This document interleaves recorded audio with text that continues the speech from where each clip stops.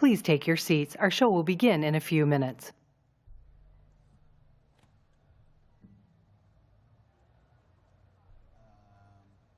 Blazing Fast Witchcraft? Yeah, let's keep it. Let's hold off on the swing songs.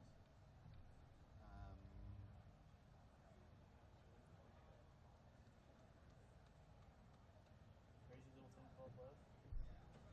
That one's a good one. I need like some kind of medium that no one cares about.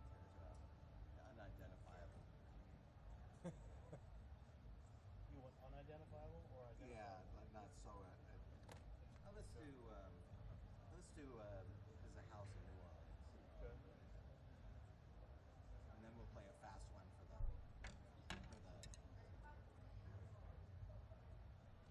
Appropriately mournful for the spotlighting that's shining. Yeah, it might be too mournful. You're not dead yet, Mike. I'm not dead yet. Where are you? Maybe we're all living your purgatory dream. You have one. Yeah. This is exactly what it was Yeah, like. right. Yep. A gig that never ends. Yeah. Let's do. More speech. Let's do "Make You Feel My Love." There you go. Emily's.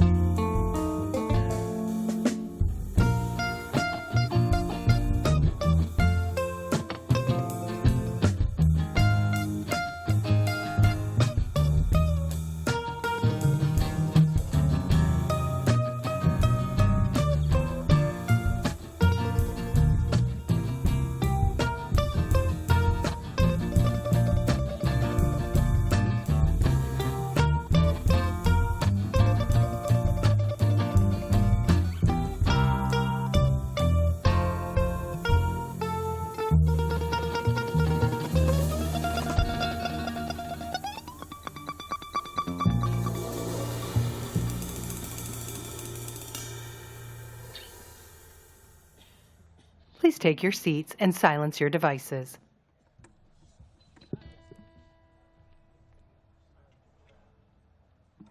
Copy that. Rabbit. Little white rabbit. Yeah.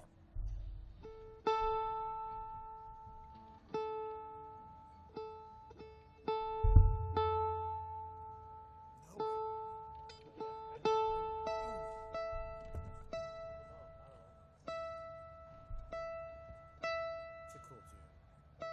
Let's see what happens. Selfies got knocked out of my took a spill.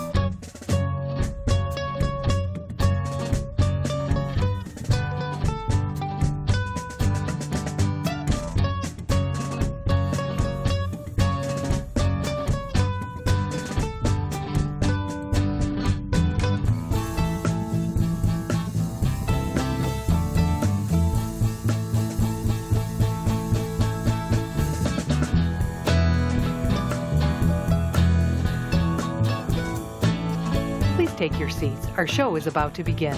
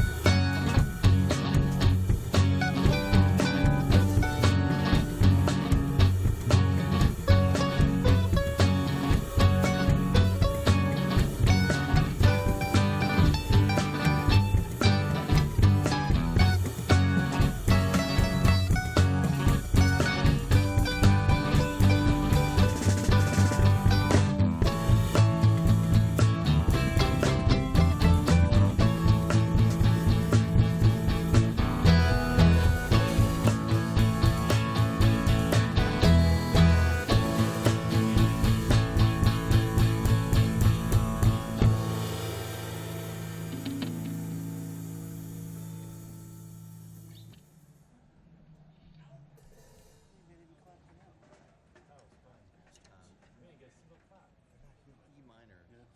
Let's do Billie Jean. Which minor? E minor.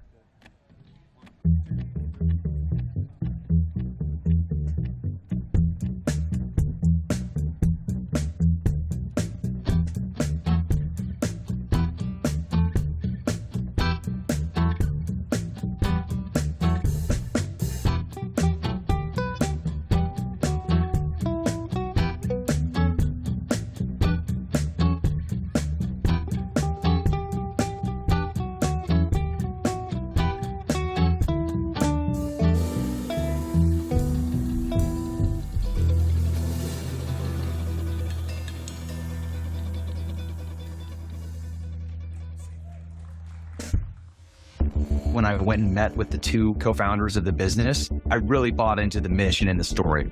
They knew exactly what they were going to build and who they were going to build it for. If you think about the rhythm of business, there's only so much bandwidth. We found value in focus and a go-to-market engine that is ultimately repeatable. This is just a milestone. The same mission to the customer that we provided 15 years ago is the same mission that we provide to the customer now. If you operate with that level of rigor always, then nothing changes.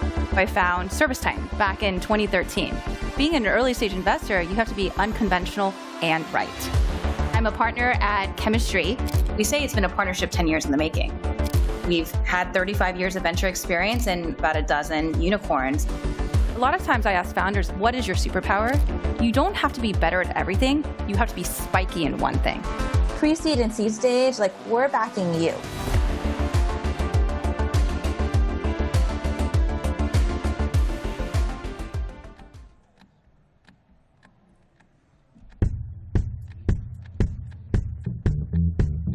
Please welcome to the stage CRO Service Titan, Ross Beesman,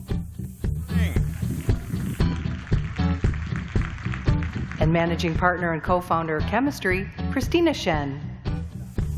Give it up.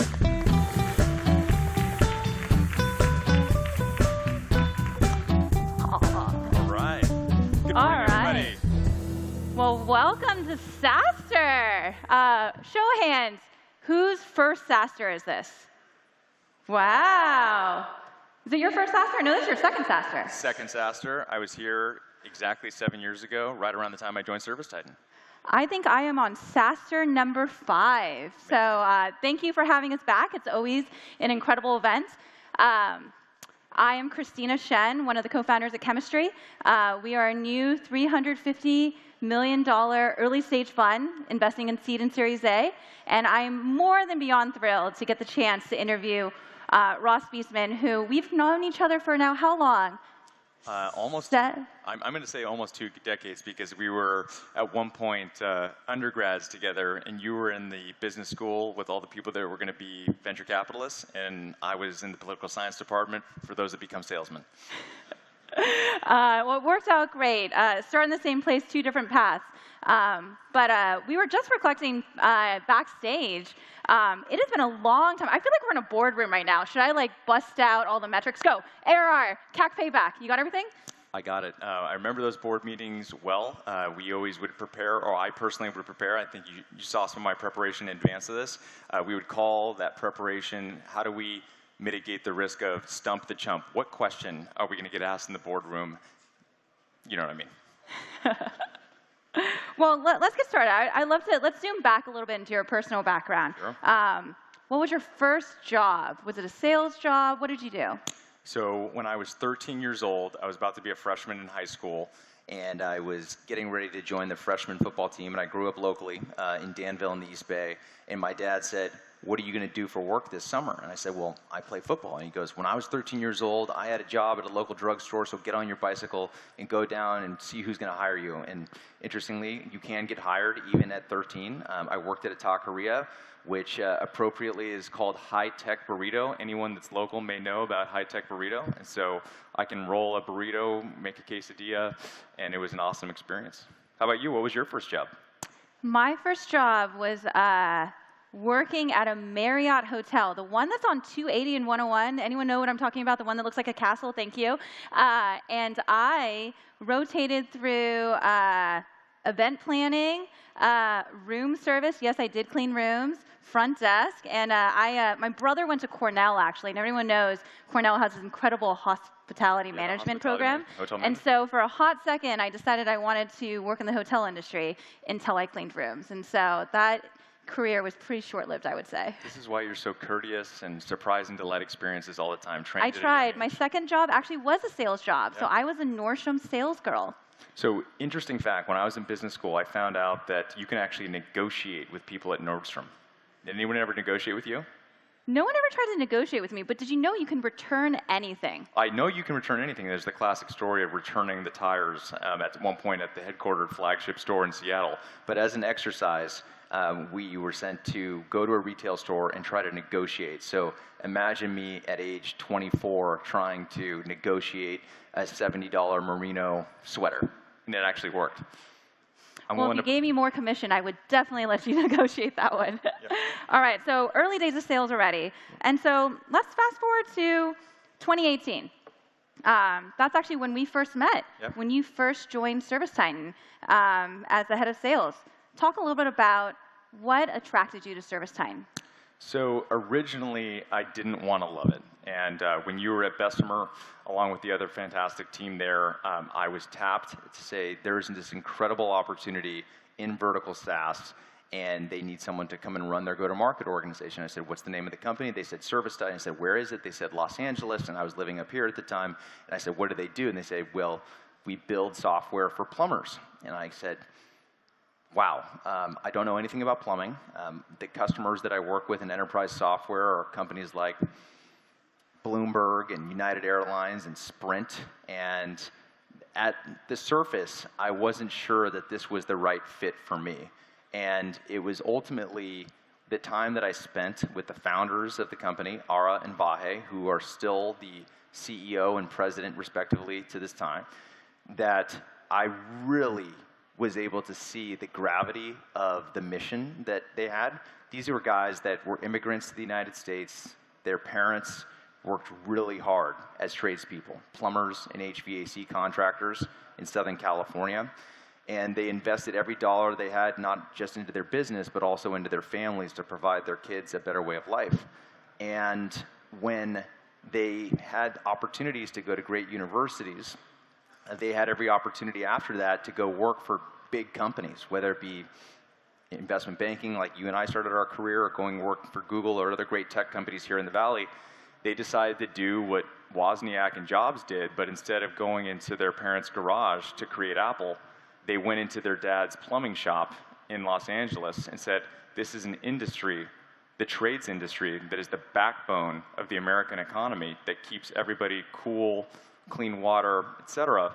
And they said that these businesses have been ignored and they have been trapped in the past doing everything manually. When all these other industries had been disrupted for the better, they decided that there's a better way. And when I saw the deep commitment to not only their dads, but also the opportunity to positively impact the lives of really hardworking people, that was what really put me over.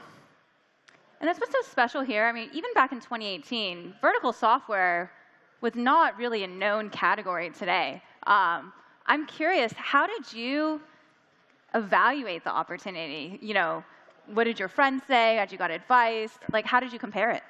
Yeah, I was told I was crazy, and it's the second time in my career where I was told I was crazy. Having started out as an investment banker and then going to business school and then doing buy-side M&A for Adobe, I transitioned and put my hand up and said I want to be a sales rep. And my manager told me, why would you leave the prestige of corporate M&A to go be a sales rep?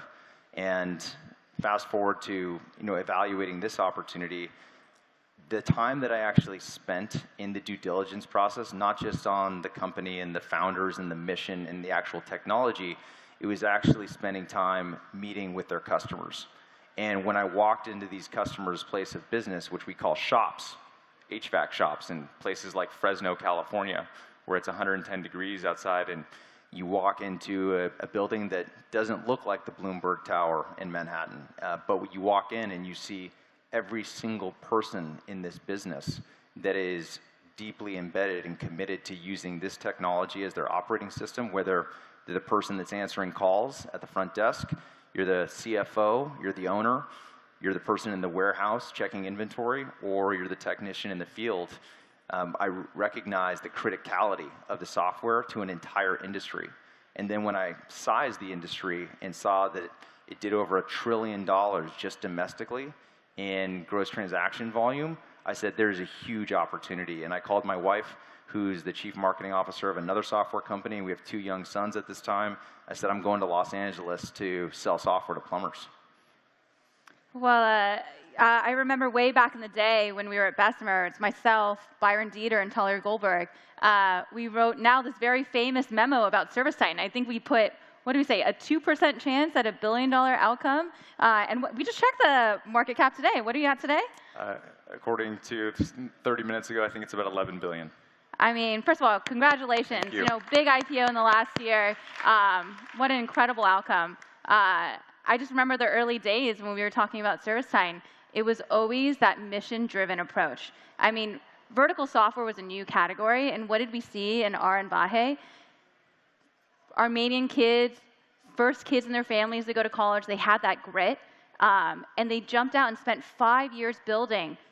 No significant venture dollars in the first few years, and yet they had that grit and mission-driven. I remember we talked to customers, and the first thing every customer said was, don't tell my competition. This is my secret weapon. And I knew it's by far the best customer calls I've ever done in my 15 years of venture. It's awesome. And I think that what's interesting, and as I think about the different paths that I've had in my career, and when I now have the opportunity, something that I really enjoy is talking to founders of earlier stage companies. When they think about like the business model, or even if you're a venture person and you're thinking about the investment thesis, is just the order of operations as it relates to what it takes to create a successful business. And one of the principles that we operate on as a business is that every decision we make, every dollar that we fundraise, every product that we build, every person that we hire is solely focused on how can we create a better life for contractors. And how do we create better business outcomes for their businesses?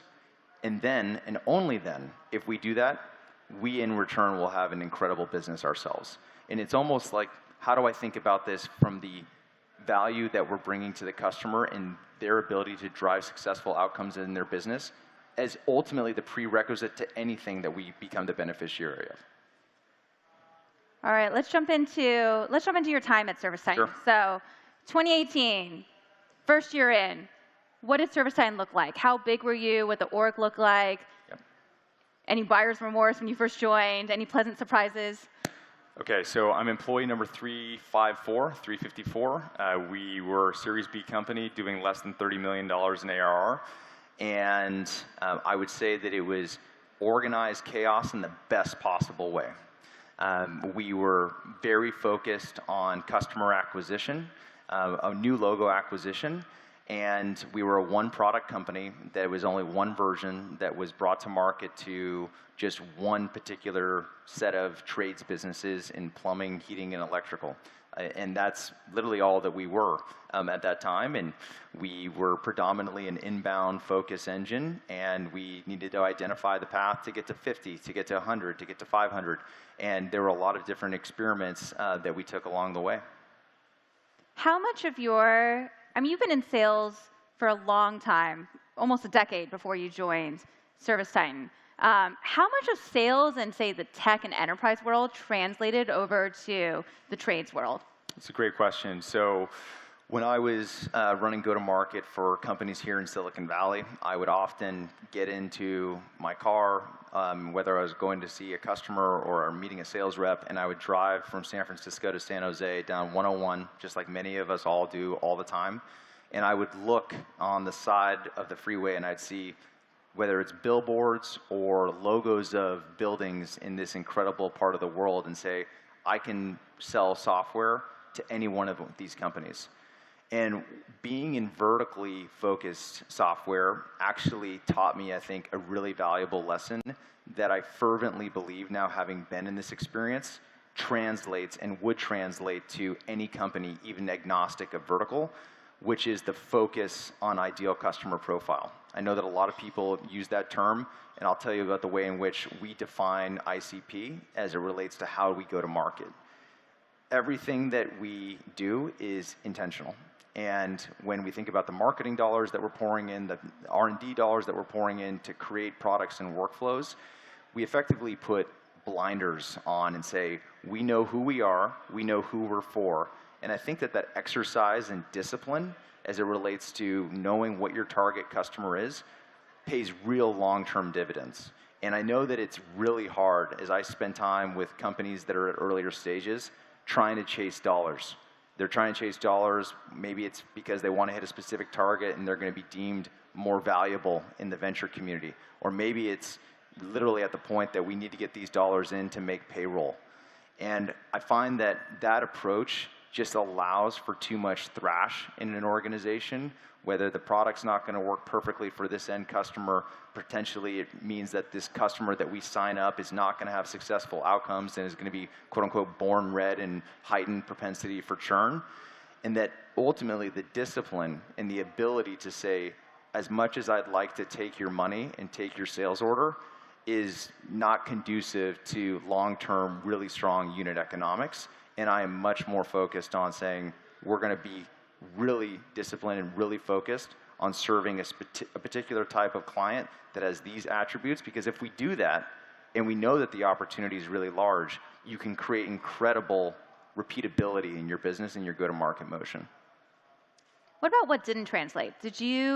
Were there any initiatives on the go-to-market side that you tried that worked well in maybe the tech and enterprise worlds that didn't translate over to the trades?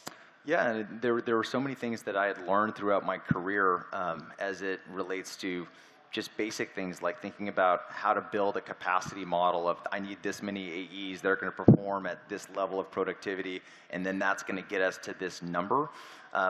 Those preconceived notions and things that are commonplace in like the industry best practice, I find aren't perfect translation, and those things need to be challenged. And so it was really clear to me that one of the secret sauces of achieving scale was parking a lot of those best practices or those conversations that many of you may have in your organization says, well, I did this at my last company. I would really challenge those things every single day to determine if it's actually right for your company. How big is the org now? We're over 3,000 people today, and based on the last earnings call, we did just north of 770 million in revenue. Wow, incredible. 30 million to 700 plus million in revenue in the last 7 years. Mm-hmm. That's pretty incredible. Been very fortunate. I'm curious, what's been hard since you've joined ServiceTitan? You talked about your first year. What about pre-IPO, before the fantastic IPO at Q4 last year? Yeah.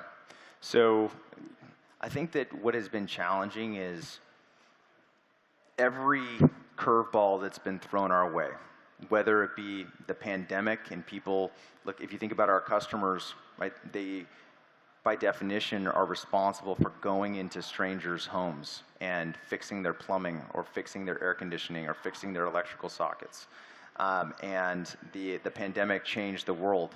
And interestingly, like that turned into a major tailwind for us because people were spending times in their homes. But we were really intentional about figuring out ways in which we could help the industry survive and be durable during this time of uncertainty.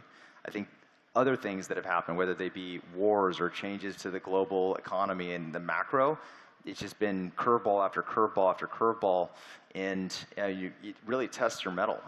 And I think that one of the areas that I remember very vividly was we were actually in the process of trying to take the company public in Q1 or Q2 of 2022.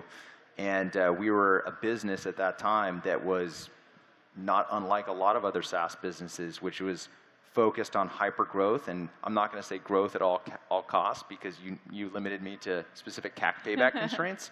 But the idea of having to be profitable was, we can worry about that later. And when I got the call saying that we're going to pull back from taking the company public, that was a gut punch to not only me, but also to so many other titans and people that had believed that this huge milestone was a goal that we were shooting for. And I was reminded of a conversation that I had with my rugby coach. You and I are both Cal Bears, and I was a rugby player at Cal. They just celebrated their 34th national championship. And the coach today is still the same coach that I had when I was there, and I was telling him about this experience, and it was deeply affecting me psychologically. And he said, let me tell you about when I recently did some work with the Army Rangers. And told me the story about how as you go to Ranger school and you ultimately want to become this elite warrior within the Rangers, one of the things that you have to do is go through this very arduous physical conditioning test. And it's a test that is known, and you know that you have to complete it under this time period, but you don't know when it's going to happen. And so, sure enough, it's 3 o'clock in the morning, and the sirens go off. It's dark. There's fireworks going off. There's loud music, and you got to jump into your boots, and you got to go and perform this really physical, arduous test, and you're disoriented. And one of these amazing things happen to where you've trained this test for months, and you see the finish line that's out in front of you, and a bunch of your commanding officers are there encouraging you to finish, and you see the clock and you see the time. But it actually wasn't the destination. They had messed with these people's minds and said that this is the end of the test, but it was actually another couple of miles.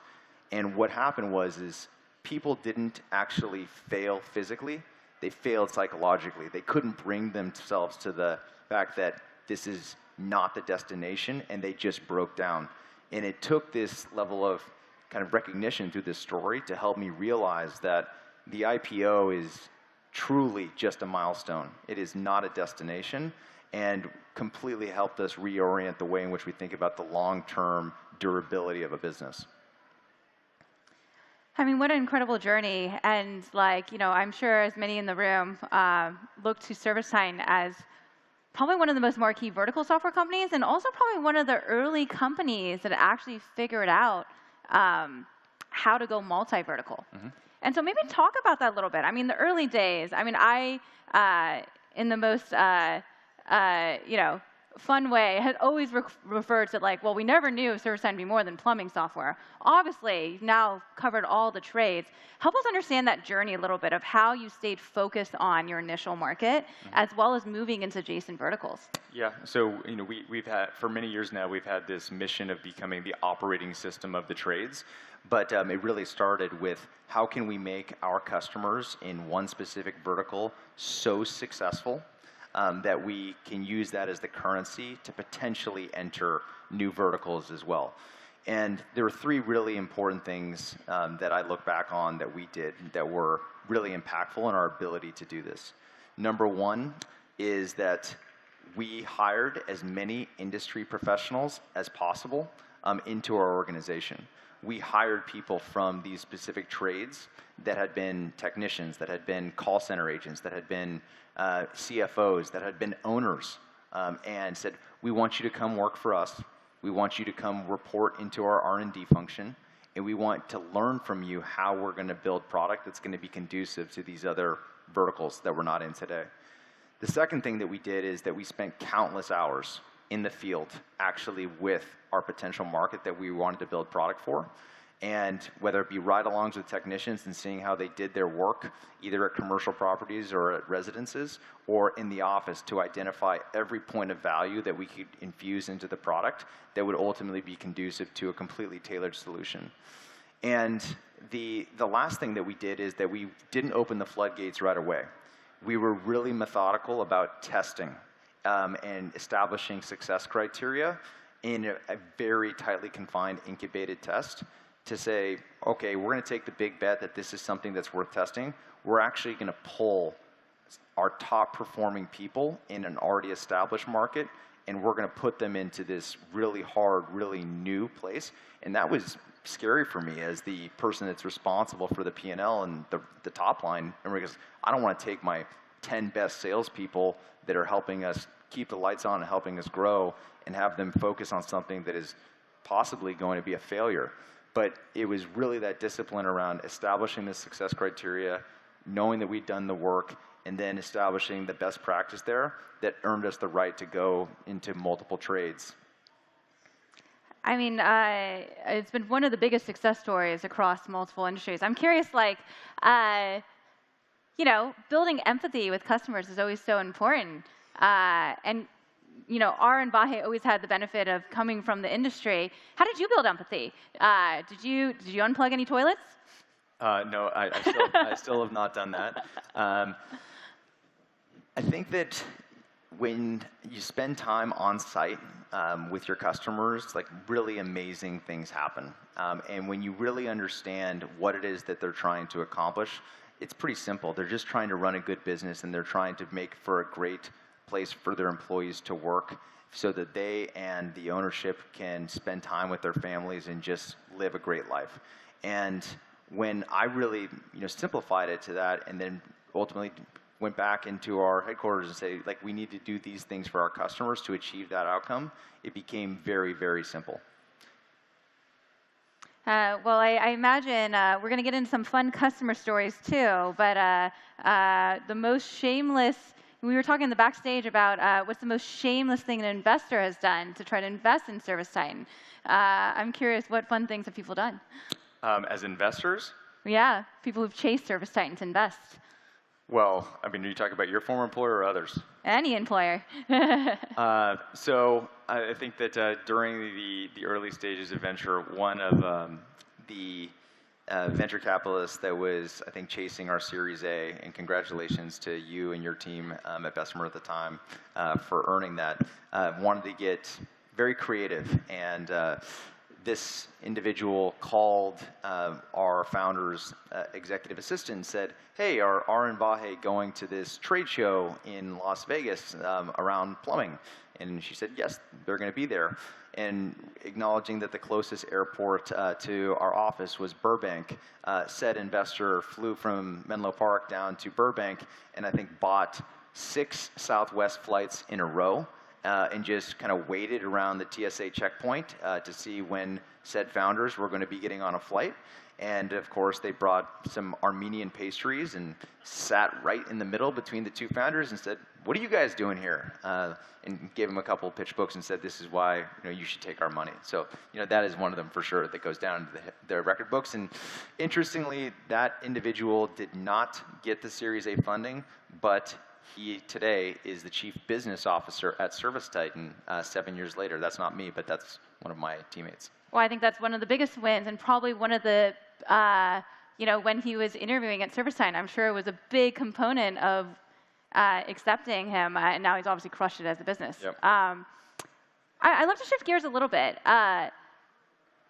Fintech has been such a big component of ServiceTitan's business over the last couple of years, and at least when we invested at Bessemer, was not something that we realized would be such a huge component of the trades industry. Talk a little bit about that journey. A lot of software companies try to move into fintech. Walk us through the story of how you got started, what worked, what didn't work. Yep. I certainly can't take credit for this. This was an incredible innovation that happened in the business early in my time. We were focused on just one core platform, like I mentioned before, one operating system, and that's all we built and that's all we sold. We recognized as we were working with our customers that because we were the operating system, there were so many other technologies and frankly other problems that our customers were trying to solve in a very disjointed way. And fintech emerged as a really interesting part of the overall ecosystem that is required in these businesses to help them grow. And so let me contextualize this for you. So if you're at your house and it is 110 degrees outside and you live in Phoenix, and your air conditioner goes out and you need a technician to come out to either fix or replace that, ServiceTitan is going to help that complete end-to-end workflow. But one of the things that happens is ultimately you, your spouse, whoever is the decision maker within the household is going to be met with the requirement to take a decision. And that decision is, am I going to fix this or am I going to replace this? And the way that this used to happen is that many of you probably have experienced this. Someone goes back to their truck and comes out with a clipboard and maybe it has carbon copy and it's in many cases a handwritten experience.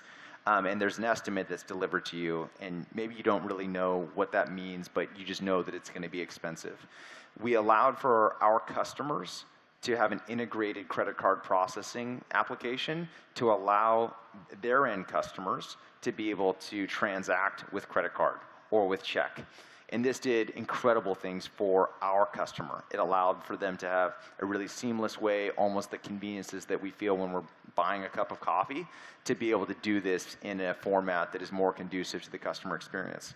The second thing we did is we recognized that a lot of these purchases, a lot of the average tickets are really expensive, and not a lot of people have $20,000 lying around for a new air conditioning unit. And so we said, hey, what's one of the things that's pervasive in the industry is financing equipment.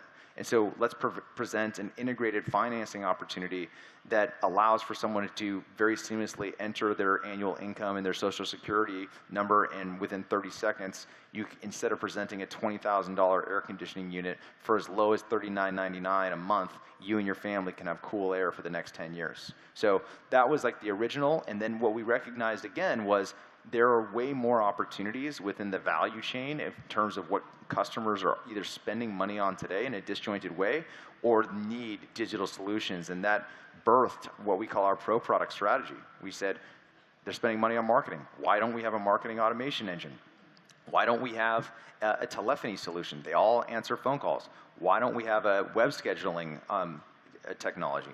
Why don't we have something to help them manage their fleet? And so now we have 7 or 8 different technologies that we call pro products that have allowed for us to not only continue winning new logos and making them very successful, but increasing our net dollar retention by way of additional products that our customers can take advantage of.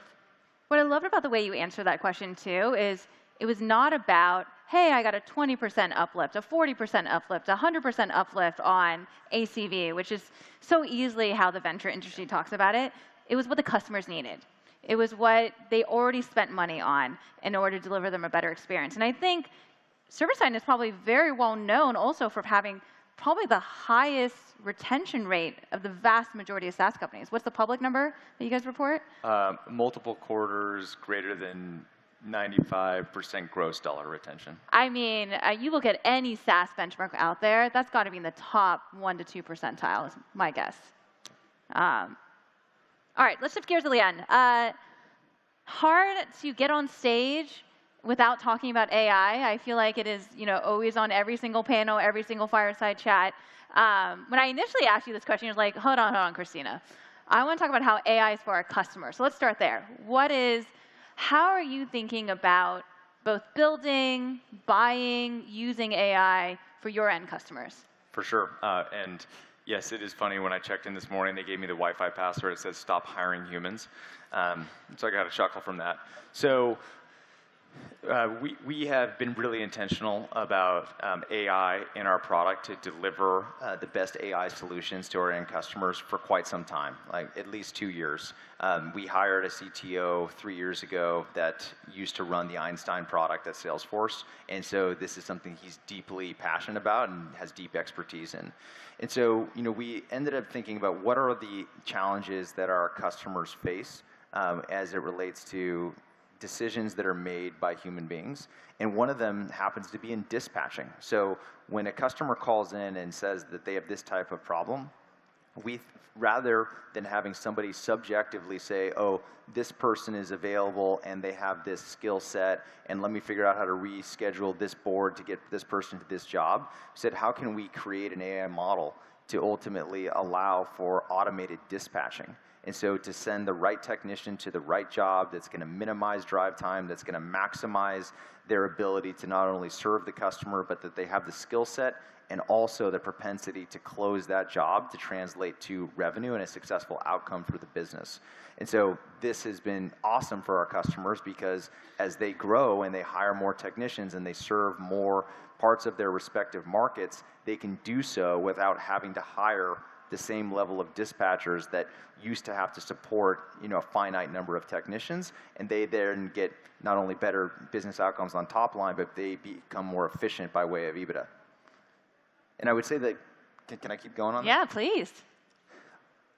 This is translated to me like overseeing our sales organization as a learning of how we do things internally and how we want to leverage AI to make decisions that were historically otherwise determined by territories and named accounts and like how pipelines created. And so we have this really, I think, unique way in which we think about customer acquisition, which is if a lead comes in that looks like a particular type of lead, it gets distributed to the account executive that has the highest propensity to close that type of business. And so it's not round robin, it's not named accounts, it's based on merit. And it's something that I look at across our sales organization where every single month we score the team based on their ability to hit quota, we score the team based on their efficiency defined by close rate, and then also the quality of their performance by leveraging tools that will score their pitch, their demo quality, et cetera. And if they perform really, really well, they get the best type of pipeline in that next month, and if they perform poorly, they get relegated. So it's not unlike the premiership in soccer, this concept of relegation and promotion, and if you get good, you got to stay good to be good. I love how you still bring your rugby DNA into the day-to-day lives at ServiceTitan. Well, I'm actually curious on talking to customers. Do they understand AI? Do you talk about AI? Is it a positive? Is it a negative? I think that 2 years ago, it was a little scary for them, but I think that they are fully embracing that this is the way of the future. I mean, the trades business has been consolidated in a massive way. The amount of private equity that has gone into this, it used to be that if you were in private equity, you wanted to buy companies in different verticals. People are buying businesses every single day in the trades. And I think that as they build these platforms out, they're looking for opportunities to drive incremental leverage in their business that is not dependent on human-based labor, and looking at every part of the funnel in which they can compress the cycle time, the close rates, the average price per ticket, and AI is one of the ways in which they can do that, and I think that it is being welcomed with open arms. I wonder how much AI is just going to be considered table stakes, if not already, for all the customers. And we even talk about this all the time. No one calls a company a mobile company anymore. No one really says a cloud company anymore. I think that just becomes table stakes. Everyone has to have a multi-tenant cloud offering. Everyone has to have a mobile offering. Everyone will have to have an AI offering. In fact, in the end, we're just going to be talking about these are just companies. Yes. And so my hot take is, ChatGPT came out, 2.5 years ago? I say in another 2.5 years, no one's going to use the word AI. I have this really interesting conversation with my wife sometimes, and we've been taking it around to like different dinners that we do with friends and family, which is like, what is the last, what is the you've got 3 young kids, I've got 2 young sons. Like, what is the last profession that will be available to that generation, considering the disruption? Any hot takes from that? Ooh, I actually had someone ask me this question the other day. Is like, 5 years ago, we all would have said, hey, I'm going to have all 3 of my kids be developers. They're going to be CS majors. That is the path to success. With all the vibe coding out there, you can use Cursor, you can GitHub Copilot, all these products. Will that be the main skill set? I actually will still argue the counter, which is I think kids go to school and study these degrees in order to learn how to learn. I think it's problem solving. In fact, I was chatting with a very good friend who, guy named Ali Pratovi, he runs Neo Scholars, it's finding young talent in college. And I asked him how, he only has 20 kids he picks a year to be a Neo Scholar. And it's formed Cursor, Mercor, lots of these big companies. And I asked him, what do you look for? He's like, I only look for CS majors, won't change in the next 10 years. And I pull out a pen and paper and I give them a live test. And he's always testing problem solving. Amazing. And I think that is the future. There's going to be incredible tools to make us all more productive in every field, sales, computer science, et cetera. But I think EQ, more important than ever, and natural problem solving. Yeah, it's a great one. So I've got 3 that are on my list. Yeah, let's hear it. No surprise. I don't know that there's going to be a robot that's going to go to somebody's house on Thanksgiving and clean up a backed up sewer line anytime soon. So I think trade school and plumbing is a great profession. Second one, interestingly, like this is my wife's one, is like clergymen, like priests, rabbis. I don't know. Oh, interesting. Well, we did go to Catholic school, so maybe we'll go down this route. And then professional athlete. Yeah. I mean, it used to be that people always felt the creative opportunities would be the last to be hit by AI, but I actually find it might be one of the first, which is interesting. I mean, I think that it's maybe worth, as we transition to Q&A here in a moment, I don't want to get in the way of your flow, like how do I think about what one of the things that differentiates ServiceTitan beyond the great product and the great end market? It's almost the old school mentality in the way in which we think about ways in which we can differentiate to win the right to serve the market.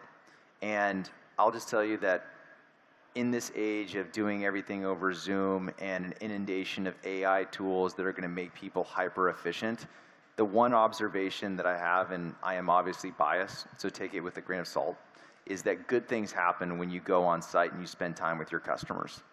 And whenever anybody is hired into the organization, whether they're an entry-level sales development representative or hiring a new C-suite member of our executive management team, the first thing I tell them to do is learn the product, learn the industry, learn the customer.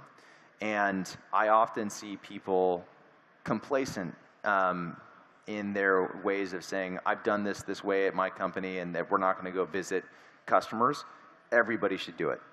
Whether you're in marketing, whether you're in sales, whether you're in R&D, whether you're in HR, I think that you need to spend time with the customers way more than you spend time in the boardroom for preparation or in the strategy sessions, because you will learn that much more. And one of the things that I love about Ara and Vahe, who started this business in Vahe's dad's plumbing shop and now run a business, as of an hour ago, is worth $11 billion, is they spend 95% of their time with customers, whether it be on calls or in the field. I'm going to meet one of the founders in Ohio later tonight. I'm flying out right after this to go do on-sites all day with customers.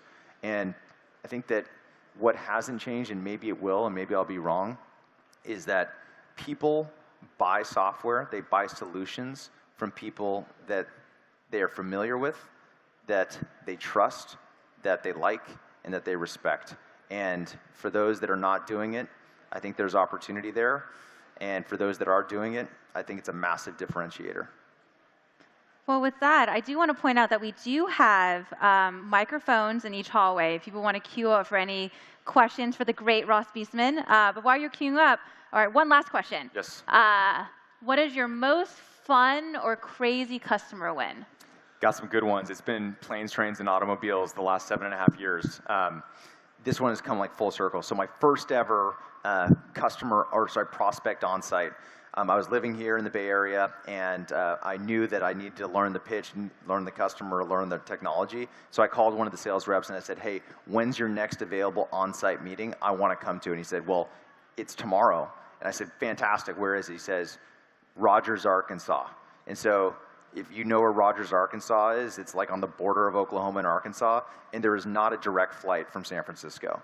And so I'm at SFO, and I'm furiously trying to learn everything about the product, everything about the pitch, and I've got my noise-canceling headphones on, and I don't hear that the gate agent has changed the gate, and everybody has left because I'm so fixated on preparation, I miss my flight to Bentonville. And so I rush over to the United desk, and I'm like, where can you get me tonight that is somewhere near Arkansas? And said, well, we can get you to Kansas City, but it's like not that close. So I said, I'll take it. So I jump in there and I get to Kansas City at like 1 in the morning, get the last rental car, and I'm almost out of battery on my phone, and I'm driving through country roads in the middle of the night with no light.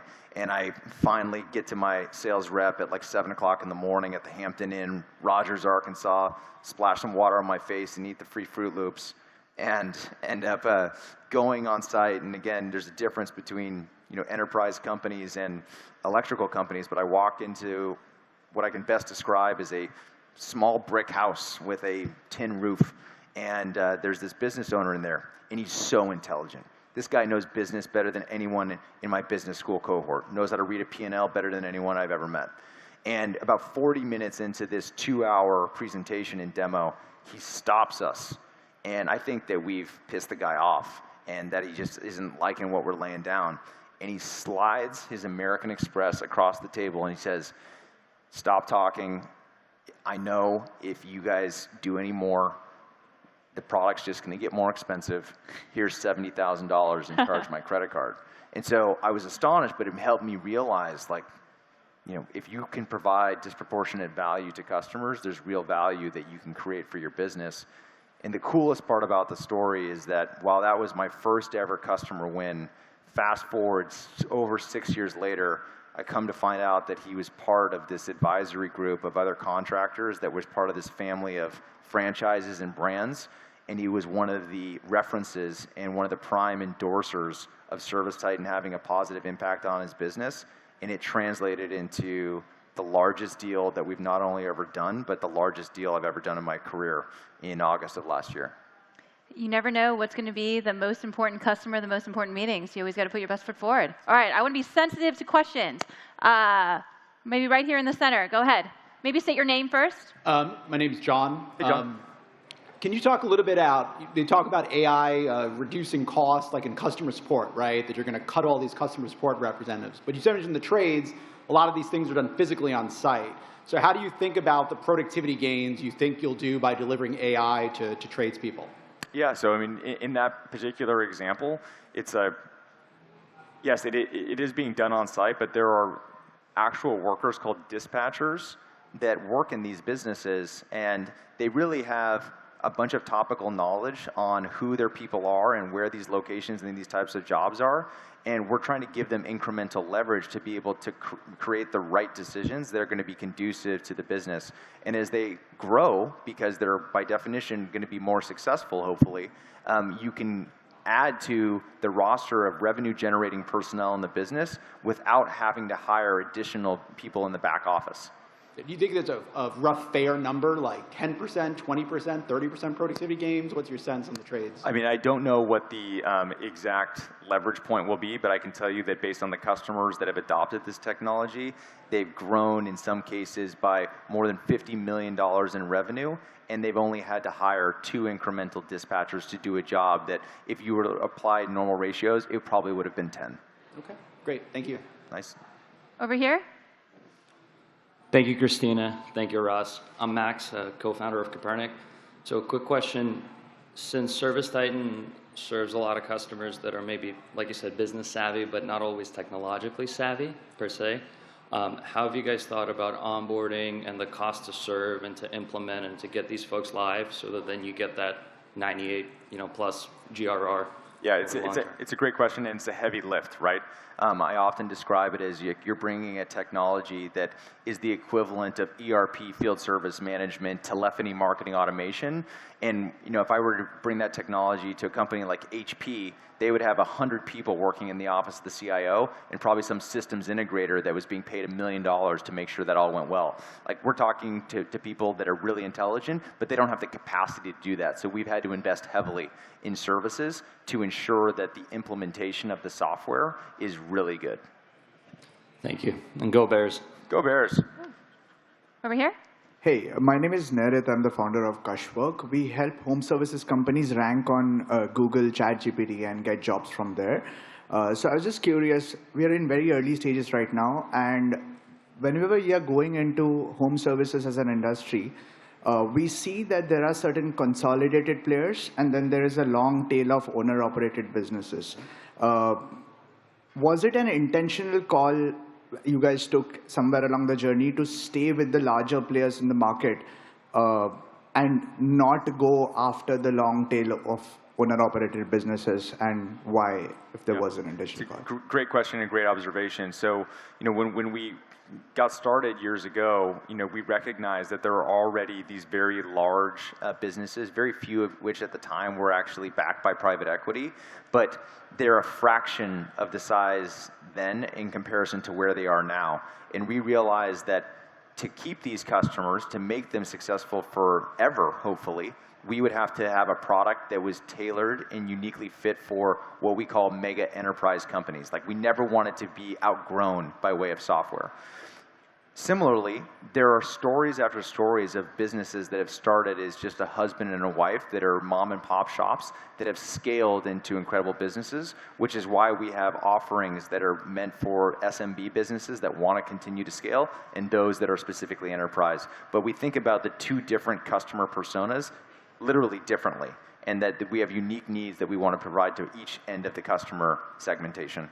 And does the GTM team also look different for both the segments as well, like the sales motions and the customer success touch points, et cetera? It does. Yeah. Enterprise is almost entirely done on site, and on the SMB side is much more of a velocity-based inside sales engine. Got it. Thanks a lot. Also, I also want to be courteous to our next speaker as well, as I know we're at time. And so maybe this last individual here, and then we could try to capture people afterwards. Perfect. Okay. Go ahead. David, founder from Cargo Sapiens. It seems like you have a complex product that sales reps have to pitch and demo. I wonder, how do you work with enablement in order to make these guys assertive, understand how to properly pitch and demo the product? Yeah, great question. So enablement is critical in the organization, and I would say in comparison to my peers that I spend time with, we invest way more in enablement than the next peer set. And the reason that we do so with intention is because we believe that the quality of our demo, the quality of our pitch, the quality of our delivery is literally going to be made or broken in that first interaction. And so it's deeply infused into the way in which we think about performance management, the way in which we score productivity, and so we deeply focus on enablement. Okay, is there any kind of tool that is critical right now to evaluate? I mean, is there any hack that you think you have on your enablement process? I wouldn't pin it on any particular tool. It's just more around the program, and that the enablement function is deeply embedded within the actual go-to-market function. Thank you, man. All right. All right. All right. Thank you so much. How about much, Christina Shen? And also a huge round of applause for Ross Beesman. Thanks, guys. Thank you, Christina. So fun.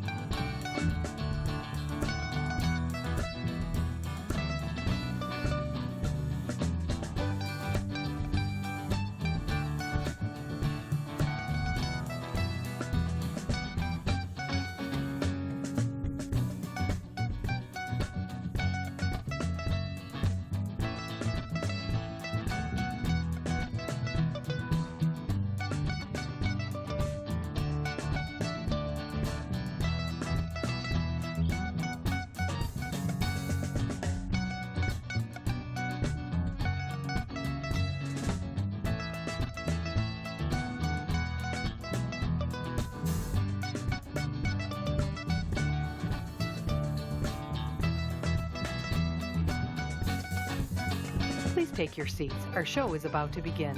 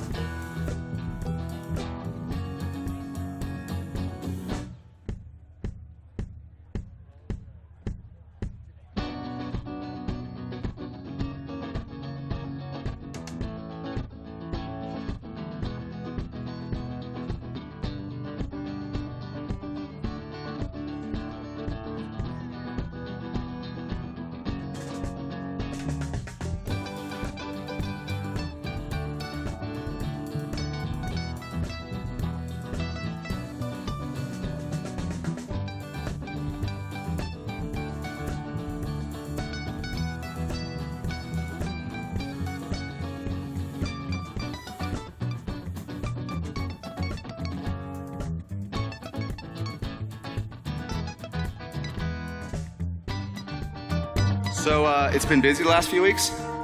Yeah, we wanted to make sure we went public before this event, so SaaStr stunned people when it started because we didn't know there were all these CEOs that wanted to share. It was truly organic in a way that I don't think would happen today. Get those guys to share their nuggets of information that they've spent 10 years learning is phenomenal. There's a lot of young founders that are sitting in the audience. It'll be really cool to look back and be like, hey, we were a part of that, and this is when it all started. SaaStr isn't a conference, it's a community. SaaStr, to me, is home.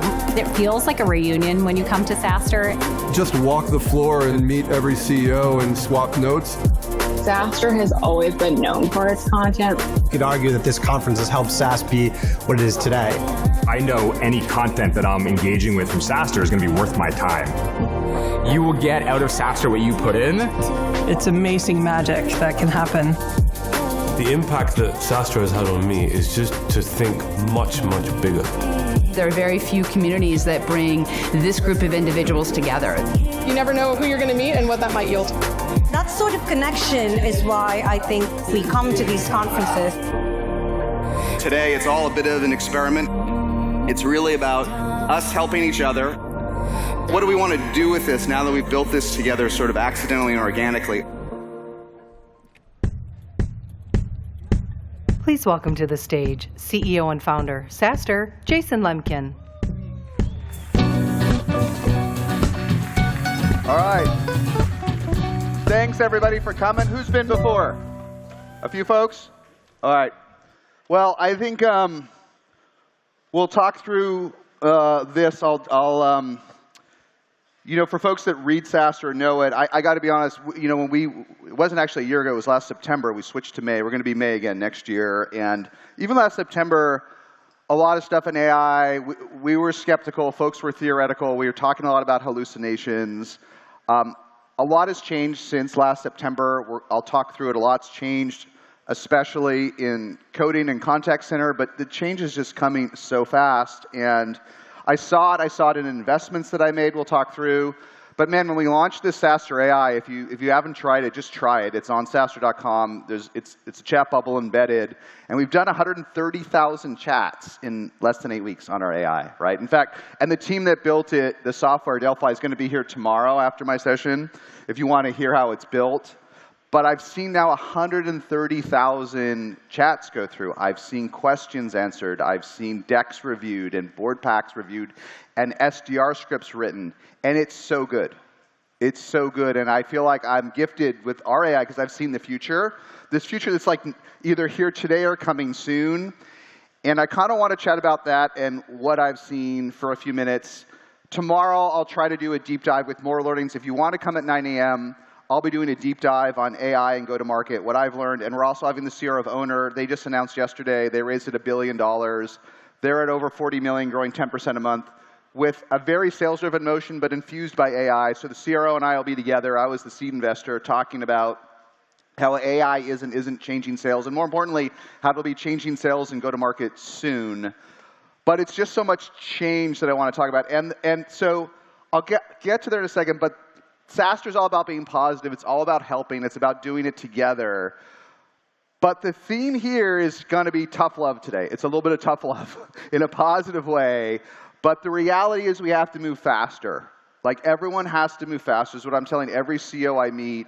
If you're running at the 2024 pace, if you're running a 2023 playbook, I know it's hard as it is. I know it's hard as it is to recruit, to ship, to do all these things. But everyone that's crushing today is not, they're moving faster, and I'm going to talk through it.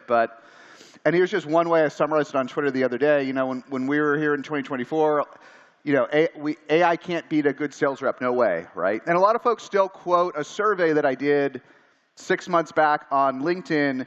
Have you gotten your AI SDR to work? And Tomas Tungus, who's back, he did his own version of it. A year ago, people were like, AI doesn't work for sales. Like, it's working now.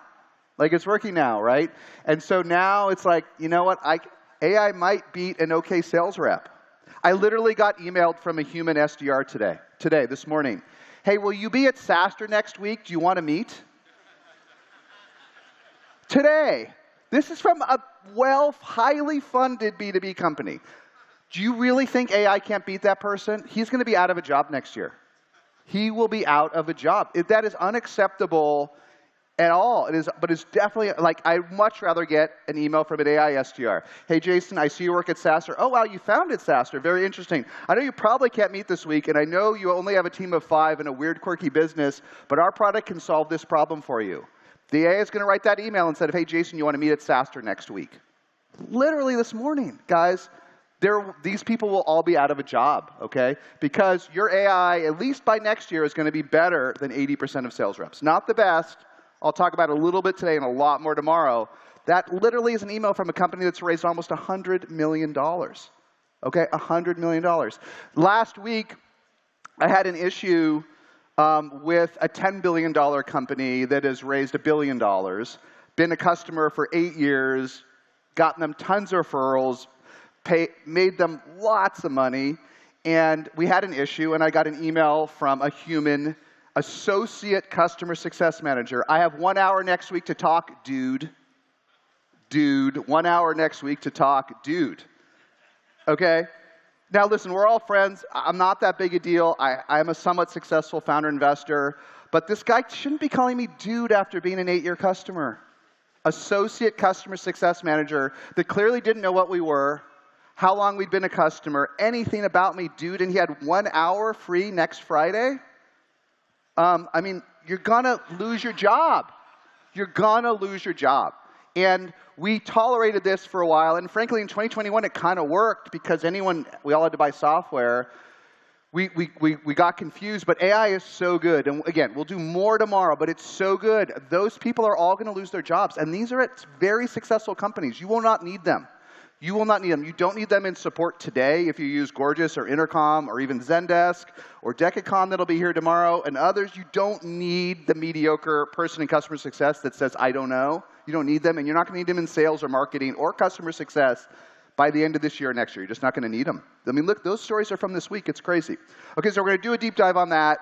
Just quickly for folks here tonight, there is casino today, but we have casino night. I'll be here until they kick us out. It'll be fun. Hang out. Unless you have there's a lot of parties. Go to the parties too. Those are fun. But we'll be here until they kick us out for casino night. Tomorrow will actually be the biggest day, so come back. if you have any interest in meeting VCs, or if you are a VC, come to our founder VC brunch. We kicked it off last year. I think it's from 11 to 1. It's in the app. It might be 11:30 to 2, whatever it is. But it's pretty fun. It's in the founder lounge right there. But we'll try to get everybody that wants to talk to VCs and trick all the VCs that are here to come. It should be fun. We'll have the AI pitch finals if you want to watch it down there. And then we've got a lot more stuff than we do. Day 3 is our biggest day. I'm going to do a deep dive on AI with the CEO of Snowflake. CEO of Box, Aaron, will be here, who's on really thinking through everything. He'll be here with the head of AI from IBM. That will be really entertaining, I guarantee you. And I'll do an open AI with the CEO of Calendly. We all use Calendly, right? I'll ask a couple questions, but just come. It's going to be super informal with Tope. He'll answer all your questions. I'll talk for 5 minutes. He'll answer questions. It's going to be fun. And then we'll have a blowout party to meet everybody, and we'll stay again until they kick us out. So tomorrow, the big day, do all this stuff. It's going to be fun. And sign up for some brain dates if you haven't. Do some small meetings. Okay, so briefly, the theme, warning, I am pretty positive, but it's tough love. Tough love is going to come. And I have this, almost every founder I talk to, any board meeting I talk to, most of them, there's some variant of this discussion, which is this. And here's the meta issue for folks. And I know, listen, the next 20 minutes, for some of you, you may be, oh, yeah, I get this, but most don't, so I'm going to say it anyway. This old software, it's all aging out, guys. It's all aging out. And really, and it took, I didn't see this until recently, but I wrote a tweet a little while ago that from like 2011 to 2023, software didn't change. It really didn't change. Miguel's with me. From 2011 to 2022, it didn't. You would roll out something. It would have something clever. It would be a cool new CRM or a cool new marketing tool. And like you'd add a cool feature once a year. And like you'd have a quarterly release, and a few things would go. And then you'd like do some security, and you'd have some permissioning and some other. And it kind of like, it would change like every 5 years. Now the paradigms would change. Someone would figure out something really cool with mobile, with something, and then it would be like static for 5 years. Now it's changing so fast. Like even our little AI, when we launched it, it couldn't read PDFs. Now it's read like 200 VC decks and board presentations. That's just one way it changes, right? Our own AI in the next release is going to be able to join Zooms and have full duplex conversations with people, okay? And we actually don't even have to do anything. We just get the benefits from our platform. The rate of change is so fast. And I wrote this, that software actually never really changed from like 2011 to 2023. And like 6 public company CEOs emailed me after that and said, you're right. I have to work so much faster because honestly, my product in 2023 was the same, not literally, right? And we're going to talk a lot about it in the next session with Raman Yangan from HubSpot. HubSpot has changed so much in a year. HubSpot has changed so much in a year. So my tough message is we were in this world, and it was even worse than this because so many of us had 110, 120, 130% NRR for B2B products, and that was just the game. Like in fact, the original, if you go back to the first SaaStr annual, the first theme was 0 to 1 million impossible, 1 to 10 million unlikely, 10 to 100 million is inevitable. And it's sort of true, but like it's just more unstable now, right? And part of that insight, which is obvious now, but was radical in 2015, is like this 110, 120% NRR was the gravy train, right? It was so hard to get to a couple million in revenue and so hard to get to 10, but if you got to 10 million in ARR with like 110% NRR, your ticket was punched in SaaS, okay? Just ship some more features, fill some feature gaps, win a few deals, hire great people, but you had like 5 years before the paradigm changes, but now it's like changing all the time. And it's just, this instability is like stressful for a lot of folks. And if you're not seeing it, we're seeing it. If you talk to VCs here that have been around for a while and you have a quiet conversation, ask them how many folks in your portfolio are north of 100 million and now are seeing growth in the 10 or 20% range. All of them. All of them. It didn't used to happen. Mostly they fell behind.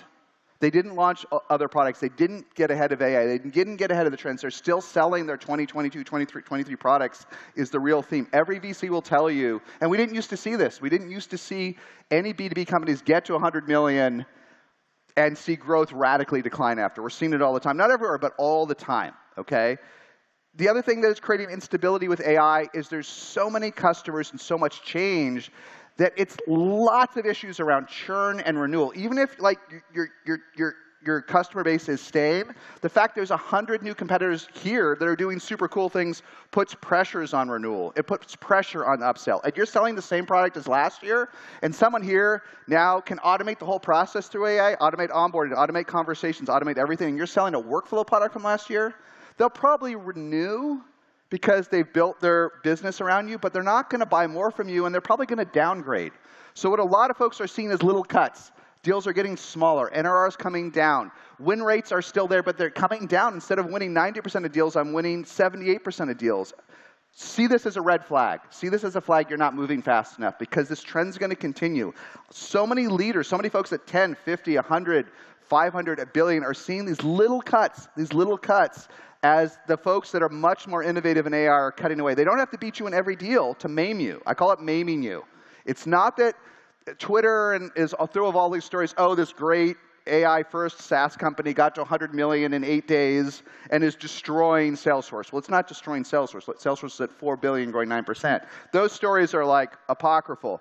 But much more common is people are getting maimed. They're getting maimed by so much more radically aggressive competition that's AI-first. And the last 2 points on this summary that's making it harder, because it's weird, and I'm sure most folks are seeing it. If you are there, every buyer, especially in the enterprise, every CIO has AI budget today. We can talk about whether it's discretionary or budgeted or where it's coming from. Everyone has budget for AI. So more money is going out at the CIO's office, at the enterprise. But everyone also has a mandate to consolidate the number of vendors. I'm going to ask Yamini about it when she comes up next, because they're benefiting from it. So you'll look at a lot of leaders that are benefiting from consolidation. Like, if you look at what happened with Gong, Gong struggled for a while. Then they're re-accelerating at 300 million, okay? Why is Gong re-accelerating? There's some reasons, but one, they got a rich enough product that they're benefiting from consolidation. Gong was hit when it was a smaller product from consolidation, because people were like, everyone loves Gong, but they're like, well, I'll use the version built in to my other product. Now they're benefiting from it. But this consolidation is everywhere, and it's something you just have to deal with. You have to fight. You have to be more innovative. And for a lot of folks, if you probably have to tap into some of this AI spend if you're going to see the growth that you wanted before. Otherwise, you're just going to fight this consolidation battle. So it's harder, but old software, it's aging out. It's aging out, and we really used to have like a 20-year run. Now we're going to have like 5-year runs, and we're going to, like, the rate of change is so high. So I just had a little fun with my theme. I got to be honest, I never read Amp It Up.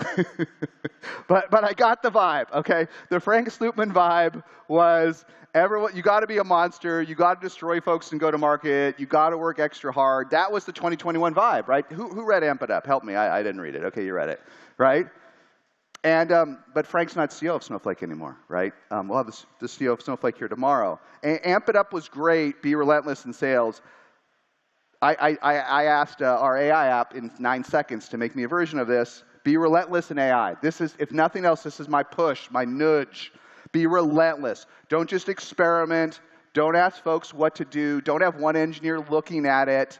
Be friggin' relentless in AI. This is what you have to do if you're not going to fall behind. You have to be relentless, because your competition is going to be relentless. They're going to be relentless. This is my theme. And just, you know, and some folks say, oh, it's early, or enterprises aren't ready. You know, there's some truth to that, but look at Palantir. Palantir is re-accelerating at an incredible rate at $3.5 billion in revenue, all driven by enterprise AI deals. The Department of Defense is cool with AI, okay? Military is cool with AI. Conservative enterprises, Palantir is re-accelerating. It's the only public stock that's almost at 100x ARR, Palantir. So if you think big conservative companies aren't ready for AI, and there's some truth to that. We just had the CTO of Rubrik talk about he sees it in security. There is conservatism.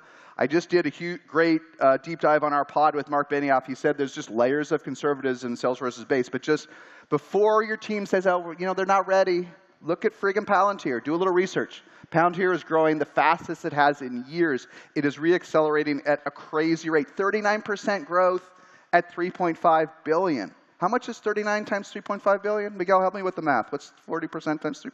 It's like a lot, isn't it? Palantir is adding 1.6 billion of new bookings a year. Sorry to interrupt. Go back. So don't be thinking that like your customer base isn't ready. They're ready. They're ready. It's going to go in phases. So anyhow, my point is, it's really stressful when you have new competitors. It's really stressful when your product's getting out of date. But when it's good, man, it's really good because buyers are excited. Customers are excited. The market is excited, right? So I kind of hit this. This is really tough love, though, this slide, is that because nothing changed, this was the tweet I did that I got. I can't tell you how many public company CEOs reached out to me on this. Because nothing changed, and listen, some people get mad when I say this, but we're just among friends. We got soft. We ran the same friggin' playbooks, the same GTM playbooks, the same cadences, the same, and frankly, in some ways, SaaStr benefited. I benefited because I'm like, oh my God, I can't believe the playbooks I used at EchoSign in 2011 still worked in 2021. I was shocked. I thought they would be out of date in a year, but they worked year after year after year. Now, you had to evolve a little bit, but man, it was the same playbooks. And then, I know people get mad when I say this, the truth is, work from home and quality of life meant we worked even less with these playbooks, okay? And it was just too easy, and everyone thought they were a genius in 2021. The average public SaaS company in 2021 grew 70%. Public. The average public company, SaaS company now is growing in the teens, okay? So we all thought we were go-to-market geniuses. We all thought we were product geniuses selling the same product in 2021 we sold in 2019, okay? We were not geniuses. We were benefiting from a buying wave. And so got to change, right? We've just got to change. And a lot of folks in your org won't want to change. This is a tough question. And when I talk to CEOs behind closed doors, when I talk to CEOs in the green room here, there's discussions that we all have that aren't had in public. And I ask them, how much of your team is not going to make it in the AI age? Okay? The truth is, and this is true for startups too, it's probably 20 to 40% of your teams are not going to make it in the AI age. That sales rep that told me if I wanted to come to SaaStr next week is not going to make it. He's not aggressive enough. Okay? It's tough. Your CMO still running the same human content SEO team from 2021, and that's his best idea today, is not going to make it. Not going to make it. The CRO that doesn't believe in AI in the sales team, except for some maybe enterprise stuff, is not going to make it. Certainly, we have a great CCO summit coming on here today, hundreds of the best CCOs. Folks that think that customer success experience from that junior folk that said he had 1 hour dude next week, they're not going to make it. They're not going to make it. So I don't know how this will all play out. But I think the notion that everyone wants to be reskilled, a lot of folks don't want to be reskilled. A lot of folks are comfortable working in slippers from home 3 days a week. They don't like it when I say it on LinkedIn, so I'm just saying it among friends. I don't believe they want to be reskilled. I don't believe they want to learn. I don't believe using ChatGPT once a week to ask about recipes is the same as being reskilled. So this is, not only does everyone have to move twice as fast, but it's tough. I don't think 20 to 40% of our teams want to change. And we're going to see, people are like shocked that Microsoft did a 3% layoff this week, 3% layoff, okay? But those are folks that can't change. They need new people to change. We're going to see this trend accelerate. We're going to see more and more layoffs of companies that are doing well. And the net headcount is not going to go down. They're just got to reskill people. It's brutal, but if you don't do it, you're going to fall behind. You're going to fall behind. And if you're still skeptical, hopefully you're not skeptical. I just want to highlight this one thing that's maybe obvious, and I'll tie it all together. If you haven't seen what's happened in coding and support, it's radically changed. If you're not seeing your vertical SaaS, if you're not seeing it in your segment, literally 20 to 40% of support is all done on AI today, and it's great. It's great. It's not perfect. Everyone that is doing support at scale, and there's folks here, you can talk to Decagon tomorrow, the CEO's here, which is at the cutting edge, but almost everyone has humans in the loop, okay? That's not the point. The point is almost 40% of humans are often already replaced with AI. Look at coding. I keep picking on Miguel because he's in the front row, but at RevenueCat, which has 40% of all mobile subscriptions use them, they've increased software productivity by like 50% using AI tools, using Cursor and Friends, right? Like up 50%, right? 30, 40, right? It's a lot, though.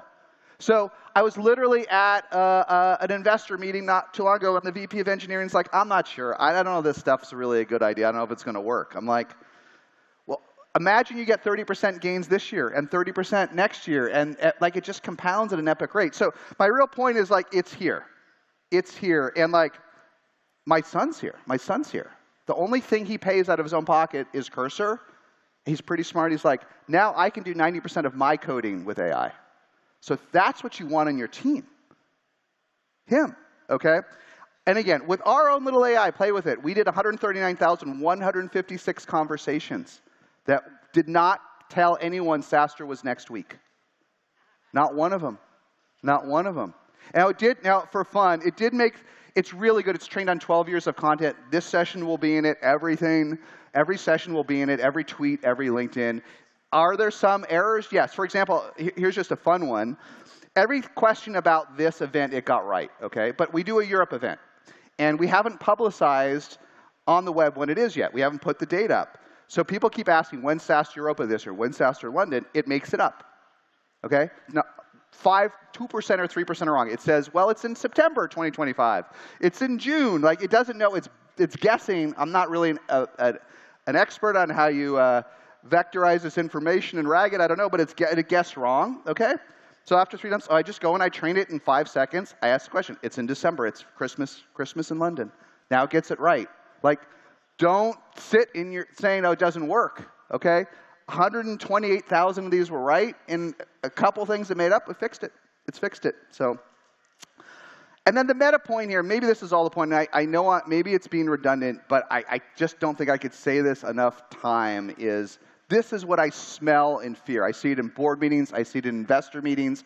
I see it all the time. I call it the AI slow roll. I just see it everywhere. It's folks that don't want to change, aren't interested in changing, and they're just I don't, this will be on video, sharding on AI, okay? And I talked with a lot of like CTOs backstage here, and they're like, yeah, a lot of times it's actually my more seasoned folks in my team. They want to do it themselves. They don't want to change. Seasoned CROs, seasoned folks, they don't want to do it. Maybe it's the junior folks too. I'm not trying to word it in a sec. It's not, but it's sort of this second-tier managers that they find are most resistant. But it doesn't matter. I see it with CROs and junior folks. This slow roll, it's being criticized. And just beware of it. Because if they're sharding on AI in your company, you're not going to be as innovative as you can. You're just not going to be. And I just see this slow roll for a variety of reasons. But the reality is humans are, I'm not a psychologist, humans are resistant to change. And this is a rate of change we have not seen in B2B ever. And you just can't tolerate the slow roll. And you got to lead from the front. I mean, Aaron Levy will be here tomorrow. Why is Aaron Levy and Dharmesh Shah and others like really early on social media constantly talking about the change? They're just trying to a million reasons, but I think some of it is to root out slow roll in their own organizations. Like if Aaron's working at this pace for AI to change Box, his team's sure better, right? So this is just the thing that is inadvertently toxic that is harming companies deeply. This one we kind of touched on, but this is just hard, guys. There's just more competitors. There's just more competitors, and you have to be better because of this. The funniest thing is there are some spaces that only have a few competitors because of AI, but there are spaces that like I've invested in, like legal tech and support, that no one wanted to build in before AI. Now everyone wants to do these, like, I don't want to sell to lawyers. That's terrible. Now it's like hot. Okay? Now, in part because of chat, now there's 1,000 folks doing support, right? When I invested in TalkDesk in 2014, or Gorgeous in 2018, or Intercom or Front, no one wanted to be. They're like, this is low deal size, commodity, boring. Now, like, smartest people in the world want to do these things. Sales tools. Sales productivity was pretty boring until recently, right? Now there's so many tools, right? Literally, we had a dinner on Monday night, and this founder comes up to me. He's like, hey, are you Anna Lemkin's dad? I'm like, yeah, I am. He's like, oh, I'm at Stanford. I just dropped out. I knew her. She's a freshman. He's like, we built this AI thing to automate sales research and everything. We're already at 2 million ARR. I'm going out to fly customers. He's 19. He just dropped out of college. Now, to build a B2B sales tool at 2 million in ARR, okay? So there's a lot of interesting things in that story, but like it's just the level of competition in categories that were less competitive. It's awesome, and it's interesting, but it's changed, and then there's even things like MCP that are going to radically change. If folks are using MCP to go out to your data and your users aren't even going to interact with your application, there's just so much change. So Cry Me a River is kind of the tough love, right? The last one, this is one I think about a bit. This is stressful, is There's a theme on X, and I don't like how people over-theme AI that aren't actually building companies or selling. But moats versus momentum, I do worry about this one. Again, when we go back to the old days when software didn't change for a decade, in most B2B, there's not perfect moats. There aren't perfect moats. But the moats get there. There's brand. There's workflow. There's structured data, right? I mean, the amount of energy, even if you wanted to leave HubSpot or Box, your data's structured, it's set up, it works. Like, there's just so many moats between brand. And those moats are all real today, but they're all weakening. They're all weakening with AI. And there's a bunch of reasons for it is, and I'm still learning what moats are weaker. But at one level, as the AIs get better, the underlying apps get less differentiated, right? The underlying apps. And I'll give you a quick small example. We talked about this company, Gorgeous, that I invested in. They're coming up on 100 million. They're like a Zendesk for Shopify, for e-commerce. Really big in that ecosystem, in the Shopify. And before AI, the differences between Zendesk and Gorgeous were vast. They were vast, and they're still very large. But Zendesk has a really good AI now. So even if the product's 22 years old, if the AI is really good, it can make older products, different products, much better. It can rejuvenate old products. It can make little tiny products that used to be function poor, like your little tiny ankle biter competitors that used to not do much. They might be great with AI because the AI is great, right? So there's just these the moats are kind of weakening, and it's tough, but momentum probably is more important. We talked a little bit about how consolidation is a theme that you've got to fight, but this one was just quickly interesting. BoldStart, which has done a ton of great B2B investing, BoldStart VC, they had their CIO kickoff at RSA, and I'd just like to summarize this learning that they had. Budgets still favor consolidation except in innovation. This is just a macro trend. I touched on it before, but this is the reality. CIOs have money.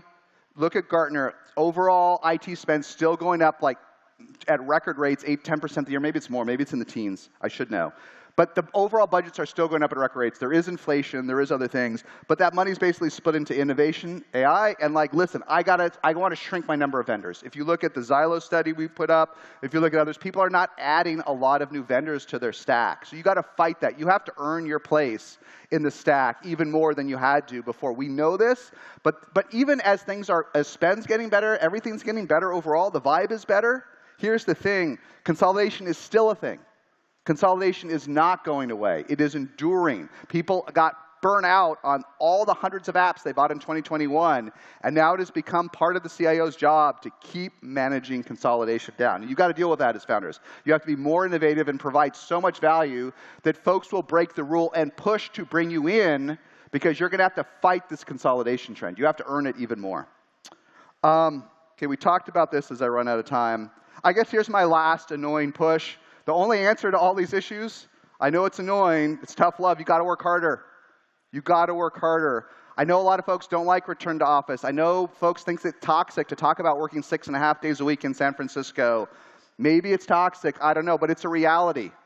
If your team is working 22 hours a week in your nice hybrid office and they sometimes come in on Wednesdays and they miss check-ins and you're doing quarterly releases and your competitor is an SF working 6.5 days a week, AI first and pushing out code every day, you're probably going to lose in today's world. You have to find a way to get the team to work harder. You have to find a way. It's tough love, but it's the truth. And the last point I'll say, look at the interview I did with Mark Benioff. Look at what Drew Houston said yesterday. This is my last point, and then we'll break. You got to refound your company. For most of you, the last thing that I want to break and bring Yamini up, but this is such an important exercise. Drew just talked about doing this at Dropbox, okay? My advice to you, everyone, and Drew said he did this too, Mark Benioff said he did it. If you haven't done this yet this year, when you go back, sit down with your co-founder or your senior team and just say, guys, in 2025, if we could start over, what would we build in our space? Not a different company. don't have that conversation. Like then all the emotions will come out. Because everyone wishes they were building Windsurf or OpenAir or whatever. Everyone thinks the other company's easier, right? Revenue Cat thinks Gorgeous is easier. Gorgeous thinks Revenue Cat's easier. They all think Owner's easier. Owner's the hardest of all. My point is they all think it's easier. But say, listen, today, if we could start from scratch, and it's hard. And if you listen to what Drew said, he said, I want to do this, but I have 18 million customers. So I can't do everything I want to do. I can't truly refound Dropbox because I got 18 million, 2. But that's what I want to do. That's what Mark Benioff said. No, most of you are below the scale of Salesforce and Dropbox. So go back, sit with your team and say, what would we build today? How can we do it twice as fast? And just go find a friggin' way to build it. Whether it's putting a little bit of your team in a separate group, right? Whether that works or not. Whether it's dropping some stuff, whether it's measuring it, I don't have all the answers. But instead of fighting the 2023 battle, figure out what you would build today. Look at all the competitors, all the industry. Look where the puck's going and find a way to refound your company. That's Mojo. And if you have a good team, a lot of them will get it. It turns out they'll get excited about this meeting. A lot of the good folks will be like, yeah, let's refound this frigger in 2025. Like, yeah, maybe growth slowed to 40%, but let's build what the market wants today, not be a Debbie Downer about how it's changed. And maybe the mediocre folks in your team will grumble, and maybe they could find another place to work. I don't know. But that's my view today. I want to break now. There's still a 10x ARR club. Be in it. Find it. VC's all about AI. We can talk a little bit more about this tomorrow if you're not in it. IPOs are back. Chime, others are all coming. The bar's 50% at 500 million. Sorry, we're running out of time on this piece. We can do some more tomorrow. PE may not bail us out. And we're all going to do the same with the same amount of headcount. Maybe this is the last point I do want to break. We all have to work harder. We have to be twice as productive. We have to be AI first. And I'll tell you one last thing. Everybody's freezing headcount. Everyone. It doesn't mean they're not hiring. It means they're moving on from underproductive people through voluntary and involuntary attrition, and they're bringing new people. But this vibe from Duolingo, do it first with AI and do it second with an upgrade, this is everybody's vibe on WhatsApp and behind closed doors. Everyone's going to do more, but you can't do more with you don't get 50% headcount anymore. So not only do you have to do twice as much, not only do you have 2 to 10 times more competitors, but you're going to have to do it with the same headcount. You're going to have to do it with the same headcount, and it's tough. The only thing I can tell you is don't hire people running the 2021 playbook, and don't hire anyone that's not hands-on keyboard. You don't need 1,100 strategists in your company. You don't need 1 million people that want to hire agencies. You don't want to meet people that want to sit in meetings. If they're not hands-on keyboard, don't hire them today. So thanks, everybody. Stay where you put, and we'll do a deep dive with HubSpot on this. Thank you. The market potential is huge, but this is just the beginning. I'm Yamini, and I work for HubSpot. There's this constant feedback loop between customers and all of HubSpot. We have the speed, the focus, the urgency like a startup. You got to forget that you're a public company, and you got to start with the basics of what do you believe in. If someone tells me I can't do anything, that's the thing that I'm going to get good at. My mom would bring newspaper clippings of the first woman pilot, the female lawyer who won this incredible case. For me, it's working backwards from a future that I want to create. How do you create an enduring organization future generations can be proud of that lives far beyond you? The best founders bend the odds. It's up to you.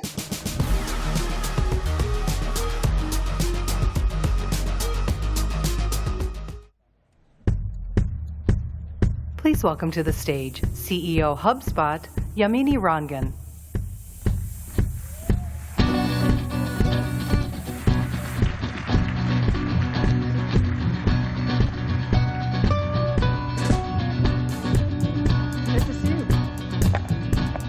All right. Yamini, thanks for coming back to SaaStr. So good to be back here. Great. Absolutely. So I couldn't think of anyone actually better to tie to that opener in terms of everything that's changing.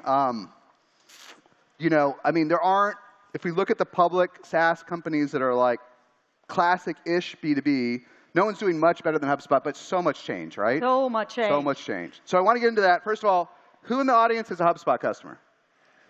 Thank you. Okay, Thank you good. so much. Okay, Thank very you. good. So most of us. All right. So we, if Yamini's okay with it, if we have time, we'll save a little bit of time for questions because we have so many customers. So if a couple folks want questions, we will save some time because we don't have a back end on this. So think about some questions. Hey, first off, I have been to SaaStr for the last decade. I came in person when I was at Dropbox. I did like a video one with you. This is incredible. I mean, congratulations, and the insights that you add to go-to-market leaders is just incredible. Congratulations. Good. Thank you. Well, thanks for being part of it. It's good. Yeah. It's a lot of change. I feel like now, like there's different eras. There was the there was the pre-2020 era. Yes. Right? Where it was smaller, but like we were all kind of doing the same thing, right? Yes. And then there was this weird era from 2020 to 2023. Like, first of all, we were all geniuses, like we talked about before. We were all geniuses in 2020 and 2020, weren't we? Yes. Right? I completely agree. I was listening backstage, and we thought that we were good, but we were kind of going with the same playbook and getting the excesses of that playbook. That is gone. Gone, right? Gone. Yeah. And then last year, it's good you weren't here last year. Last year was great, like in terms of quality. But it was a low point in terms of this transition vibe. Like, people were still kind of feeling bad for themselves. People were still talking. Listen, it is not easy at HubSpot today, is it? It's not easy. Totally not. But there's no downturn, is there? No, but we are working harder. To right? get to the same kind of output. I was just, agreeing with what you're saying. It is a new playbook. And for a company like HubSpot, we absolutely want to keep all of you existing customers happy. And we are reimagining what go-to-market looks like in the world of AI. So it's a lot of ands. And that means there's also higher anxiety.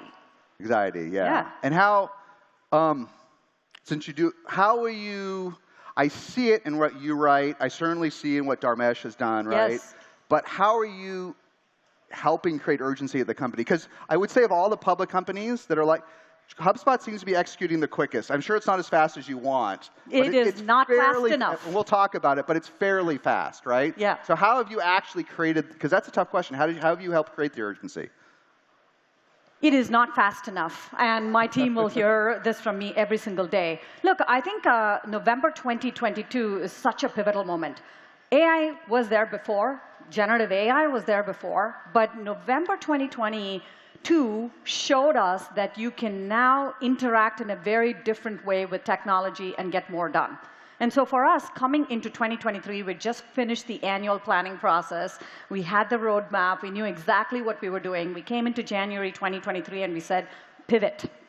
That entire roadmap that we just planned for the last 3 to 4 months is not going to be what we're building in 2023. And so we pivoted our entire company at the beginning of January 2023. We started building whole set of new features. The first set of features that Dharmesh helped us launch, that our teams launched, was March 2023. We launched our first chat spot, now called Copilot, in March 2023. Then we launched a number of content features in March 2023. So it was like immediately pivoting. But Jason, I don't think it has been easy. There was just a lot of question. I think you mentioned this. 2023 and 24, a lot more skeptical voices, a lot more, yeah, this is going to be like, every other big tech fad that was out there. This is just going to go away. But I think internally we felt like this is the first time that some immovable metrics in go-to-market can be moved. I've been in go-to-market and I've been in tech for the last 25 years. There are things in sales where, what is the percentage of time that your sales team spends in front of customers? I want you to think about this number. Because this number has been 25% to 35% for more than a couple of decades. We've not been able to move the time we spend in front of customers because we are trying to do all these administrative tasks. We've not been able to expand the account coverage that every single salesperson has. You give your salespeople 100 accounts, guess what they cover, actually? Maybe 40. Maybe 40. They cover 40 out of 100. 40% of the accounts get better coverage. So there have been these key metrics in go-to-market that we've not been able to move, that AI is now going to help us move. And so for us, it has been just pivoting towards that. And I would say that it comes from the top. One of the reasons, I do a 5-minute video for our entire company. We call it a weekly wrap. And I send it out every Friday. And I'm demoing how I'm using AI. And I'm demoing how our teams are using AI. We're talking about where we are getting benefit, where we are seeing real customer value. And so it has to come from the top. So those of you who are leading organizations, go-to-market teams, your founders, you have to lead from the front, and you have to believe that there is value for your customers, and you have to be able to showcase that value for customers. Yeah. Let me, I've got a few things I want to dig in on it. But when we were chatting before, when we were catching up, yeah. I might have misquoted you, so reframe it. But you said something to me that I've seen, but I still thought it was fairly stunning, which was that on product development side, on coding, yes, because of you using tools like Cursor and others, whatever the suite is, it almost doesn't matter. You now almost have too much product to ship into production, right? Is it that different than a year ago? Well, I might be slightly misquoting you, but it was dramatically higher output of product, right? So I completely agree with what you said just a little bit earlier, which is coding and support. Yeah. These two use cases have found product market fit with AI. No question. We're not going back. If you're not doing it, you're already behind. I think coding and support are done, right? Yeah. Like, we know that there is product market fit. What I was mentioning is that we started with the first generation of co-pilots with coding, and it had some level of productivity. There was some value in it. Now we're on to the second generation with things like Cursor, with Claude Code, and obviously MCP, and the combination of all of that is certainly driving the productivity within our engineering organization. We track what percentage of our teams use AI every single day. Within engineering, it is 95%, using one form of agentic code generation every single day. And that means we have to be even more careful about what we ship. It's not just the velocity of shipping something as new features. It is what is the value. Everything in this age, and we'll talk about this, but the business model is changing. It's not like what product you shipped and how much you can kind of like get for that product. It is where is their value and how much work is getting done because of AI. And so we're becoming even more focused on usage and value that we generate through all of those development efforts. Yeah, and let's just talk about support for a minute, because you get it. But not everyone really understands why it's working. Yeah. But people don't understand how good it is now with AI, right? I mean, typically tell me what metrics you've seen, but typically what I've seen is a good AI in support it does have to be trained. Like, you usually do have to train it. Yeah. But you're usually going to be out of the box 10% in CSAT, right? And depending on how and maybe deflect 40 to 50% of the issues, and maybe resolve another 20 to 30% of routine questions. You still need humans in those cases, right? You do. But for an average question, a great, well-trained AI is better than a human, isn't it? So here's what we have seen. Yeah, what have you seen? And maybe why is support a great use case? I think because there's a lot more documentation. And anywhere there is documentation, anywhere there is data, anywhere there is history, and anywhere there is a known amount of finite work, AI is a great way to solve that. Yeah. And if you take the tiers of support, tier 1 support tickets, you should not be using humans at all, because you have documentation, you have a support history of how you've solved it, and you can get all of this. And so I think internally, we started using AI for our tier 1 support tickets, but we had a counterbalancing measure, which is CSAT.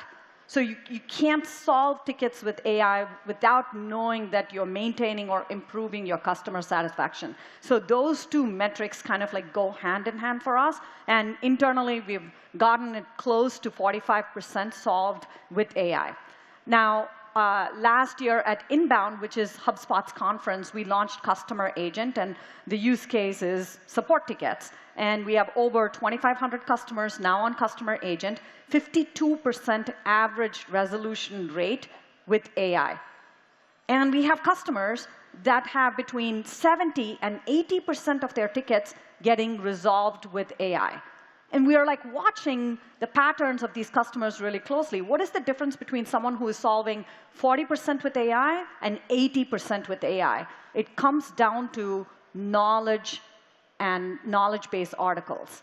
And now we launched a second agent, which actually identifies that knowledge gap, and says, from your unstructured data, from your emails, conversations you're having on how you're solving that, we can write a knowledge article, and AI writes that knowledge base article and gives it back to the team to look at, approve, and that is a way to improve that overall rate. But 70% to 80% resolution is happening right now. And so it's incredible. In 15 to 18 months, we have seen such a huge improvement.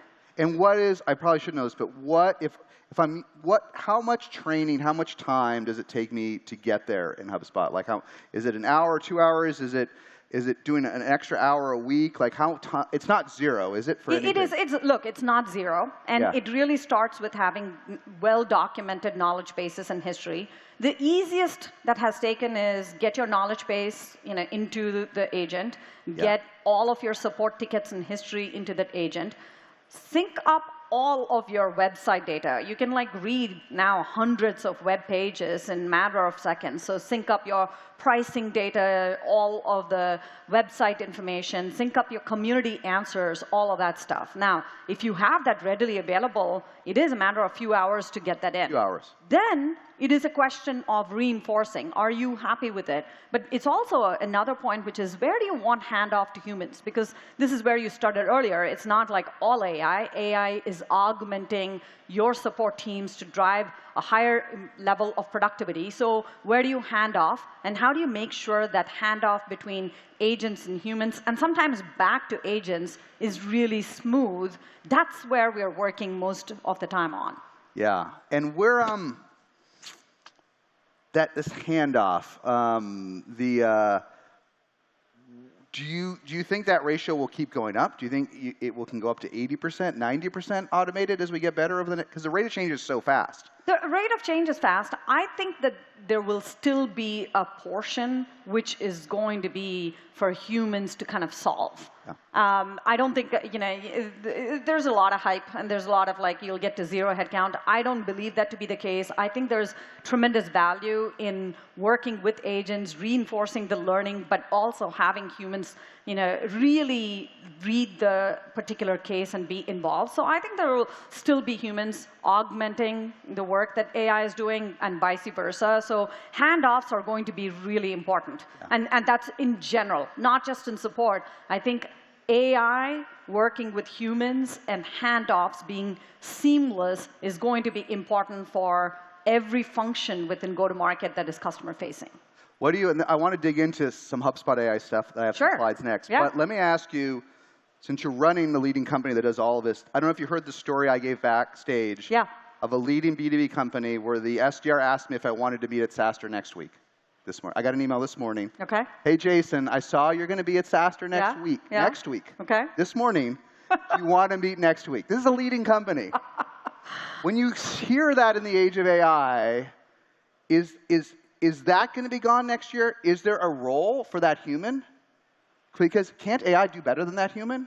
Do we even need that type of pretty low-performing knowledge professor? How do you react managing an organization that in general, and with how do you react to that? And someone that's got a sales background. That is egregious. I hope it's not from HubSpot. It's not. But I could tell you 3 other stories because people ask me, Jason, why does this always happen to you? Yeah. People ask, but you could do it too. It's just because I know. Yes. I don't enjoy it. But when I get that email, I have a little fun with it. I make it a case study, right? I'm not going to put the vendor. Absolutely. But it happens every week. I get an email like this. Right? I think so. How's it going to change with AI? Look, the biggest change that's happening is that you have to do more to get your customers and prospects to pay attention to you. There's just an explosion of content. There's an explosion of emails. There's an explosion of outreach. And how are you going to cut through that noise? Not by, first of all, if you have egregiously wrong information like,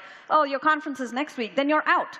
You don't even get 10 seconds in that email and you become a case study for what not to do.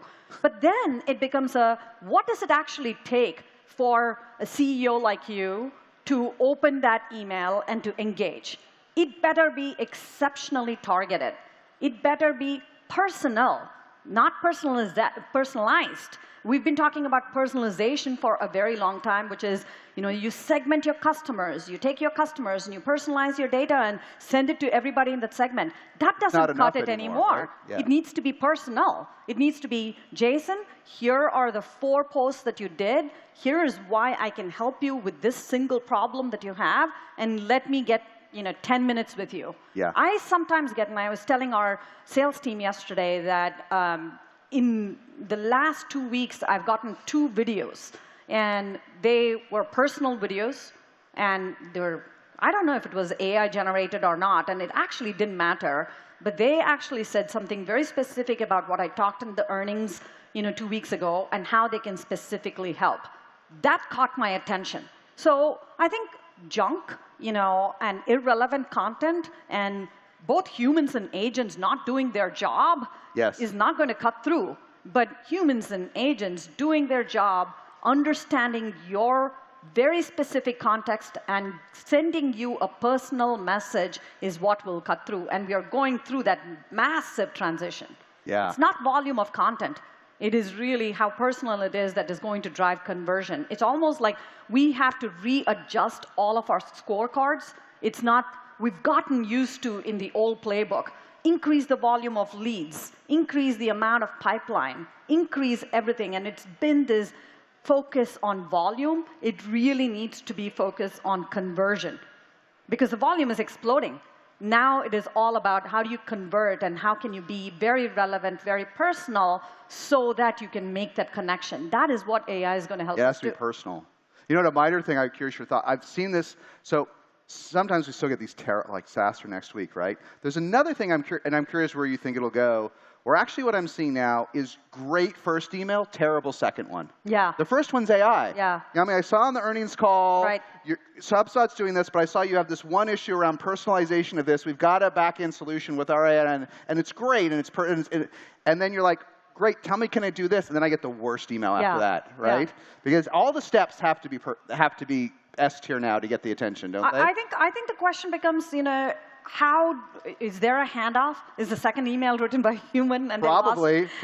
So I think there's throughout the journey, you now have the ability to know what your prospect wants, what your customer needs, what the last conversation was. If you got that first email answered, what was the very specific point that they were interested in? How can you go deeper?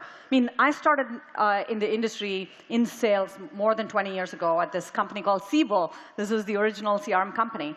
And before every conversation with the customer, my preparation was like 2 hours. I would read 10Ks, I would read 10Qs, I would look at transcripts, I would look at anything that was publicly available about that company, their challenges, their strategy, and I would ask very pointed questions.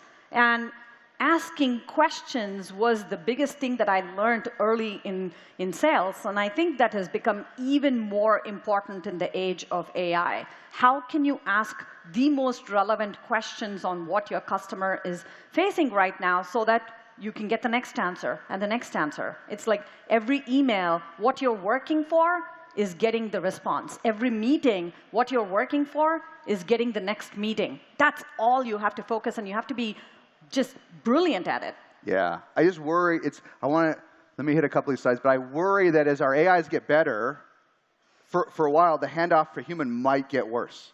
It might get worse because it's a crutch. Yeah. I'll tell you the email I got. It was basically an email like this. It was like, Jason, I saw that you just did this interview with Yamini at SaaStr. It was terrific. I really liked the point she made about agent-to-agent conversations.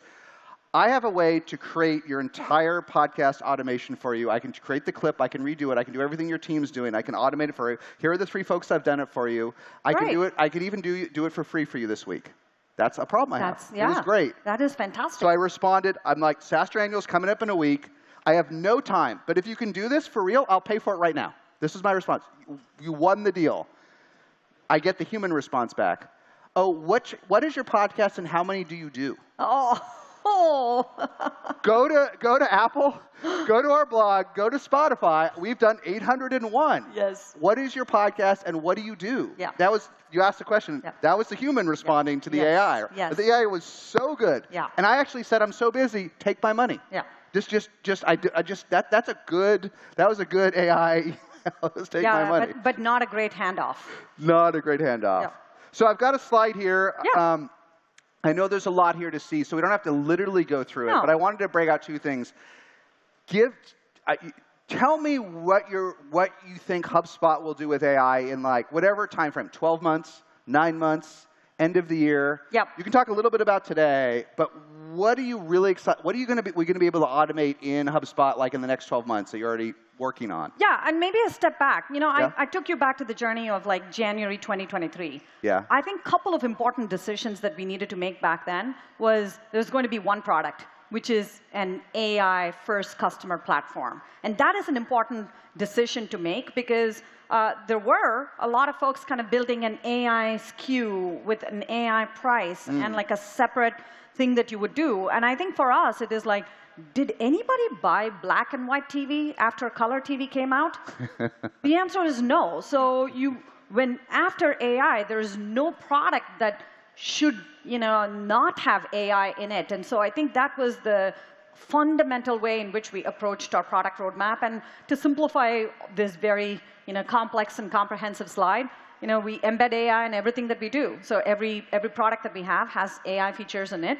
And we have a co-pilot, which is a digital assistant, which means any go-to-market employee should be able to ask questions of the co-pilot to be able to get answers. And then we have agents that do work for you. Now, in the industry, there's just a lot of confusion about what is a co-pilot, what is an agent, do you need both? And there's like fight over, you don't need co-pilots, you only need agents. And the simplified version is you actually need both. Co-pilots help you do work, and agents do work for you. And there's a fundamental difference in what is happening with technology, because forever, software and technology, and specifically B2B, we've built it so that, and we've driven innovation, and we've poured billions into R&D across all the application companies so that we can help someone sitting in their seat to be able to do more with their time. And that has been the last generation of technology and software. I think what is happening now is that you are not constrained, and technology is getting more work done for you when you may not be there. If you have a customer agent and that's answering questions, that website question or the question that comes into you might happen at the middle of the night when nobody is working, and that's still answering questions for you. And so there's a fundamental shift that's happening, which is how is work getting done. And so I give that context because we believe that you need both co-pilots and agents. And if you look at like what we're trying to do is that we launched 4 agents last year. We added 1 more agent this year. We're here to prove product market fit. We just want to make sure that every customer that's actually leveraging an agent is getting clear, consistent, repeated value from those agents. So if you're using a customer agent, it should, like clockwork, be able to solve your tier 1 and maybe even tier 2 tickets. If you're using a prospecting agent, it should look at your entire customer base and be able to tell you what are the best prospects to go after, and even help you set up meetings with those prospects. Content agent should look at the distribution of the content that you have and be able to say, here is the best channel to put this content in. Here's how I would cut it for Instagram. Here's what I would do for YouTube. It should be able to help you do that work, and that's what we're trying to prove. And what is interesting is that in the world of applications before, it was somewhat predictable. You go in, you point, you click, and you can see what the customers are doing. I think in AI, it's very new usage patterns. And so all of us in the industry have to be very curious about what those usage patterns are, because we just can't go back to what we saw within technology and usage in the last 10 years. It's a new playbook. So we are so obsessed about what are they clicking, which ones have daily repeat usage versus weekly repeat usage versus novelty use. Because what's happening in the industry is there are kind of novel, neat AI things. We've all used it in our personal life. We've used it once, and it has this beautiful image that it creates, and then we never go back to it. That's just neat. But AI has to be necessary. It has to go from just being neat to being necessary, to being in the flow of everyday work in order to have the promised transformative benefits that we all think there is. And so that's what we're obsessed about. Just a couple questions I had on what you said. So HubSpot's got, I think, 6 core products right now, right? Yep. 6. As they all have an AI, and as you said, AI is core to HubSpot. It's not an upsell. It's not an addition. It's not a $60 a month extra feature. Yep. Are those products blending more into one? Because AI can stretch across them. The difference between sales, support, marketing, service. If it's one AI I'm communicating with, the products aren't always, they're getting less distinct, aren't they? Tell me why you're asking this. This is so, I mean, I'm very excited that you're kind of getting there, but tell me why you're asking this. Well, there's 2 reasons. One, it might be on the next slide, but I'll tell you the real reason. No, I'll go back. In what I've seen I think the bleeding edge here on B2B has been in e-commerce. Yes. E-commerce is, because it's super high volume, super transactional, and in e-commerce, the lines between sales and support were always blurry. Yep. Right? In B2B, I buy the product, often with a human, and then support handles the headaches, and customer success smooths over the bumps. In e-commerce, when I go to buy some cool shoes or this neat bracelet online, I might want to buy it. I might have a question. Is this in my size? Do you have it in gold? Or I might need a return. Or I might, there's a myriad of things. Or I might come to the site for the bracelet, but I've got to get to SaaStr. I might need a coupon, so I go back later. So that's marketing, sales support. And what I've seen from the companies I'm close to in e-commerce, they're already blended. Like Klaviyo, Gorgeous, all these folks in the Shopify ecosystem, they're already merging into one AI. And it's almost, it's incredible the pace that it's happening. Classic B2B is behind, but HubSpot is in this unique position where you have all the apps. Right? So I just think this idea that I talk to this SDR that thinks SaaStr is next week, and then I have to talk to an AE, and then I have to talk to a CSM that doesn't know who I am, and then the marketer's got to get the data and learn, like, the customer wants, and I'll tell you one last, the customer wants one experience. And the interesting thing in e-commerce, this just literally changed. So a couple months back, you know secret gaming chairs? I'm not a gamer. No, but all the gamers, anyone have a secret chair?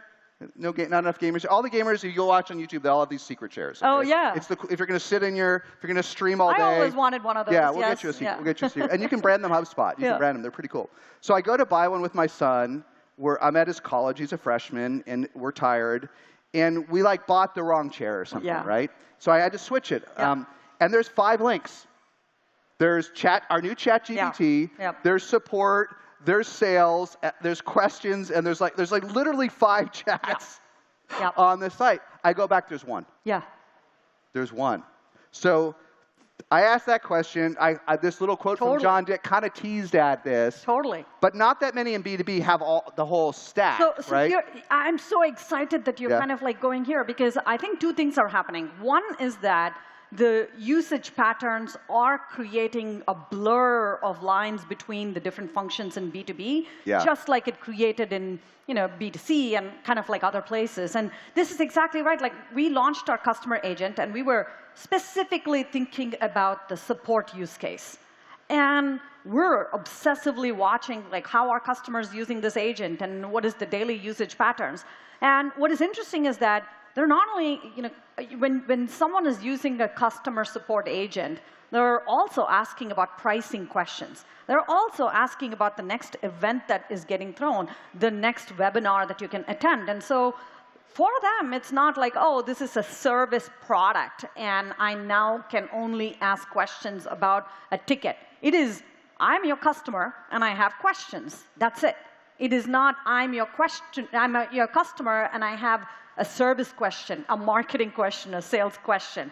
So you literally cannot do that when you put an agent out there. And this is one of the realizations that we had. The lines are blurring. And at the end of the day, you serve your customer. Your customer does not need to know which org they're dealing with. And we've been saying this for a while in our industry. It is now possible to do. So I do think the lines are blurring. And in order to do that, the level of documentation, the level of history, the full context of the customer journey needs to be there. And we do think that that's one of the reasons why platforms will continue to win. Point agents will not win, right, in this whole race that we are in. That's one part of it.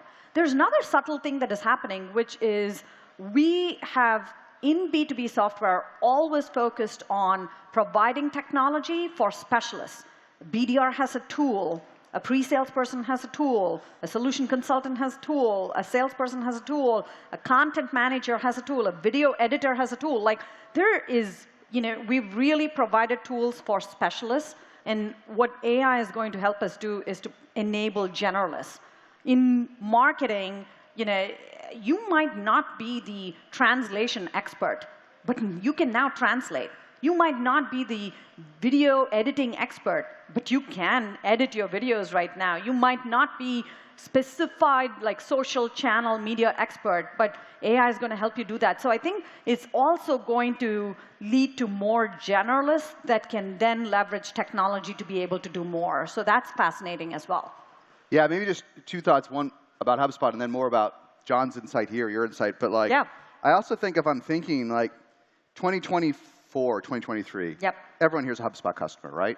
But maybe some is for they're old school, they're just marketing. Maybe a lot are just CRM, right? Because HubSpot owns CRM for this community, right? But maybe in 2024, I might use 2 vendors or 3 vendors. I feel like in 2026, I might be like, if I just have one AI, I really don't want my AI leaving my platform and going to a different AI. I want this whole thing to be transparent to the customer. So I think in an ideal world, I want one app that does it all. And maybe I want HubSpot to be all of it. But there are also tons of agents. So we're not going to take it lightly. We're just not going to assume that we have the ability to provide that platform. We're going to fight for it, right? Because while the premise is that point agents cannot solve more than point questions. And you as a customer, you'll need to be able to answer all the questions for your customers. That is given. But if you peel back the onion, like think about what does an agent need? An agent needs to be onboarded just like your employee needs to be onboarded. When your employee joins your company, what do you do in the first week for that employee? You provide your products, your ideal customer profile, your brand voice, your tone, your competitive differentiation, your value proposition. You're actually training your employee with all of that context so that the employee can contribute meaningfully to your organization. That's the same thing that's happening with agents. When you onboard an agent, you provide the same thing. Your brand, your tone, your knowledge base articles, your history, your ideal customer profile. And when you do that with the most exhaustive and unified set of data, then your agents can actually perform better. And so you really have to start thinking about what is this required to leverage AI. It is more unified data. It is data across your entire customer journey, and it's context about you, your company. I mean, I prompt crazy. And I'm spending time on Claude. I'm spending time on ChatGPT. And I probably do tens of prompts. But I have a generic one, which is, this is my role. This is what I do for HubSpot. This is our company. This is our customers. Now I have a question for you. Like that first part of the prompt, I'm just going to assume anytime I prompt, that's there as part of my prompt. And then I write the second part of the prompt, which is a more specific question. And your applications need to do the same thing. You shouldn't have to give that context every time you use an agent. It should just be available for you, and that is the difference. Yeah. And just for folks that maybe are behind here, this point that I highlighted, I mean, Yamini already brought it up, but the team started using it beyond service is pretty profound. Right? Our own little AI, 140,000 chats. It was just, I thought people would ask about what Yamini said when she was at Dropbox. They've reviewed hundreds of VC pitches, hundreds of board sections. They've written SDR pitches. There have been a lot of therapy sessions with Digital Jason about their business slowing down. There have been a lot of conversations about whether they should fire a CRO or a CMO. And our AI, Yeah. which I didn't know, our AI closed one sponsor here. That's amazing. But I wouldn't have, you know, it was an experiment, yes. right? And Yeah. so the fact that HubSpot at their scale can see it already do more than service, Yes. if you're not in production with your customers, letting them drive you, you're not, one of the old SaaStr posts, which I know you would agree with, is everyone needs to do customer support or you don't learn, right? Yep. So pre-AI, you do customer support, you're listening, oh my God, I can't believe we're saying that. Or oh my God, I can't believe our product has that. You learn like things that you knew but were a little different. With AI, customers take you places you did not expect it to go. Right? That's the power. Yeah, you have to be obsessed about usage patterns. What are they clicking? What are they returning to? And then we are constantly sifting between neat and necessary. Yeah. Daily usage and one-time use. And that's the pattern that you have to like really follow. All right, a couple things I want to do, then we'll open it up for questions. Sure. But one I want to make sure we hit. This one I think we hit a little bit, the agent. Okay, this is off AI. Can you go back to, so I want to make one point. Can somebody go back, please? Yeah, sorry about that. No. I thought we hit it. So Thank you. Yes. This whole thing of like every company needs a website, every company now needs an agent. Here's the thing. What was happening in the previous generation is you search, and then you click, and then you consume information. That is the pattern that, as an industry that we're using, that we've used for the last couple of decades. Search is gone. Like, we're not just searching to get to information anymore. AI overviews are actually providing answers, so waiting for search to lead traffic to your website is kind of like gone. And that is one thing. The other pattern that is emerging is that it is not search, click, and consume. It is have a conversation. That is the new pattern. And so we're now in this mode of a completely different pattern, which is all about ask a question and get an answer. You're not pointing, clicking, searching, consuming. You're just asking a question in your natural language and getting an answer. And that's a huge paradigm shift. And that means a lot of things in go-to-market has to change based on that. It is a huge. I was actually the reason I put the slide up is the bottom part, but now I get the top part much better, right? Which is the whole idea of a website is somewhat dated, right? Yes. The website now is a carrier, a vehicle to interact with. We can call it an agent. I mean, the terms agent have won. I like to just call it an AI. Yeah. It is a carrier so that I can talk to an AI in a variety of vehicles, prospect, customer, user, and have it do things. I don't know everything that you're getting here, but if your website is a static website with a dated chat for research, like you're falling rapidly behind. Everyone wants to talk to their documents, to their vendors, like they just want to talk to these things, right? Exactly. That's the shift. Yeah, it's a big shift. I think the interesting thing is, the other thing I learned from our AI, not to get on a tangent, because I do want to at least talk about partners before we run out of time, even though it's not AI, is why does our AI work so well at SaaStr, right? And I guess this is an obvious point, and some people kind of make fun of it because it's a conceit, but when they're talking to me, like if you have, I don't know if you have a Yamini AI like Brian does, but if you put one on the HubSpot website, right? Not everyone knows who the CEO of HubSpot is, honestly. You have 260,000 customers, but a lot of them know, they will talk to you, right? And because they'll talk to you or me, the prompts are inherently different. They're specific, right? Because they've been reading SaaStr for 12 years. Jason, I know you did this thing at SaaStr Annual with Yamini last week, and you talked about how we have to motivate the team. I've got a CRO who's angry and yelling at me that she doesn't want, like, that inherently creates the right prompt, right? I don't even know if we should be prompt experts in a year, should we? I still think there is benefit in that. I don't think like everything is going to be like so obvious and easy that the conversation that you and I have is going to replicate itself. I do think that you have to be decent at writing the context for the prompt and being good at prompting. I don't think it's going away. You know, it's asking a lot for a customer, it is. though, isn't it? It is. To become it is. Yeah. All right, we hit the Fascinating. point. Yep. All right, we come back to AI with the questions, but I know AI is really exciting. Okay. But this one, just in terms of helping folks learn, I find so many founders do not understand partners and indirect sales. I know. So many partners. I was literally catching up with an up-and-coming VP of sales I know who just washed out at a company at $30 million. And I said to him, what happened? I know you. I would recommend you in a heartbeat. Well, he went into an environment that was 60% indirect, 40% direct. He only ran outbound, talked to the customers myself, was pretty good at it. And what happens when it's 40% of your revenue? Revenue declined, right? Even though that 40%, I bet he tilted the curve, right? Yeah, I mean, look, I think, as an industry, we got fascinated with product-led growth.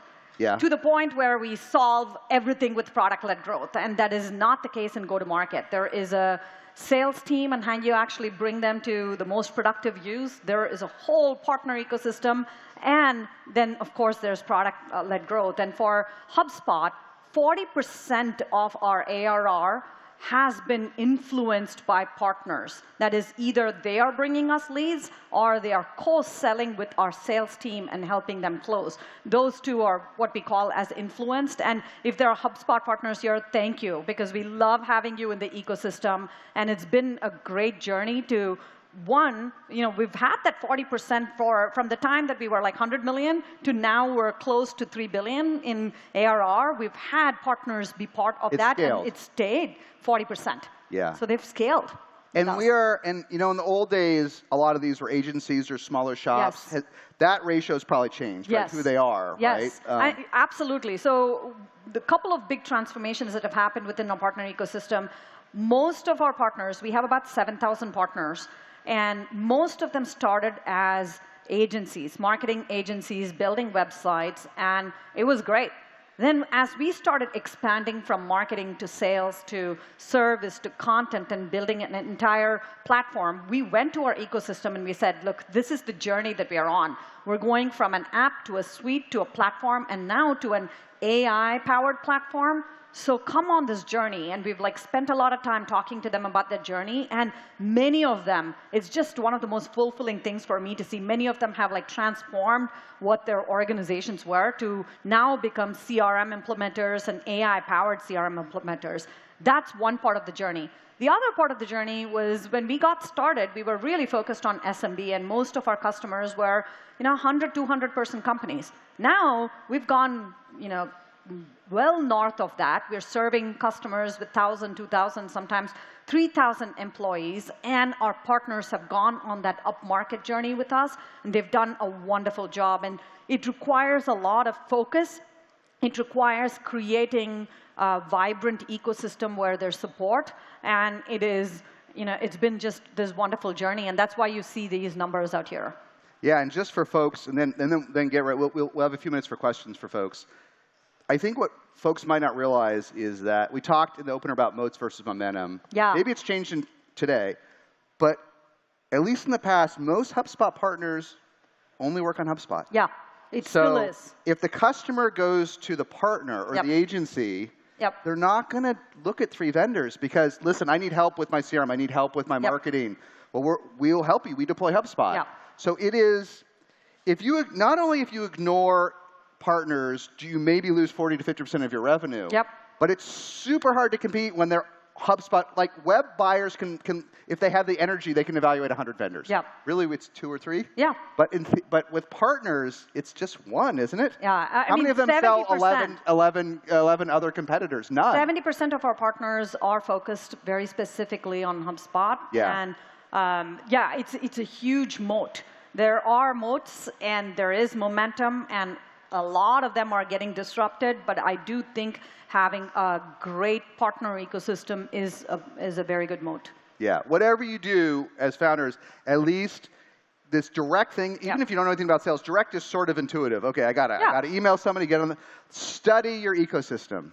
If your ecosystem is in any way partner-driven, and you'll see if you go into security or enterprise, sometimes it's 100% part. Like Wiz is all partners, right? So you want to compete with Wiz, and you want to sell direct, and you're just gonna lose. But at least calmly study your market, and don't make this mistake. This VP of Sales CRO said, who's obviously didn't study the market, right? I see it if you don't adapt to these ratios, you're just gonna lose, right? We're not all direct buyers.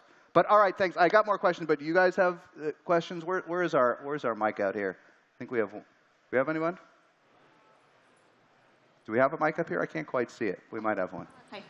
Oh, good. There it is. Yeah. Yeah, little camouflaged in all the people. In the last session, Jason said that 20 to 40% of the workforce might not make the cut. Now, this is a tough one for Yamini, but keep going, yeah. I did say that, yeah. I was interested in knowing who makes the cut at HubSpot. What skill sets or traits or strengths are you prioritizing for the future for those that remain? Yeah, curiosity and growth mindset. That's what will make the cut. And I think that, I agree with Jason. If you're trying to slow roll AI, if you think that this is going to go away, if you're not investing in yourself and developing a level of AI fluency, then you've pretty much lost the game. And so I think that is what we are focused on within HubSpot. Thank you so much. First of all, thanks for the great session. It's really awesome and it's insightful. My question is that in the beginning, you mentioned about after ChatGPT release, you changed the business roadmap and product roadmap. And I would like to, it's out of curiosity. So what would be the good attitude that CEO would need to have to cope with change? Because things are changing dramatically recently. And I would like to understand how you cope with change and what kind of, do you prepare for it? Do you predict it? Yeah, you just embrace it. I think if you're in the tech industry, and I've been in this industry for 25 years, of course this is an unprecedented level of change, but change has been the constant. And you just have to thrive in it. I'm like a kid in the candy store right now, looking at all of the new ways in which we can help customers. And so you have to embrace it. And when people around you see that you're excited about it and you are learning, you are answering questions. And a lot of times this is a time to say, I don't know. I say this within the company a lot. If there's a question I don't know, I'm like, I don't know. This is like 2-year-old phenomena, so how would we know? And so I think being able to role model how you are thriving with change will encourage others to, do the same thing with change. Thank you. For what's worth, I want to take another question, but it's really interesting. You said kid in the candy store. Yeah. Actually, to me, that's the bar. Like, sometimes people get mad when I say this, but especially when I talk to product teams or engineering teams, if they're not saying this is the kid in the candy store age, you have the wrong team. Yes. They should be excited. They should be excited. They should be going home at night and screwing around and coming up with, they should be doing internal hackathons, even though you haven't had one in 5 years. They should be like, finally some cool stuff I can do. If you're not seeing that, it's brutal, but you got the wrong team. I mean, the last 5 years were kind of boring. Boring. Like we were doing the same playbook, and we were trying to push the same things. Another SOC. What? Another compliance I got to build, Yamini. Yes. Now I can do, it's fun, right? Exactly. So if you don't feel that, it was interesting that even Yamini said it, like, that's a sign, right? Hi, Yamini. My name is Ashmi. I'm a marketing leader in AI and cloud companies. And when I started being the kid in the candy store, I guess a year ago with AI, I looked to HubSpot Academy as a former customer to learn and kind of learn new things.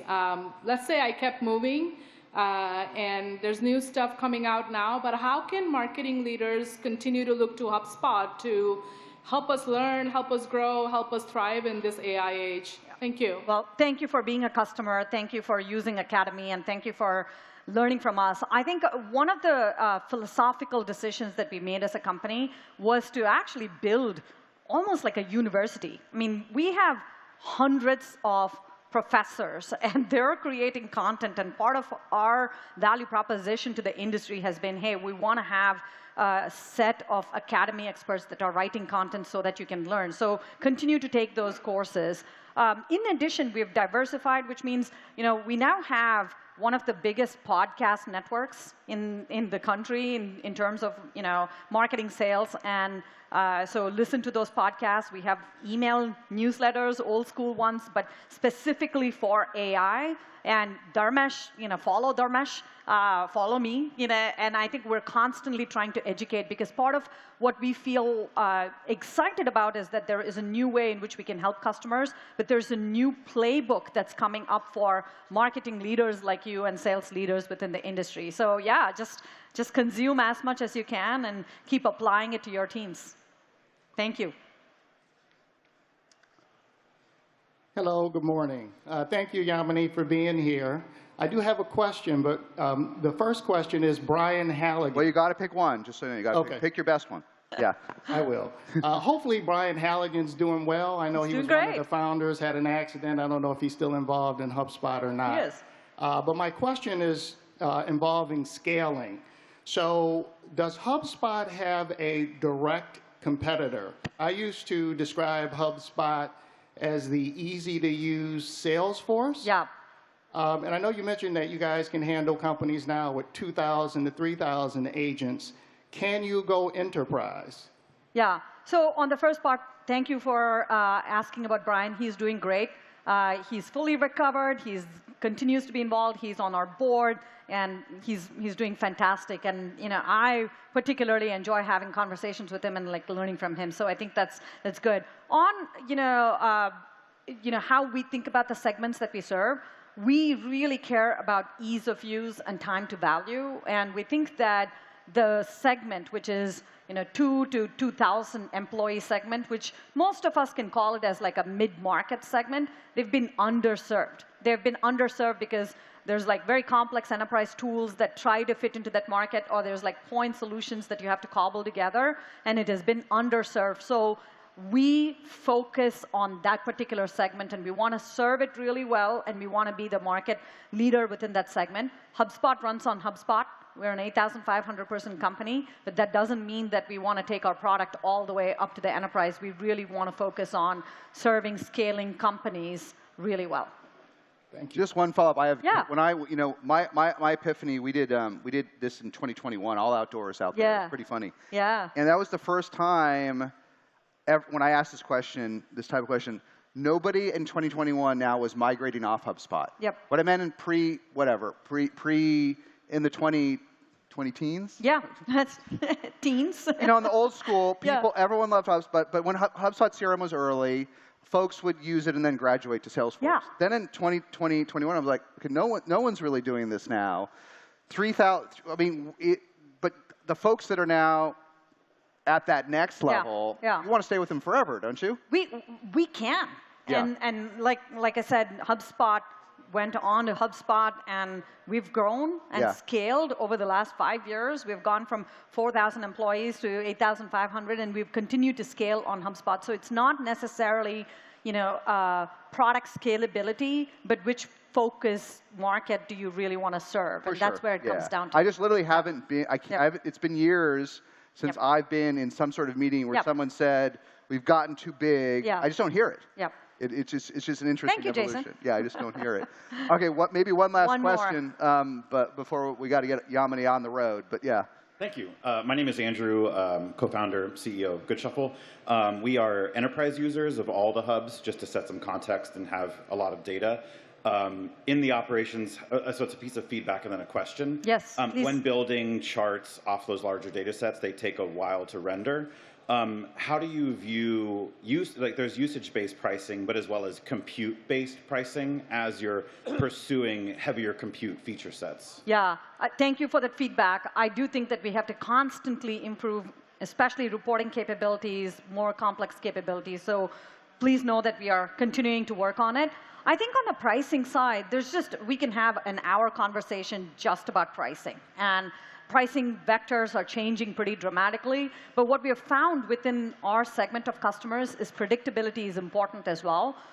Having a pure consumption model or a pure compute model where you don't know what your bill is going to be at the end of the quarter is not something that will give a level of comfort, predictability, and confidence to our customers. And so we're really focused on maybe having a credit-based system where you will buy a pack of credits, you know exactly how much you're going to spend, and we can help you monitor your spend level and usage level rather than having just broad, pay-as-you-go type metrics. And so that's how we're thinking about it. But it's a very long conversation. Yeah. So, well, good. All right. Well, the next time you come to SaaStr, we'll talk about pricing for AI, and it'll be totally different. Sorry, we just got a break, but thank you very much. Thanks, everybody. Let's give Yamini a big hand. Thanks a lot. I was hired on to OpenAI with the mission of building out the go-to-market team for ChatGPT Enterprise. I spent 2 years at Webflow, 6.5 years Slack. The use cases are endless. ChatGPT can be used by every single vertical, company, department within a company. It's just mind-blowing. Embrace it. It's not going to be the thing. It already is the thing. We wanted to see how healthcare uses this tool, banking, consulting, education. I hate losing a customer more than I love winning one. Retention, it's early customer feedback. It's word of mouth power. I started a fund with 7 of the most notable women. I can see around corners of hypergrowth to advise our founders. Build for scale. Build for where you think you're going to be in 1 year, 5 years, 10 years. The right time is now.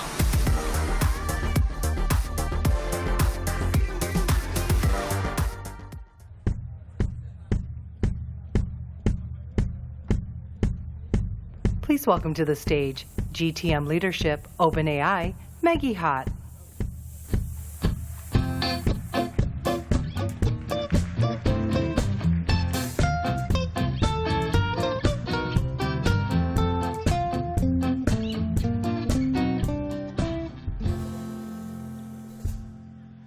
That was lovely. All right. Hi, everyone. Thank you so much for being here. I realize we're doing a bit of a transition, so sit when you can or do whatever you need to do. But thank you all for being here today, joining me at SaaStr. I come to SaaStr every single year, and it has always been a career goal of mine to be speaking here. So being up here on the main stage is a little bit of a pinch me moment. But that's not what we're here to talk about today. What we're going to talk about is how to build top-performing sales orgs. I have had a really lucky and fortunate pleasure of working for 4 different unicorns, helping to build their sales team at all 4 of them. I started my career at Eventbrite as the 2nd SDR, spent 5 years there scaling it until about 2015, and then I made my move over to Slack as the very first sales hire out of headquarters, where I spent 6.5 years in a variety of different roles. Then I made my way over to Webflow, where I was director of sales, overseeing sales dev, SE, SMB, mid-market, enterprise, helping to take the company from 40 to 140 million and a $4 billion valuation. A couple years ago, I made my way over to OpenAI. They hired me on to help build out ChatGPT Enterprise. So what I am going to do today is to take as many of the lessons that I have learned from scaling these companies over the past 15 years and distill them into a tactical playbook for you. My side hustle is that, as it was mentioned on the video, that I run a small venture fund alongside 7 other amazing women, and we have collectively invested in over 30 founders, and these are some of the top founders of this next decade. So I'm also going to take all of the lessons that we've been learning from mentoring and coaching them and distill them. So this entire talk is meant to be no theory, but all tactical. This talk is really meant for anyone who is a founder, a go-to-market hire, or someone who is ambitious in wanting to jump in to hypergrowth. It's going to be honest, practical insights from the field. We'll cover 4 key areas. The first one, hiring. How do you build your A team? The second one, how do you build teams that thrive? So you've got your A team, but how do you create alignment and accountability? Then we'll move into scaling. Scaling is one of the hardest things that a company can do when they're going through hypergrowth. So we're going to look at some sustainable growth strategies. And then finally, we're going to wrap it up with a rapid-fire playbook of some of the most common mistakes that I see founders making as they build out their companies. I'm excited to jump in. You'll be able to take all of these takeaways immediately. And a small disclaimer, these are my personal views, not those of OpenAI's. Let's jump in on how to build the right team, as fewer things matter more. It was early 2023, and OpenAI had just released the fastest growing consumer app the world had ever seen, ChatGPT.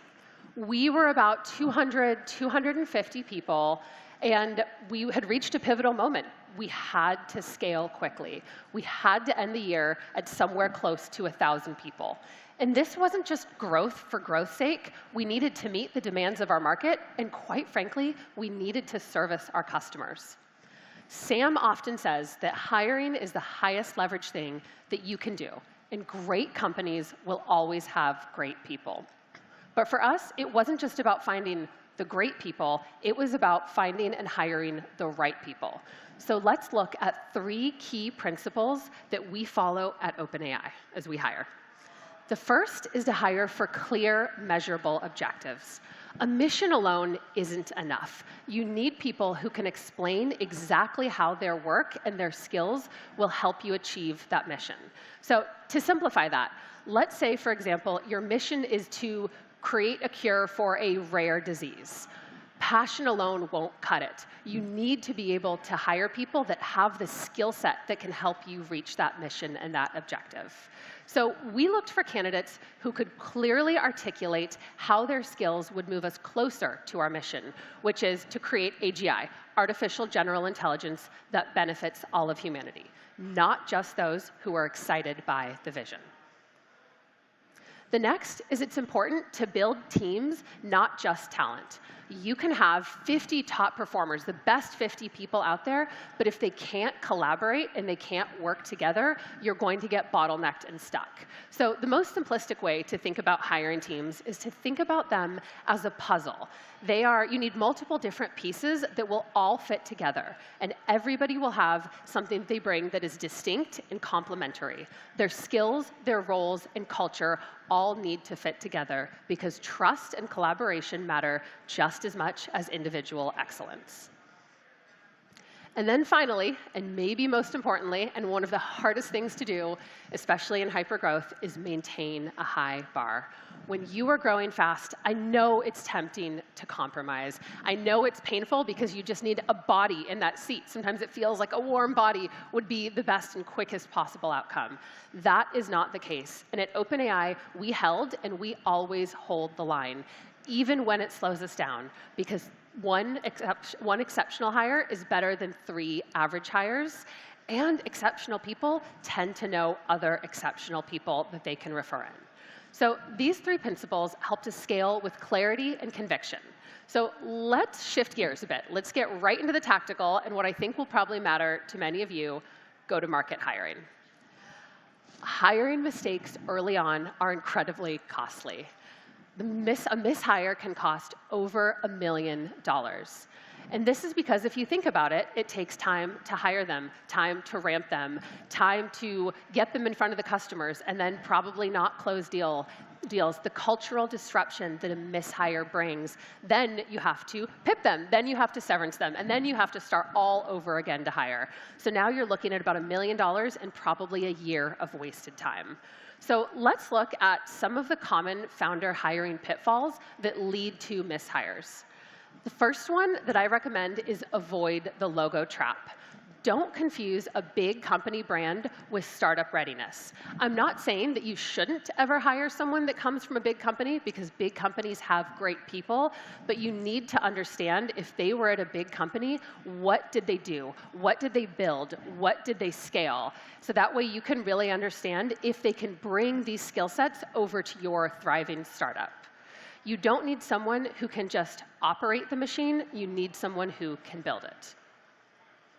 The next one that I see founders do very often is they promote too early. Your first AE is very likely great, but that doesn't mean that they should be your first head of sales. You must give them mentorship, but you also need to be thoughtful about how and when you level them up. And to go on this a bit further, what I often see is founders, if they end up promoting someone who doesn't have management experience, they will have to spend a lot of time coaching them, which is just time they don't have, or they will not spend the time coaching them and this hire will flounder. So neither of those are great outcomes. On the flip side, I also see founders trying to hire someone who's senior way too early. They come to me and they say, Maggie, I have 2 AEs. I think it's time for a CRO. No, it is not time for a CRO. You need to make sure that you have clarity on how the repeatable motion works. They need to make sure there's strong playbooks in place, otherwise they will be flying blind. So founders, you are the head of sales until you have a repeatable motion. You must own it until the motion works, and then you can hire to scale. So essentially, a repeatable motion means that a non-founder can sell and close. You know your ICP, you know your pitch, you know where your leads are coming from, and you know that they can move predictably through the funnel. No one is going to sell with the same urgency and conviction that you do, so you need to make sure that it is possible for you to hand off the sales cycle to someone else before you go build out a sales team. So let's look at what we should be looking for. I love to hire what I call chaos translators, or people who embrace the chaos. These are basically people who just thrive in ambiguity. You can throw them on a renewal, you can throw them on an outage, you can throw them on a crisis, and they're going to take it with a smile. These are the builders that you want to hire.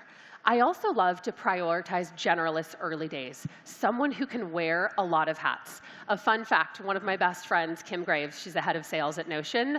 She was one of Slack's, she was the very first sales hire in Vancouver, Canada, very first SMB account manager, and the first thing Stuart had her do was go set up the company's Wi-Fi. So that's a versatile generalist that can jump in right away. Also, early days, you want to avoid lone wolves. I actually love lone wolves. There's a time and place for lone wolves, but that time and place is not your first hires. You want folks who are deep collaborators, not people who are just going to put their heads down and sell. You must be meticulous. Do deep interviews, back channel thoroughly, and trust your gut. Off is usually off. So let's take a look at some interview questions. Founders often ask me, how do I interview salespeople? They all seem like they are great at interviewing. I see a lot of phones going up, so feel free to take photos of this if it's helpful. I think the easiest thing to do is to distill it into two clear buckets. Look at tactical and look at behavioral. So when you're looking and asking for questions that are tactical, you're really looking for skills and experience. What did they build? What process did they invent? How did they mentor and train others? How did they help hire and scale the team? When you look at behavioral, you're really looking for mindset and you're looking for character. Asking questions like, describe a painful deal that you lost. What did you learn? Is going to show, do they take accountability? Do they have a growth mindset? It's also really important to understand who were their closest cross-functional colleagues. Early days on in building a sales machine, or just a company machine, people have to work very closely together, so you want to make sure these folks are strong collaborators. Let's take a look at some red flags to watch for that tend to come up during sales cycles, and if I see these, I am always an immediate no. The first is blaming others for failures. You want to make sure that somebody can take ownership of the mistakes that they've made or when things don't go wrong, and they don't just blame others. The next is frequent job hopping without progression. We've all seen those people that seem to have a year at a whole bunch of different companies, maybe a more senior title at each one, but what you really want to look for is growth within their current company. People who are primarily motivated by titles or money. Look, we are all financially motivated, but it is so important to make sure that if you hire someone, they're not going to jump ship if somebody comes along with a $20,000 hire offer. And finally, a lack of humility or unwillingness to make mistakes. We've all made so many mistakes within our careers, and so it's so important that you find someone that can admit to these mistakes and, most importantly, learn from them. So founders, early hiring is high stakes. Hire mission and objective aligned talent, folks that have the skills to get you to where you want to go. Never skip interview steps. Interviewing is so painful, but what's more painful is cleaning up a bad hire later on. Trust your gut early. Off is usually off. Act quickly on mistakes. You will make hiring mistakes. It's just part of the game. But the best and kindest thing you can do for yourself, your candidate, and your company is to move fast on that person. And finally, don't go it alone. Leverage your network, leverage your investors, leverage your advisors, and people who have hired go-to-market before. At 20 Sales, one of the most common things that we do is we help our founders look through who should be their first sales hires, and we even help them interview. So make sure that you are leaning on people that can help you guide through this process. So I'm going to leave you with a piece of advice from OpenAI's CFO, Sarah Fryer. She fundamentally believes that if you get the right people and you really let them fly, and that involves giving them a lot of autonomy, encouragement, and tough love, then the A team with the B idea will always beat the B team with the A idea. I hope this section helps you build your A team. So let's take a look at how to build teams that thrive. You've hired the right team. You've got your A players. Now let's talk about how do you set them up to succeed. It was March 2015. I walk in the doors at Slack. first sales hire out of headquarters, ready to jump in. Slack has just become a Silicon Valley darling. We're about 50-ish people at the company. I walk in, and all of a sudden, the tension in the room is very obvious. It feels off. It feels weird. My then boss pulls me into a conference room and says, I have bad news. Slack was hacked, and it could be crippling for the company. That afternoon, Stuart stood up on a desk. Again, remember, we're like one small room. And he addressed the whole company. And he says, this is going to be challenging. This is going to be tough. But we will make it through this. But it is going to take hard work from every single one of you. The trust and respect that the employees had in Stuart was so clear. And this was really the first time in my career that I had seen what it looks like to have a culture of accountability. So fast forward 4 days later, and we decided to let the world know about this hack. And they put me on the phones for every single person who was hacked, basically got an email that said, really sorry you were hacked, call this phone number. So that was me on day 4. It was trial by fire at the very best. The lesson here is that alignment isn't tested in the good times, it's revealed in the hard ones.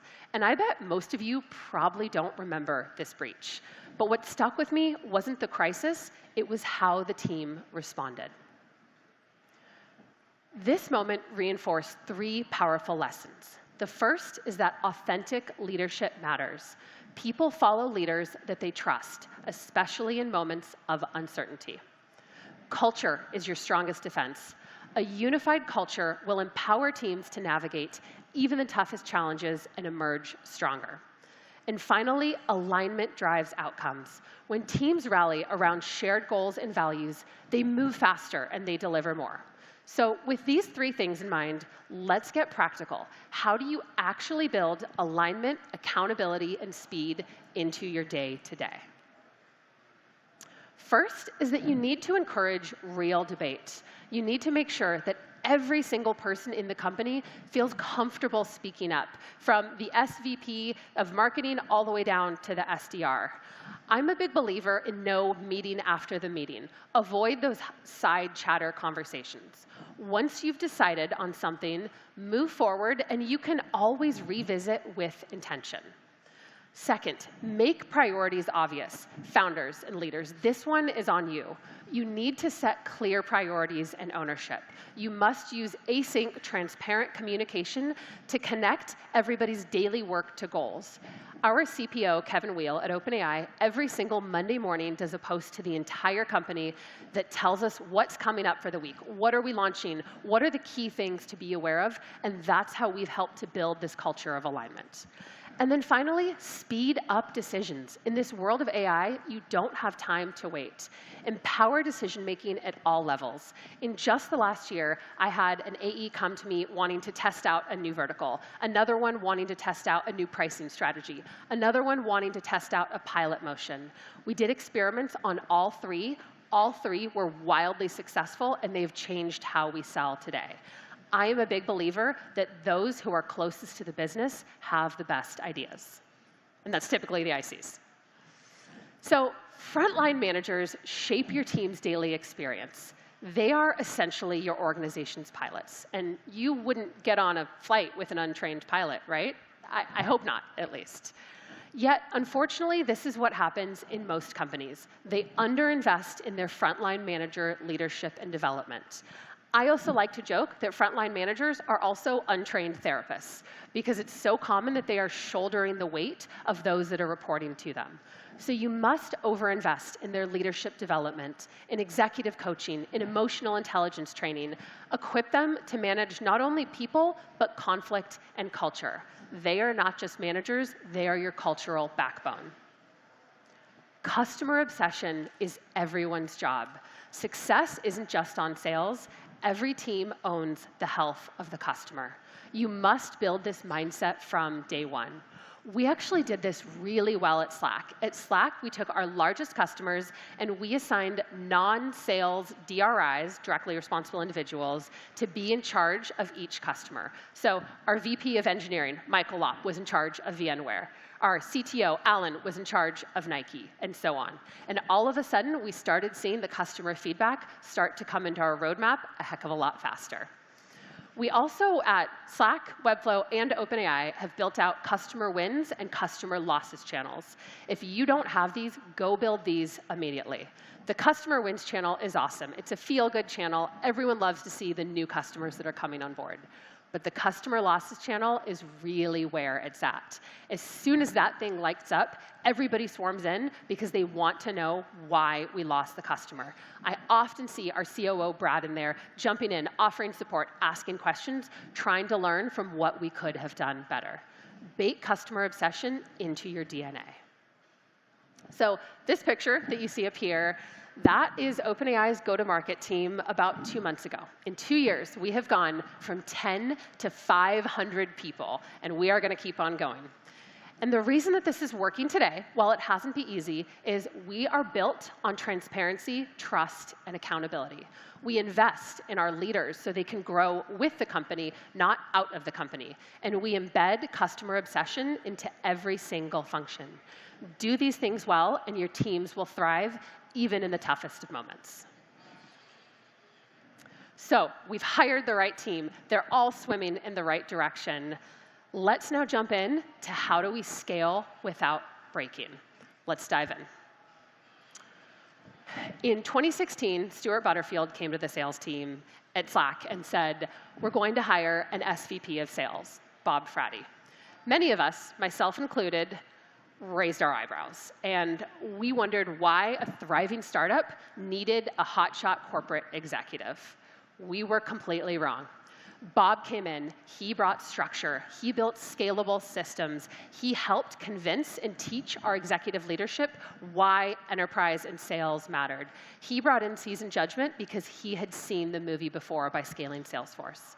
And he mentored and elevated internal talent. He didn't just replace us. The result of this is Slack grew from 50 million to $1 billion. We went public, and then we had an outcome of a $27 billion acquisition by Salesforce, one of the largest acquisitions to date. And I honestly shudder to think what life would have been like without Bob. Without his external expertise, we probably would have played it too safe. We would have stayed a modest growing consumer app, and we probably would have never been the enterprise powerhouse that we became. The lesson here is that sustainable growth comes from internal momentum and external perspective. And this is why, for founders and senior leaders, it is so important to give away your Legos. Giving away your Legos, which is one of my favorite terms, it's coined by Molly Graham, essentially means to hand off parts of your job or your full job as you scale. At OpenAI, we've done this really well. In just the last year, Sam has brought in a new Chief Product Officer, Kevin, a new CEO of applications, just announced last week, Fiji, and an amazing CFO, Sarah Fryer. And what this does is it unlocks bigger impact. Rather than the CEO managing everything, they're able to give away parts of their job to these seasoned leaders who can run it wholly. This is all about scaling impact, not about losing control. You must build repeatable systems and then hire someone who can elevate them. And I've got 2 tips for giving away your Legos and how to think about this. The first is you must give them away. This is not about loaning your Legos. You cannot hire someone and then micromanage them. You have to give them away. And then secondly, the first Lego to give away should be the one that drains you the most. So let's say you've built that repeatable motion in sales, but it's draining you. Now hire on a head of sales or a CRO, and you can focus on other areas. This is how you grow and how you help the company grow. So we've just talked a lot about how great it is to bring in external executives, but it's also really important to talk about how to blend external and internal talent. Your internal talent is the people who got you here today, and let's be real, they know where the bones are buried. You don't want to lose your internal superstars, so you must balance both of them. Internal promotions create cultural continuity, loyalty, and retention. But when you are layering and bringing in external hires, it is important to be transparent. It's always going to be painful to be layered, no matter what. So share the why. Share why you're excited about this person and what you expect them to bring the company to help reduce the friction. And finally, prioritize clear career paths. Growth drives retention. I stayed at Slack for many years post-vesting because I saw a strong future ahead. Take care of your early believers because they are the ones that built your foundation. Help them grow with you and not out of the company. Companies rarely use compensation as a strategic lever, and I genuinely think it is one of the best things that you can do for motivation. And I'm going to give you some hot takes in this one. I believe the entire company should be on a bonus plan, not just the sales team. They should all be aligned to your core metrics and your North Stars. We did this at Slack. We put every single employee on a bonus plan, and we tied it to ARR and customer adoption. All of a sudden, the product team saw if they launched EKM, we could get another X millions in revenue, and lo and behold, those features shipped a lot faster. It's important to rally everybody around the same goals. But let's say you're an early stage startup, and maybe you don't have the funds to put everyone on a bonus plan. That's okay, but it means you really need to lean into recognition. Recognition matters. If you're a CEO and you see someone grinding late at night, send them a $50 DoorDash gift card as a thank you. That little amount of money is going to mean so much to this person that their CEO sees them and acknowledges them. For early sales teams, I am a big believer that you should always start them on full salary. We did this at Slack, Webflow, OpenAI, and I know many other greats have done it, like Calendly, New Relic, and Airtable. I actually have a whole LinkedIn post on this from a few months ago that went a bit viral if you want more takes on this. But the main reason for this is you want the sales team to be acting in service of the company and the customer, not acting in what they need to do to be able to make the most money. Your early sales team is also effectively user researchers. Have them focused on building and scaling, not focused on their paycheck. It will emphasize strong foundations, mentorship, and great process. And if and when you do introduce in commissions, think about the behaviors that you want to drive. For example, at Slack, we wanted to drive new logo adoption. So we centered 75% of our comp plan on new logo versus existing customer upsells. And lo and behold, the tide shifted and we started seeing a lot of new logos come in. So use comp intentionally to drive the behaviors that you want to see. Sustainable scaling isn't about growth at all costs. It's about thoughtfully blending external and internal talent, those who have seen the movie before and those who have got you to where you're at today. It's about clearly defining career paths. Keep those people around and keep them growing. And it's about intentionally aligning incentives. Getting people to follow exactly the way that you want them to operate can often be dictated by compensation. So, this next and last section is intentionally punchy. It's a rapid-fire set of the most common go-to-market mistakes that I see founders make or ask us about. Think of it as a practical checklist to help you avoid missteps and accelerate what's working. It was early 2023. OpenAI had hired me in to help build our ChatGPT Enterprise go-to-market team from scratch. Our early team at OpenAI of our sales and go-to-market team was less than 10 people. No SDRs, no SCs, no CSMs, no sales ops, rev ops, marketing, enablement, and not even a working Salesforce instance. We had about 6 account directors and 1 technical success partner who they were all on fire, but they were focused on selling the API. And we had the hypothesis that ChatGPT would have a distinct buyer and a distinct sales motion different from our API.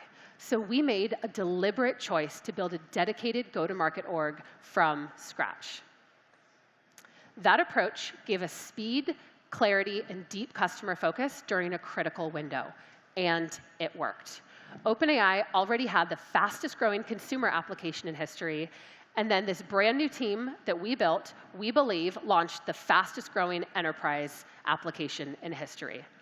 But despite this success, we saw an opportunity to go even further by evolving our structure. So earlier this year, we basically collapsed both of these orgs. We took 500 people, most people who had only been at the company for a few months, and we brought them into one single unified go-to-market org. Everyone had new roles, new workflows, new managers, and every single person had to learn a new product. They had to learn the opposite product they weren't selling. This was a hard change, but ultimately it drove faster execution, less duplication, and most importantly, a better customer experience. The key lesson here is that old playbooks don't always apply in AI. You need to design around orgs and product, not around legacy structures. So an example here might be, let's say you're releasing a new AI product at your company. An old way of doing it probably would have been teach and enable everybody how to sell it, and then everyone kind of bolts it on. Maybe the new way to do this might be create a small dedicated tiger team to really go focus and launch that product. Move fast, be willing to make mistakes, and bold, uncomfortable decisions, and they will pay off in the long run. Great execution isn't just about moving fast. It's about knowing when to pivot. One of the most important leadership muscles is the ability to change course early, before pain compounds, just like how we did at OpenAI. I really love Amazon's one-way versus two-way door model. Essentially, a one-way door is something that's obviously really hard to reverse back from. And a good example here might be a large-scale pricing change. That's a really hard thing to measure right away and to also roll back from on your customers. But I'll tell you, most things are two-way doors. So for example, a reorg, while maybe painful to roll back, is absolutely doable. And if you think it's the right move, you should do it quickly. Don't delay on change to avoid discomfort.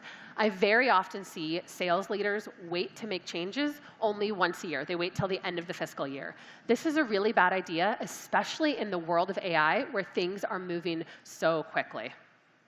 Explain, and then finally, it's important to explain the why behind these changes. Look, changes are, no matter what, going to be disruptive, but if you explain the why behind the tough calls, you will usually get people bought in because trust will follow transparency.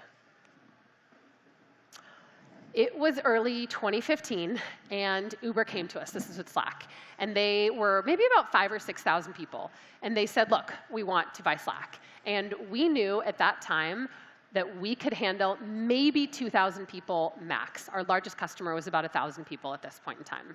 So we decided, let's compromise. Let's offer Uber a small pilot so they can test out and see if Slack is the right move for them. Well, they decided they did not want to listen, and overnight they brought on 2,461 users, and our systems went down. The crash here of being taken down actually didn't really matter. What mattered is the reputational hit and damage that Slack took on, where we had to spend the next 3 years convincing enterprises that we were, in fact, enterprise ready, despite what had happened with Uber in 2016. And this is why it is so important to rarely start with the enterprise. When founders come to me and they say, I want to go after Walmart, Nike, insert large enterprise logo, I will 10 out of 10 times push back and say no. And I know enterprises are tempting. Big logos, big ACVs, they look great on an investor pitch deck. But the reason that you don't want to start with the enterprise is threefold. First, they typically have really complex hierarchies and lengthy decision cycles. It is rare that an enterprise is going to do a deal in anything less than 6 months. And as a startup, revenue is your lifeline. They're also going to have deep customization needs. They're going to ask for things that are not on your roadmap, and then you're going to have to make a hard call if you want to veer off course. And then finally, they are pretty typically risk-averse buyers. Most enterprises are not going to be the first one to buy a new software. So instead, what you want to do is define your ICP. Your ICP is your ideal customer profile, and then create your target list. So basically, take a look at the customers who are already using you and work well on your platform. Understand why they bought you, why they're thriving, and why you won them over the competition. So for example, maybe Mural is one of your customers. You might want to look at Miro and Figma because they're very tangential in the spaces that they have. Find these shared attributes and pain points and understand why they chose you, create that list, and then go outbound. Outbound starts on day one. Once you have this ICP and target list, this is on you as the founder to start outbounding. You cannot outsource product market fit, and you need to know that you can sell outside of your investors or your warm referrals network. Warm intros will not scale. You must sell to strangers first. As a data point, I have had 3 personal angel investments go under, all 3 amazing companies, but the one thing they had in common is they could not find go-to-market fit fast enough. So avoid spray and pray. In the day and age of AI, I see about 95% of the outbound that I get is absolute spam. There's no reason this should be the case. So be that 5%. Be personal, be relevant, be helpful. Run pilots that actually close. Run pilots like real sales motions. Last year, we decided to put together a dedicated pilot team. We wanted to see what the impact would be if we treated our sales cycles like they were real customers. And we found that by doing long, intensive pilots, our deal sizes went up by about 5x, which is pretty incredible. But pilots take a long time to convert, and they are very resource intensive. So if you are going to do pilots, which I think everybody should, obviously, there's 3 key things that you want to follow. The first is you want to secure explicit customer buy-in up front. This means if you do the pilot and it works well, they will have budget. They will be able to convert. The second is you must define clear pilot roles and responsibilities. If you're going to lean in and do this pilot, you need to make sure the customer is also leaning in the same way. And finally, and probably most important, the execs at the customer must know that this pilot is happening. If the execs are not aligned or aware of this, doesn't matter if it's a great pilot, it's very unlikely the deal will get done. Treat pilots seriously. They're a high leverage conversion tool. Customer success should be a core strategy, not a side function. I know there's some vibes in the industry right now that we don't need customer success. This is, to me, short-sighted and absolutely the wrong way to think about it, especially for hyper-growing startups. A deal is not won when the deal is signed. A deal is won when you have deployed and you have a happy customer who is singing your praises. And it costs 5 times more to acquire a new customer than it does just to retain an old one. Yet companies are not focusing enough on customer success. And churn is so much more than lost revenue. It's also brand damage, like in Slack's Uber example. Prioritize adoption, prioritize retention, prioritize long-term value. Build these tight feedback loops. Get the voice of the customer. Product, executives, everyone should hear it and should act on customer insights. Obsess over customer success early, and this will compound. Which leads me into storytelling as a superpower. You must capture stories early. Nobody wants to be the first. Prospects want proof. They don't want promise. Get these customer wins. Get the logo rights. Get the case studies. An example here, when OpenAI launched our partnership with Moderna, and we estimate that we can help them reduce time to FDA approval for cancer-treating drugs, all of a sudden that unlocked credibility in the life sciences industry. When we launched our partnership with Morgan Stanley about how their wealth advisors can have happier customers and take on more work, that unlocked credibility in financial services. Internally, people also love customer stories. Think about your engineers and your product managers that are working so hard to build this product. They love to hear how people are using it. And then externally, these customer stories will build credibility and momentum. You need to prioritize storytelling from day one.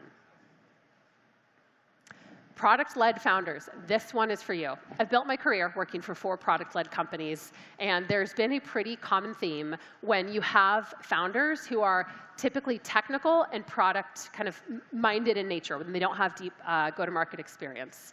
They often forget to think about the sales upgrade path early on. PLG drives early adoption and virality. I love PLG. And then you bring on a sales team, which is critical for upmarket strategic deals. You must plan for both from the beginning, even if you don't plan to hire a sales team right away.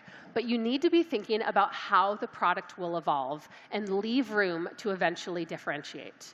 We actually did not do this very well at Webflow. Webflow was around for about 7 years before we built a sales team, and we built a killer self-serve product. It was so good, and I'm biased, but I think it was the best in the industry. Yet when we decided to hire on a sales team, there wasn't enough product differentiation to sell. So it took us a good year to 2 years to truly build out an enterprise product. And that was a lot of time that was wasted. So the takeaway here is to design with sales in mind from day one. So the bottom line is that execution is everything. And execution is the sum of many well-run plays. Avoid starting with the enterprise. They have long sales cycles. They're risk-averse buyers.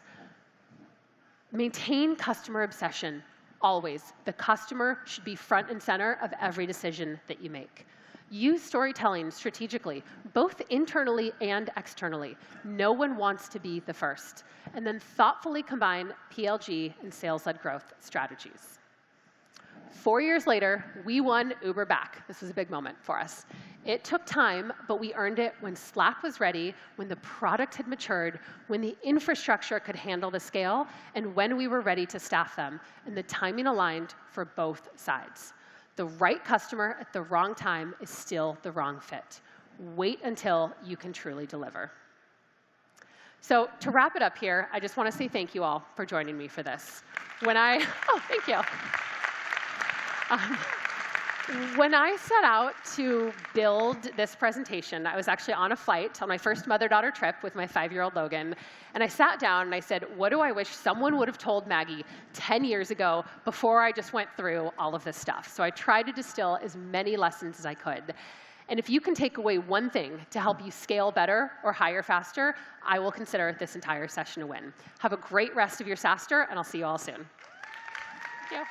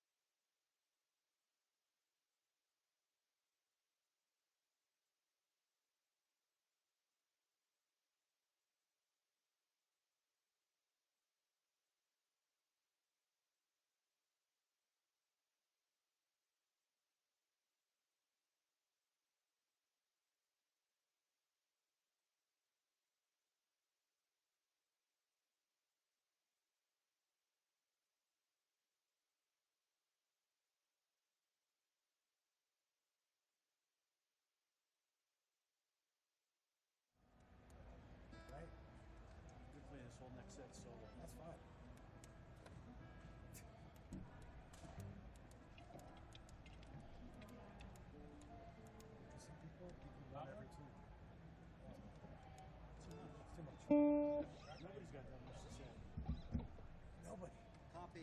Thank you. Except Mike. Go ahead.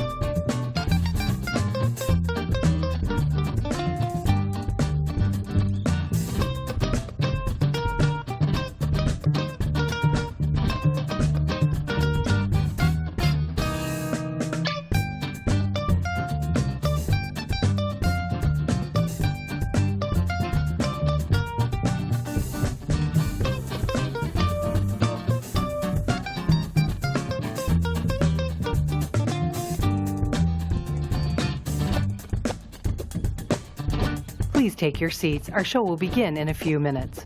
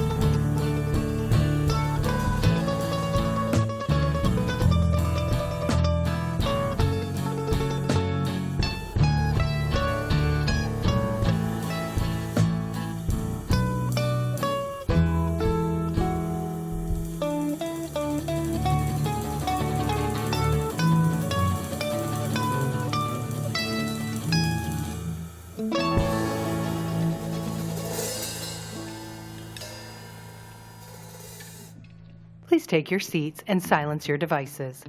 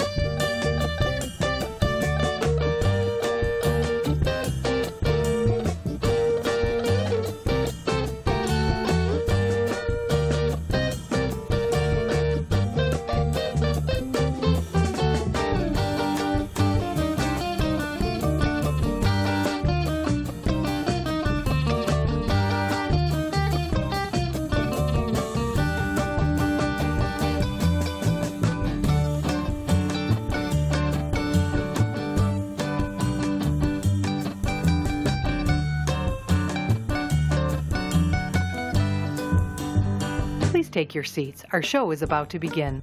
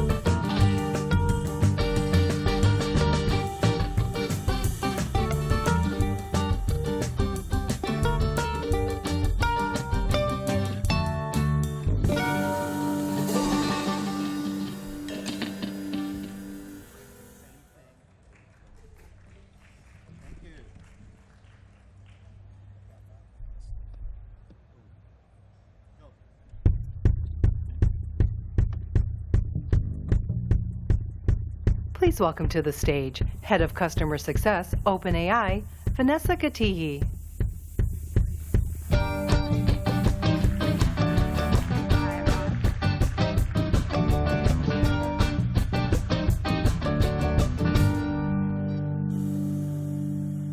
Awesome. Welcome, everyone. I hope everyone had a really nice time at lunch today. Really excited to be with you all here at SaaStr. I've been the last couple of years in a row, and it's always exciting to take a step back from our day-to-day jobs and really learn and hear from other amazing leaders across different industries about so many different topics. My name is Vanessa Gatihi, and I lead the global customer success team at OpenAI. I joined as the first customer success hire about 1.5 years ago. And my job has really been to help OpenAI think about how do we deploy AI, how do we deliver transformational value to customers, and how do we retain and grow those customers. So I'm here today to share some of my insights on how each of us can think about retaining customers in this phase of rapid AI progress. How do each of you use AI as a tool in your business to think about accelerating adoption, ensuring your customers have an amazing experience, and of course, really ensuring they improve their outcomes? This is what customers expect today, and I'm happy to share some tactical tips. So I'm going to start off with the story about my first day joining OpenAI. All new hires join on a Tuesday, so it's around like 9:30 a.m. I'm in this room with a bunch of other new hires, and we're setting up our laptops. I finally log in. It's like 9:45, and I have a customer kickoff on my calendar in 2.5 hours. And I'm like, am I leading this kickoff? Who's this customer? I start slacking with the sales rep, the account director who had put it on my calendar. I informed him I was not going to be able to join that because I was still in onboarding. And he was like, it's fine, don't worry, I can handle it. The rest of the day, once I got out of the IT and HR and all that onboarding, I opened that laptop. I studied everything I could about our product, started to form a point of view on what a high-quality onboard experience would look like. And the next day, I launched 2 customers at OpenAI. They were OK. They probably weren't the best. But you can believe that by Friday, with each of those onboardings and kickoffs that I did, I iterated, I learned, I asked questions. And I used ChatGPT at every single step of the way to help me understand what was this customer's business, how did they make money, how could our product think about create impactful use cases for all the people that they were launching to. And so this is the whole lesson that I really want to leave you with today. Each of you needs to move quickly. Speed really matters today more than ever. And learning quickly matters. Helping your customers and the teams that you work with internally within your company matters, and it's becoming an essential skill. AI's velocity is not slowing down anytime soon, and adapting to this ever-changing technology is hard. It's even hard for us at OpenAI, but it's extremely important to retain and grow your customers today. So, a year and a half ago, there was 0 customer success, 0 processes, 0 CS teams and structure and assets. And today, we have CSMs across San Francisco, New York, Munich, Paris, Dublin, London, Singapore, Korea. We've built a lot, and we've learned a lot, and we have a healthy, thriving enterprise customer base all around the world. So I'm going to share some of the lessons that we've learned from those customers. And I think first and foremost, hopefully I don't have to convince each of you today, but when your customers succeed, that is when your business thrives. I can walk you through all of the Bain studies and 5x customer acquisition costs. I'm going to spare you all. But I think that we all intuitively understand that when your customers are successful, they buy more, they stay longer, they refer more, and they cost less to serve. So it's really critical for your business. So how are we doing this today and thinking about how AI is a tool to actually help you drive the success within your customer base? Okay, so I'm distilling this into 3 lessons that I'd like to leave you with today. With competition everywhere, AI native companies are jumping up across all verticals and all spaces. Switching costs are lower than ever. What do you need to focus on here? So the first thing I'm going to say is talking about how you can use AI to create speed within your business, and that speed should be focused on helping your customers activate quicker than ever. This is a really, really amazing use case for AI, and I'll walk you through how we think about this and kind of give you a playbook as go-to-market leaders within your companies. The second thing I'm going to focus on is how do we all race to have our customers see ROI? Return on investment, customer value, customer outcomes, whatever you want to call it, we cannot lose sight that that is the most important thing your customers need to see from your company. It is your job to ensure that they are seeing those outcomes as quick as possible. And then lastly, I think one of the things that I get asked a lot, and I hear when I'm talking to friends and people, how do you think about internally adapting to this ever-changing landscape? This is really tough for each of us as individuals and also for our teams and our customers. So I'll talk with you a little bit about some of the structures you can put in place to adapt to this technology landscape that I don't think is going to slow down anytime soon. So at OpenAI, we ship quickly, we learn quickly, and we collaborate and optimize at full speed, and we do this for our customers. And I think this is why we win. So let's share a tangible example, not from OpenAI. In keeping of the theme with this, rapid iteration and learning, I took this photo myself on Thursday. So less than a week ago, we had the CIO of Lowe's, a big retailer here in the US. They came and they spoke at our executive summit called Frontiers, where we had top CXOs from all Fortune 500s across the US.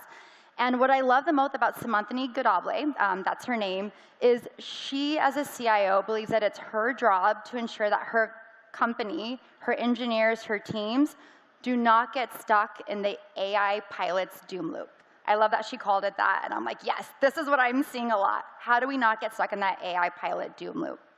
So the way that they approach this at Lowe's is that every great idea that comes to them, right, it can be fun, neat, very cool things with the latest OpenAI models. She makes them pause and say, how does this drive one of three things? She wants to focus them on building AI that helps their customers shop better, employees sell better, or any internal productivity and operations run quicker. And so when they were getting started, all the proposals had to come and at least point, even just roughly, to improving one of those three things. And once they built the scale and the process, got the data in the right place, now they've kind of farmed that out to different business units. But what I want to leave with you each today is that customer expectations have changed. And your job is to really make sure you are building the right things that are focused on helping customers do the most important things that your business wants them to achieve quicker. Their SVP of digital said, and sorry for this, guys, but he has a quote of, ChatGPT has changed expectations. And today's customers demand more value at greater speed and extremely personalized. So their response, and again, I'm sure most of you here aren't retailers, but what they've built on our OpenAI platform, both for their consumers online as well as the agents in stores. So if you go to a Lowe's, someone's wearing a vest, they have a little handheld there. They're really building an app on top of our models that helps each customer get personalized expertise for whatever home project they're doing.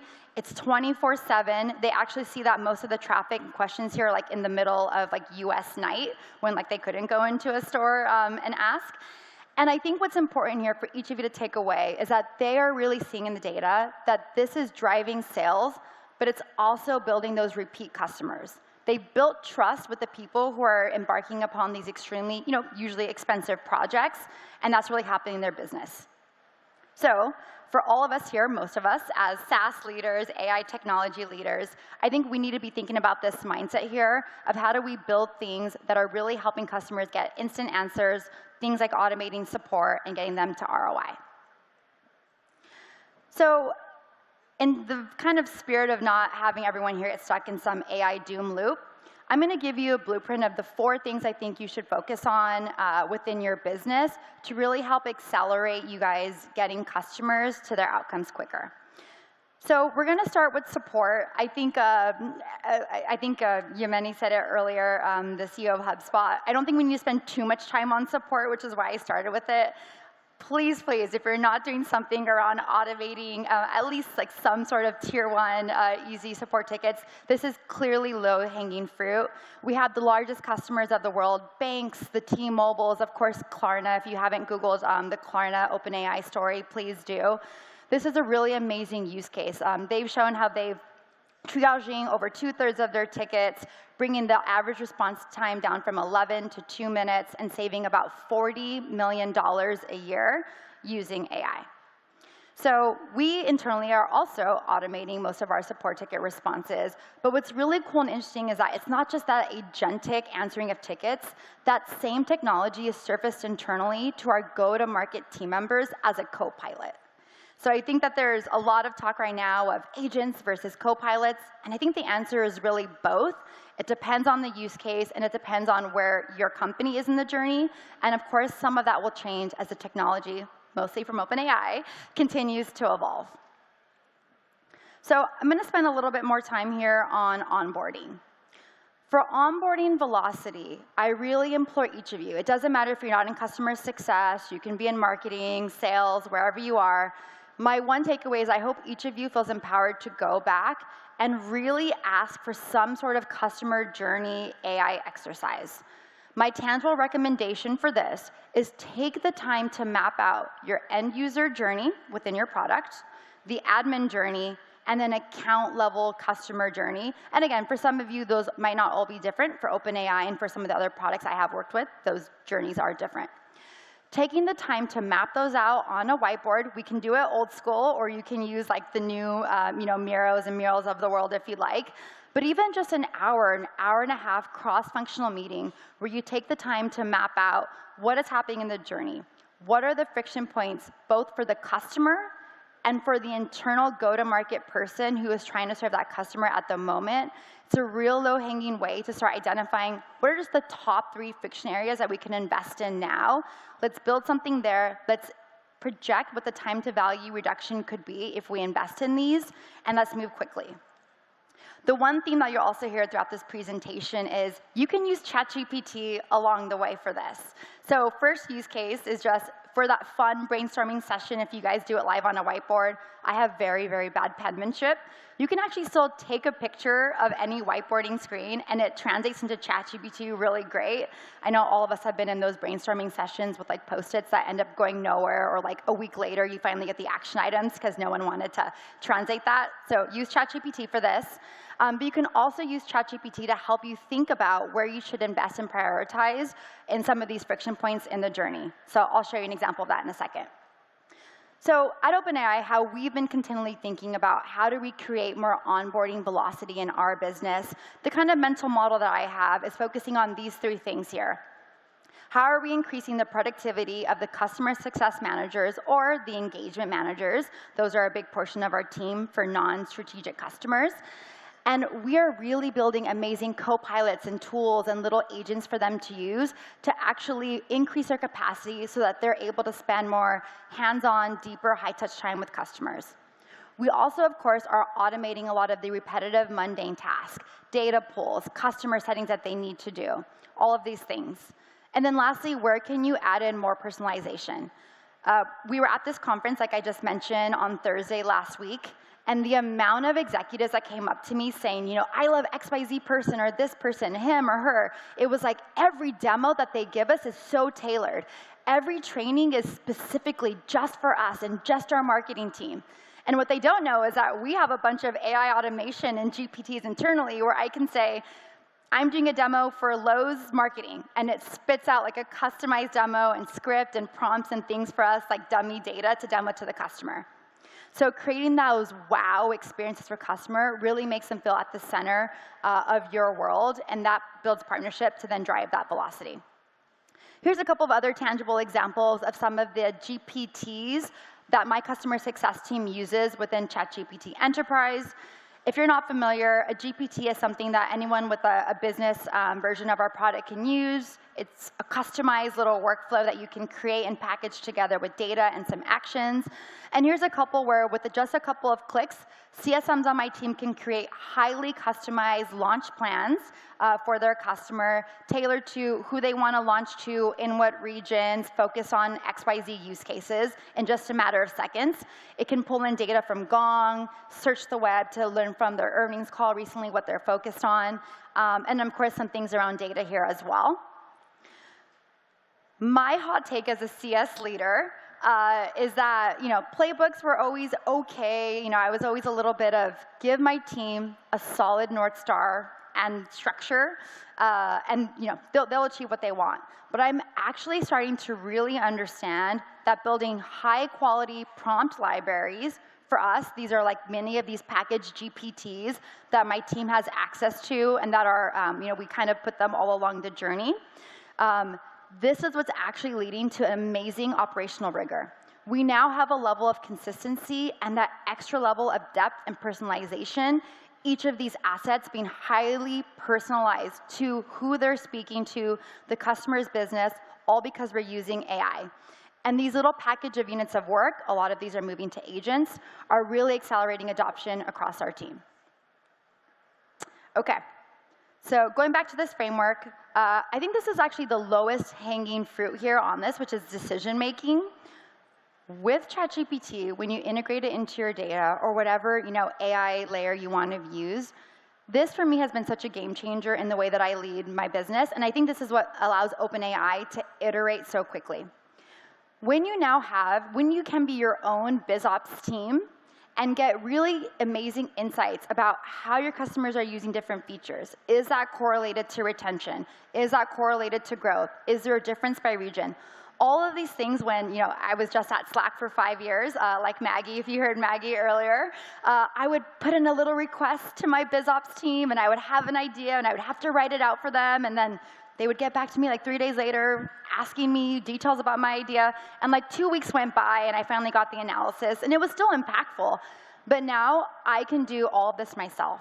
I even have people on my team, since our ChatGPT Enterprise instance can have our Salesforce data, Gong transcripts, usage data. They're coming to me with insights about our business and where we should focus, like new assets and enablement. And it's so powerful when now every single person can have these insights and help shape the company in a way that is putting our resources in the most impactful areas. And then lastly, product velocity. So voice of customer is now such a rich source of data. And I know we've, for a long time in SaaS, had like very rigorous programs. Maybe you even had, ops team run it. Right now, with the access to the technology, you really can spin up a voice of customer program so easily. Integrate your Gong calls. Get things from your community, wherever that community lives. And this is something that we've been spending a lot of time really optimizing these days at OpenAI. So it's very top of mind and very fun since I am working on it right now. So at OpenAI, this is really kind of the heart of what we do. As I mentioned earlier, because we ship so quickly, we learn quickly, and we iterate, this is why we win. And so the way that our company is modeled is that research is kind of the beating heart, or more like the beating brain of our company. It's a research lab. We then have our applied team build products on top of this, test and iterate, and then we in go-to-market deploy this technology to our customer base. We learn quickly. We hear what customers need, both from the consumer side and enterprise side, and we feed that back into our research to continue iterating on this loop. As I'm talking to you today about using AI more in your internal processes and building it into your products to help you think about accelerating that adoption, I was thinking a little bit about how we've been doing this internally at OpenAI, kind of mimicking this flow a little bit. So each of you, right, as a leader, as a person that's just interested in kind of continually innovating, you're your own little research lab. In our team meetings, we kind of do these generally monthly. We're going to start trying to do them more frequently. How do we ideate different friction points along that customer journey and prioritize what are the investments that we need to do in our business to help customers get that adoption quicker? How can we maybe forecast what ROI we would expect to see on that investment with our teams and build those? We then generally pilot with a small tiger team. So what that looks like in my world as a customer success leader is I have 2 CSMs across my team in different segments. that have smaller books. So it's not that they don't have any customers, right? We actually still want them to be close to what questions are being asked. When we launch something, they can test it real time in their book, see if it's working. But they test this, they even build out some of this for us internally, and then we start to measure what is those time savings, or what are they able to now do that they weren't able to do, and then we iterate and scale it. Really important when we think about iterating and scale, you need to enable people on the new tool, the new agent, or the new co-pilot, and you need to celebrate those learnings. So this has been a really important lesson for us too, which is how are you tapping the right people to be part of these small tiger teams? And one insight that I've seen for myself and from all of the other conversations that I'm having with leaders about building out AI is that it's really easy to pick the most technical person, maybe on your team, the person that loves AI the most. But in reality, what you can also do is pick someone who's maybe medium technical, but they love to talk, they love to chat and meet people. They really can then build the trust and empathy from the team to lean into all of this AI adoption. So be aware, though, there's a couple of things that I have learned here. Keep human in the loop, especially as you're scaling. Get buy-in from the different teams that you'll need to partner with. Again, great champions, which I already talked about. And making sure that you're not just doing 1,000 pilots that end up going nowhere. Really be focused. And here's a prompt that I can leave you all with if you want to take a quick photo, or just the QR code. You can use ChatGPT to really help you think about where you can access these friction points. OK, racing to ROI.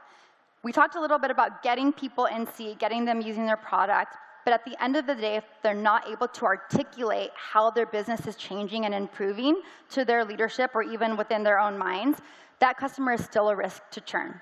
So today I'm going to talk about how we need to race to ROI, and it's each of our job to teach our customers how to win faster. So really quickly, value is really tricky, and I think it's gotten harder because a lot of our companies are actually creating net new AI products or adding on a bunch of AI features. All of those have many different pricing models, which I won't go into. I'm sure all of you can understand consumption versus token-based, all of that. But at the end of the day, I just want to leave you with this idea that your customers and employees don't just want AI tools, they want outcomes. So stay laser focused on that when you're building, and don't index on features like, did they use this AI feature and they had this many logins on this? At the end of the day, you need to really understand and think through what is the outcome that AI feature or tool, either externally or internally, is driving, and making sure that you're staying laser focused on measuring that, even when it's hard. And actually, a little hack that we've seen at OpenAI is executives actually kind of like talking about AI feature adoption. It's still new, it's still sexy. And so if that is your Trojan horse, either internally or with your customers, to get to a senior, a CEO or a CXO, to then talk about true business outcomes, use it to your advantage. We've seen some success with that at OpenAI. OK, so here's our value journey for just the ChatGPT Enterprise product. In that spirit of what I just said, it looks very different for our API product. But what I want to show you here is this is how we even kind of hacked, showing some quick ROI to executives. At that end there, that transformative business change, that takes time. And so even over a year ago when I built this out, I didn't even really understand. But what we were doing was we were helping executives understand what we can do immediately is actually measure the increase in people using the tool, understanding the tool. We have different surveys and things like that. And that was a really nice hack to create some immediate ROI to buy us time while we're working on delivering all of this here. This can now actually be really customized per customer, of course, using ChatGPT and our technology, Gong transcripts, Salesforce notes, all of that. But this is kind of like a generic one that we put up here that I thought would resonate with technology leaders like yourself. So if you are kind of thinking about what's my phase 1 or my phase 2 on that value journey, ask ChatGPT. It can really give you some amazing answers and be a really great brainstorming partner. OK, and so this is actually a screenshot from a video from the Spurs. I actually chose this specific example because there's an amazing blog that we have a customer story with them where they go into detail around all the GPTs that they have launched They're really centered on ones that help drive customer retention. But of course, even with them, we measured AI fluency and literacy and time savings as we were working to the customer retention uplifts that they started to see. So again, go check out their blog. They actually have hyperlinked there their whole like enterprise AI journey manifesto. I think it's like 7 steps. I only took a screenshot of the top here, but they have shared that for the world to see how they have approached enterprise AI. Okay, so lastly, this is again one thing that I hear all the time from a lot of friends, which is like, things are just feeling really crazy with AI. And I'm here to tell you, I work in AI, and I feel it, and I see it too. The velocity and speed of change, I think, is something that we haven't seen in a while. But it really is each of our jobs as leaders within our companies to think about how do I create flexible processes and plays that we really help us stay on top of adopting this technology. So some insights that I'm going to share here. The first is that the change management playbook is actually not that different than a lot of the change management that we've seen before in the past. Have great executive sponsorship. Communicate the why and the vision, right? What are you going to do with that time savings once we automate XYZ thing in an agent? Or how are you going to show up better for your customer with these GPTs or these co-pilots? One hack that I would say, though, is you need to give people the time to experiment and play with the tool. So whether it's in offsites or whether it's in hackathons, really important to do this and lean into this. Reward experimentation. And one of my hot takes here is that as much as I've talked about leaning into AI for your customers' outcomes and their business, I actually think it's almost equally as imperative to build a lot of this automation today to actually free up time for the people on your teams to be enabled on all the new AI features and progress happening in the world, because again, the landscape's going to continue to change. And so to kind of leave you with one thing here, I get asked personally, like, Vanessa, you, as a human, not OpenAI, how are you staying on top of like all the different models that, you know, Anthropic and Google and all of the big labs are coming out with? And so I just wanted to leave some tactical tips here to share with you. The first is like, there's no magic bullet, it's time. I really am pretty thoughtful about trying to book time on my calendar to use the tools, use the different models that come out, really understand what is the power and also the limitations of technology as it exists today. And a lot of that, you just need to get your hands dirty in the tool. I put a little screenshot of our app because using voice mode is super, super an amazing hack. And if you're not using voice right now, do it. Whether you commute or have to wash the dishes or fold laundry, being able to have a conversation about what are our flops and what is like the new inference time scale new paper that came out. Really being able to have a personalized tutor to some of these really technical and really complex processes has been a game changer for me. And so something to leave you with as well is a podcast that I love, not associated with OpenAI, but they have really great content to help you stay on top of this. And then 2 quick features that I'll leave you with within ChatGPT, which are projects and our little GPTs that I mentioned earlier. If you have not used projects, it might be like the last thing that I leave you with here, which is go into ChatGPT Enterprise and start using these projects. It's a great way to just really 10x the work that you're doing. And if you want to understand how to use that, we have a free OpenAI Academy that we recently launched. There's a tons of videos on business workflows and use cases, and there's one there on projects. So thank you all for coming to my talk. If anything that I wanted to leave you with today, it is that you need to start today. This will not slow down, and each of you really needs to use AI as a competitive advantage. How can ChatGPT or other AI tools help you ideate, pilot, and scale for your customers? And you need to do it now. Thank you.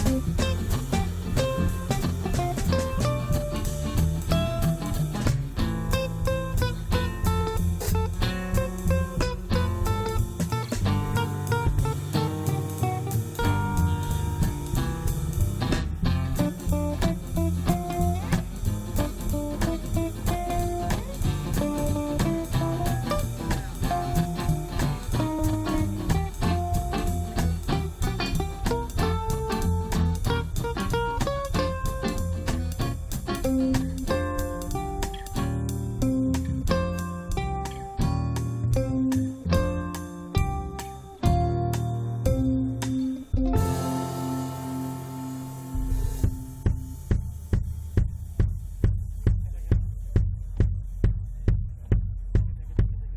welcome to the stage Chief Operating Officer Linear, Christina Cordova.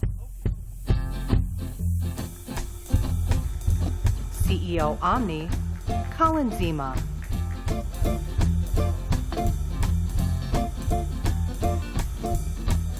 Founding Partner Vessi, Julia Huang. Good thought. Look how pillow works. Founder Theory Ventures, Tomasz Tungwiz.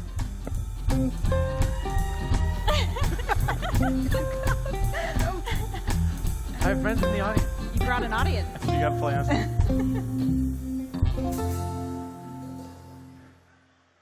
Wonderful. Well, welcome everybody today to our session about Enterprise Partnerships Bootcamp, joined with this illustrious panel where we will be talking about go-to-market at the earliest stages of companies. So maybe to kick it off, let's switch questions. I think what we'll do to kick it off is, why don't we talk about enterprise partnerships versus sales? You both have, both Linear and Omni have really interesting go-to-markets in that there's a direct sales motion, but the partnerships motion is also incredibly important. And so maybe we can start just by talking about how you think about partnerships within your businesses. I'm happy to start. So for us on the partnership side, we really started with partnerships that we felt were instrumental to the product experience, first and foremost. So the idea being that, at a certain point, we were a very small company. We viewed some integrations as like hypercritical to the core product, things like integrations with Slack and GitHub, for example. And at that point, it made sense for us to say, these should actually be integrations that we own, because A, these other companies, Salesforce, Microsoft, et cetera, are not going to build these integrations for us. And two, they're so hypercritical to the actual full performance of the product, it makes sense for us to build those ourselves and continue building upon them and making improvements to them. And no one else is going to do that but us. So really started with these like foundational partnerships, first and foremost, with the product. And I think that's also really helped us as we've kind of gone up market as well from a customer perspective.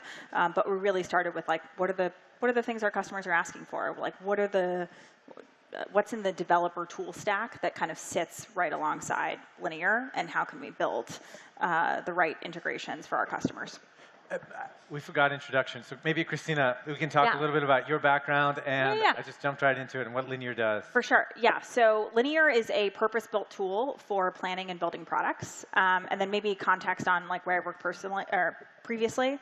I was at Stripe for about 7.5 years and started our partnerships organization there, and then was also at Notion, where I led our partnerships and platform initiatives too. Colin? I'm CEO of Omni. We're rebuilding BI and analytics to really make a tool that anyone can use. So great for developers and super technical people, great for end users, all of the enterprise readiness alongside a lot of the agility of AI, SQL, Excel, things like that. And I spent almost 10 years prior at a company called Looker. So I'm building a company in the space of my previous company, which has lent a lot in the way of partnerships. And I'm Julia Huang. I run a fintech fund in New York, based out of New York and Israel. But my partners and I were ex-Amex Ventures. And what we really specialize in with our fund is brokering partnerships between our portfolio companies and the financial incumbents. So really like to talk that. And my name is Tomasz Tungwiz, founder and general partner at Theory Ventures, and very enthusiastic about this panel. So let's jump right back in. So Christina, you talked a lot about first-party integrations and starting to build them.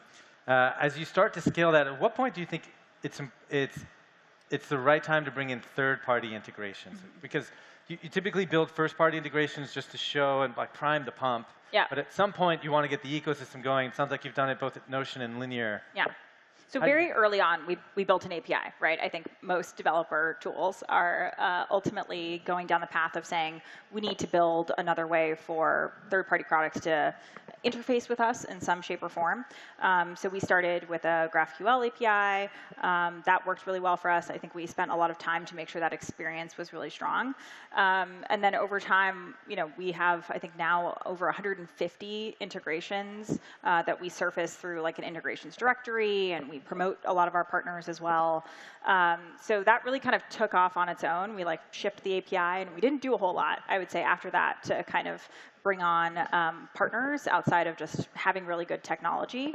And then I would say more recently, we've thought more about partnerships in the context of AI in particular, because it's such a fast-moving space, trying to work with a lot of companies who are building specific tools for AI development. So in our case, that might be like coding agents or error monitoring tools, for example, and making sure that Linear and these other tools work really well together. So we're working on a whole new set of APIs that can ultimately enable AI agents to interact really closely with Linear. And there, I would say we're going much more the partnership route, where we're going to all the companies you can probably think of and spending time with those companies and trying to understand what kind of user interactions would be best for their applications, and then building the APIs to support them. Makes sense. Can I just ask one follow-up question there? Why take a different strategy with AI? What is it that's different about AI that leads you to that different strategy? So there's just so much organic interest in these products where you just have to provide a platform and people will come, or what's more than that, right? I mean, I think there are a lot of key players in the AI space. So a couple of weeks ago, we announced the launch of our remote MCP server as an example, and we had partnerships from the beginning with like Anthropic and with Cloudflare, for example. And if you look at either of those announcements, like we were definitely the smallest company of any of the companies that were announced as partners for that. And I think for us, in the kind of business that we're in and with how fast we're growing, it's really important that we build trust with customers first and foremost. And I think a lot of what partnerships can do for companies is really to build trust with other companies. Like, oh, it looks like Linear is partnering with a lot of these companies that I look at as like on the forefront of this new technology. So maybe Linear is too.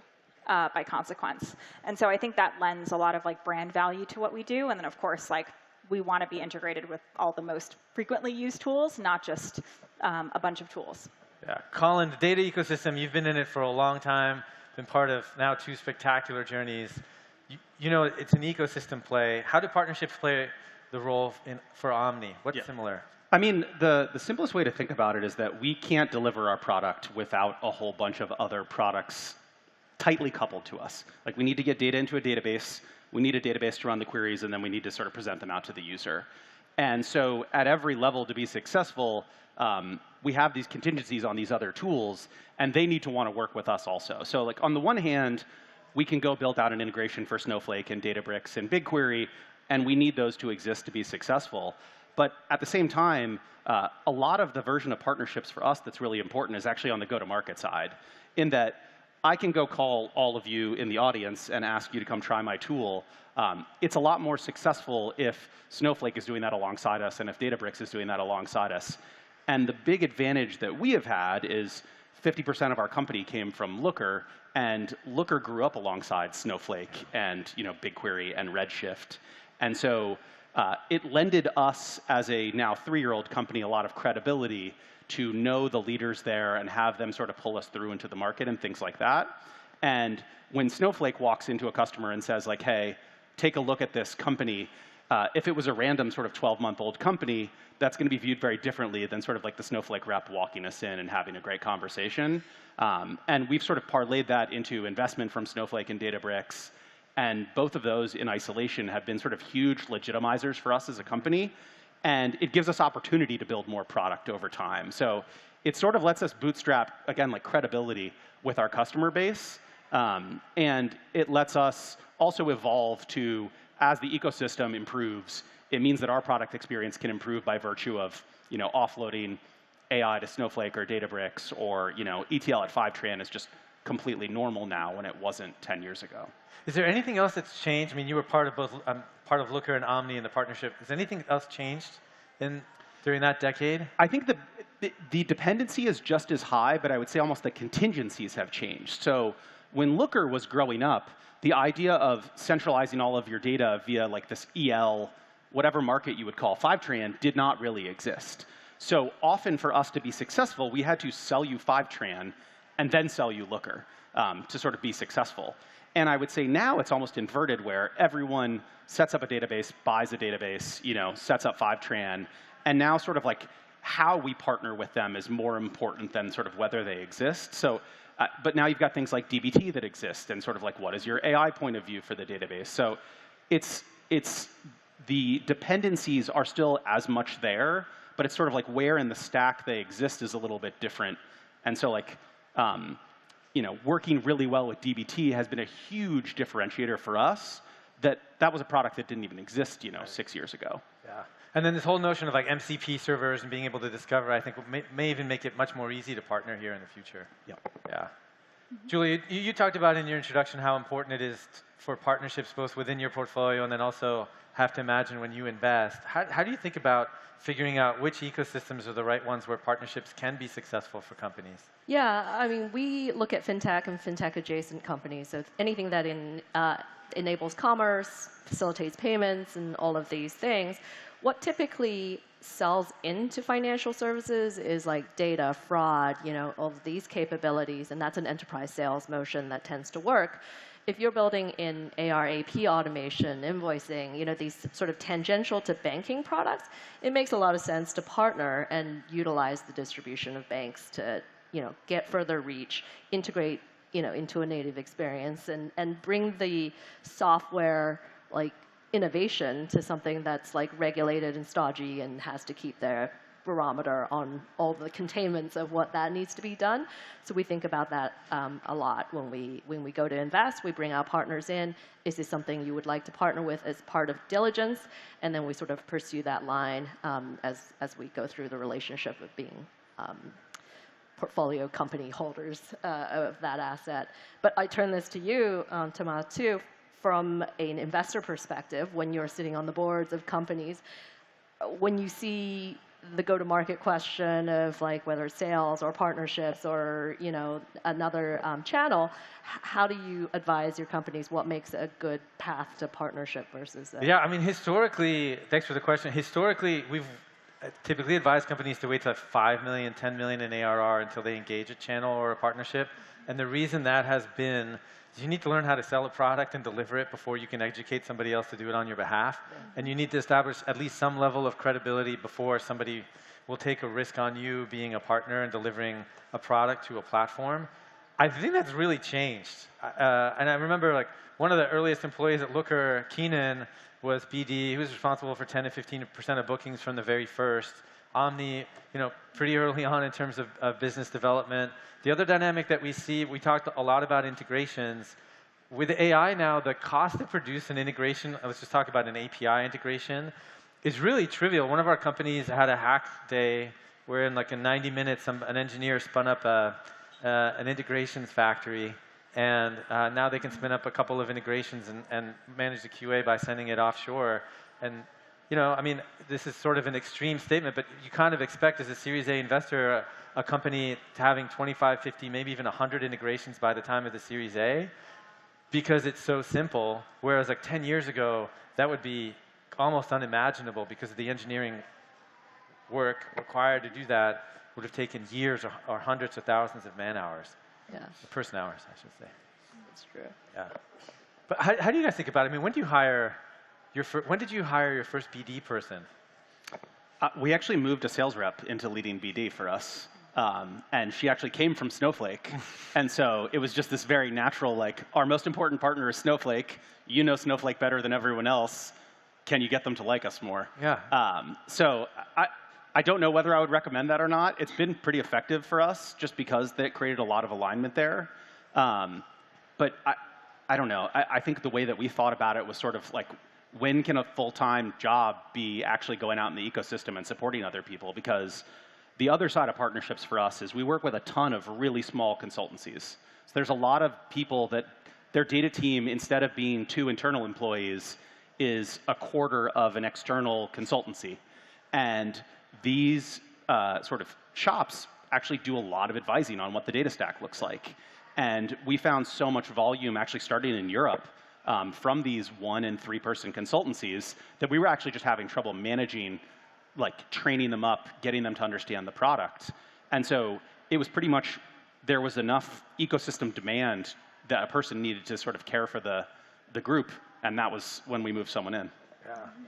Christina, how did it catalyze for you? I think for me, like having been the first like BD person, I think I'm always like very hesitant to like make that hire because I've just seen it so many times, like how it so easily can go wrong. And I think often where it goes wrong is you're like, hey, like we have an ecosystem, we should hire someone to like go hang out and like work with the ecosystem, but you don't have like a really clear idea of like what are these actual partnerships? Are they product partnerships? Are they really deep? Do you need someone who really understands how to work with like product management and engineers in your organization to get those partnerships done? Do you actually have the support to facilitate that? Or are you trying to get someone to do like reseller or channel, you know, which are very like sales oriented? When I joined Stripe, it was right before we were 30 people, and we had done like 3 or 4 partnerships on like the revenue partnership side, which involved like a technical integration with all of our partners. And it was like, oh, this looks like it could be a really big channel of growth for us. And that was when it was like, we should go hire someone to go really blow this out, and that was what I was hired to do. So I think when you've like tested it with your current team, like what are the kinds of partnerships, what do they look like, and you can have kind of like any leader. It could be a product leader, it could be you know, business leader within your company, like test some of those partnerships out. And then once you know you want to do more of these and it's going to be like really a full-time job, then I think it makes sense to like go and hire someone to do these in like a dedicated fashion. Can I ask, Christina, you talked about building out partnerships and sort of ascertaining how deep those partnerships go, and there's a testing out period. How do you determine, you know, how much resources you're going to commit to a particular sort of partner when you don't have like the longitude of data to support in the first instance, right? Yeah, I think it depends on like what does the partnership look like. So in the early days for Stripe, for example, we were building all of these partnerships based off of like publicly available APIs, right? I was just out there trying to get people to use them, right? And that's what we needed a human being to go and do. At Linear, it's actually very similar. Like we have a set of APIs, people can go use them. We now have a set of APIs that are like in beta that we're testing out for some of this new AI stuff. And on the AI front, we're going out and we're having conversations with people. And you know, it's very, very similar. We need to kind of have conversations so people understand like what's the go-to-market opportunity between our two companies. Like I'm not just going to go out there and build an integration with you if I don't understand like how we're going to co-market it with each other. So that's what a lot of our partners now are like asking us to do. So I think it's really a question of like how much true time do you have to put into it. If it's like a business person's time, like I think you can actually try a lot of things, assuming you have the underlying technology there to actually integrate with another company. And then I think you can always pilot. So you can pilot maybe like integrations with another party that would require a technical integration, and you're not sure, like, does it make sense for us to build a technical integration with this partner? By maybe saying, like, should we start referring customers to them? Are our mutual customers, you know, somehow working with our products, like, in conjunction with each other? And really, like, you can kind of test out the go-to-market opportunity by, like, referrals or some other type of arrangement that's pretty lightweight.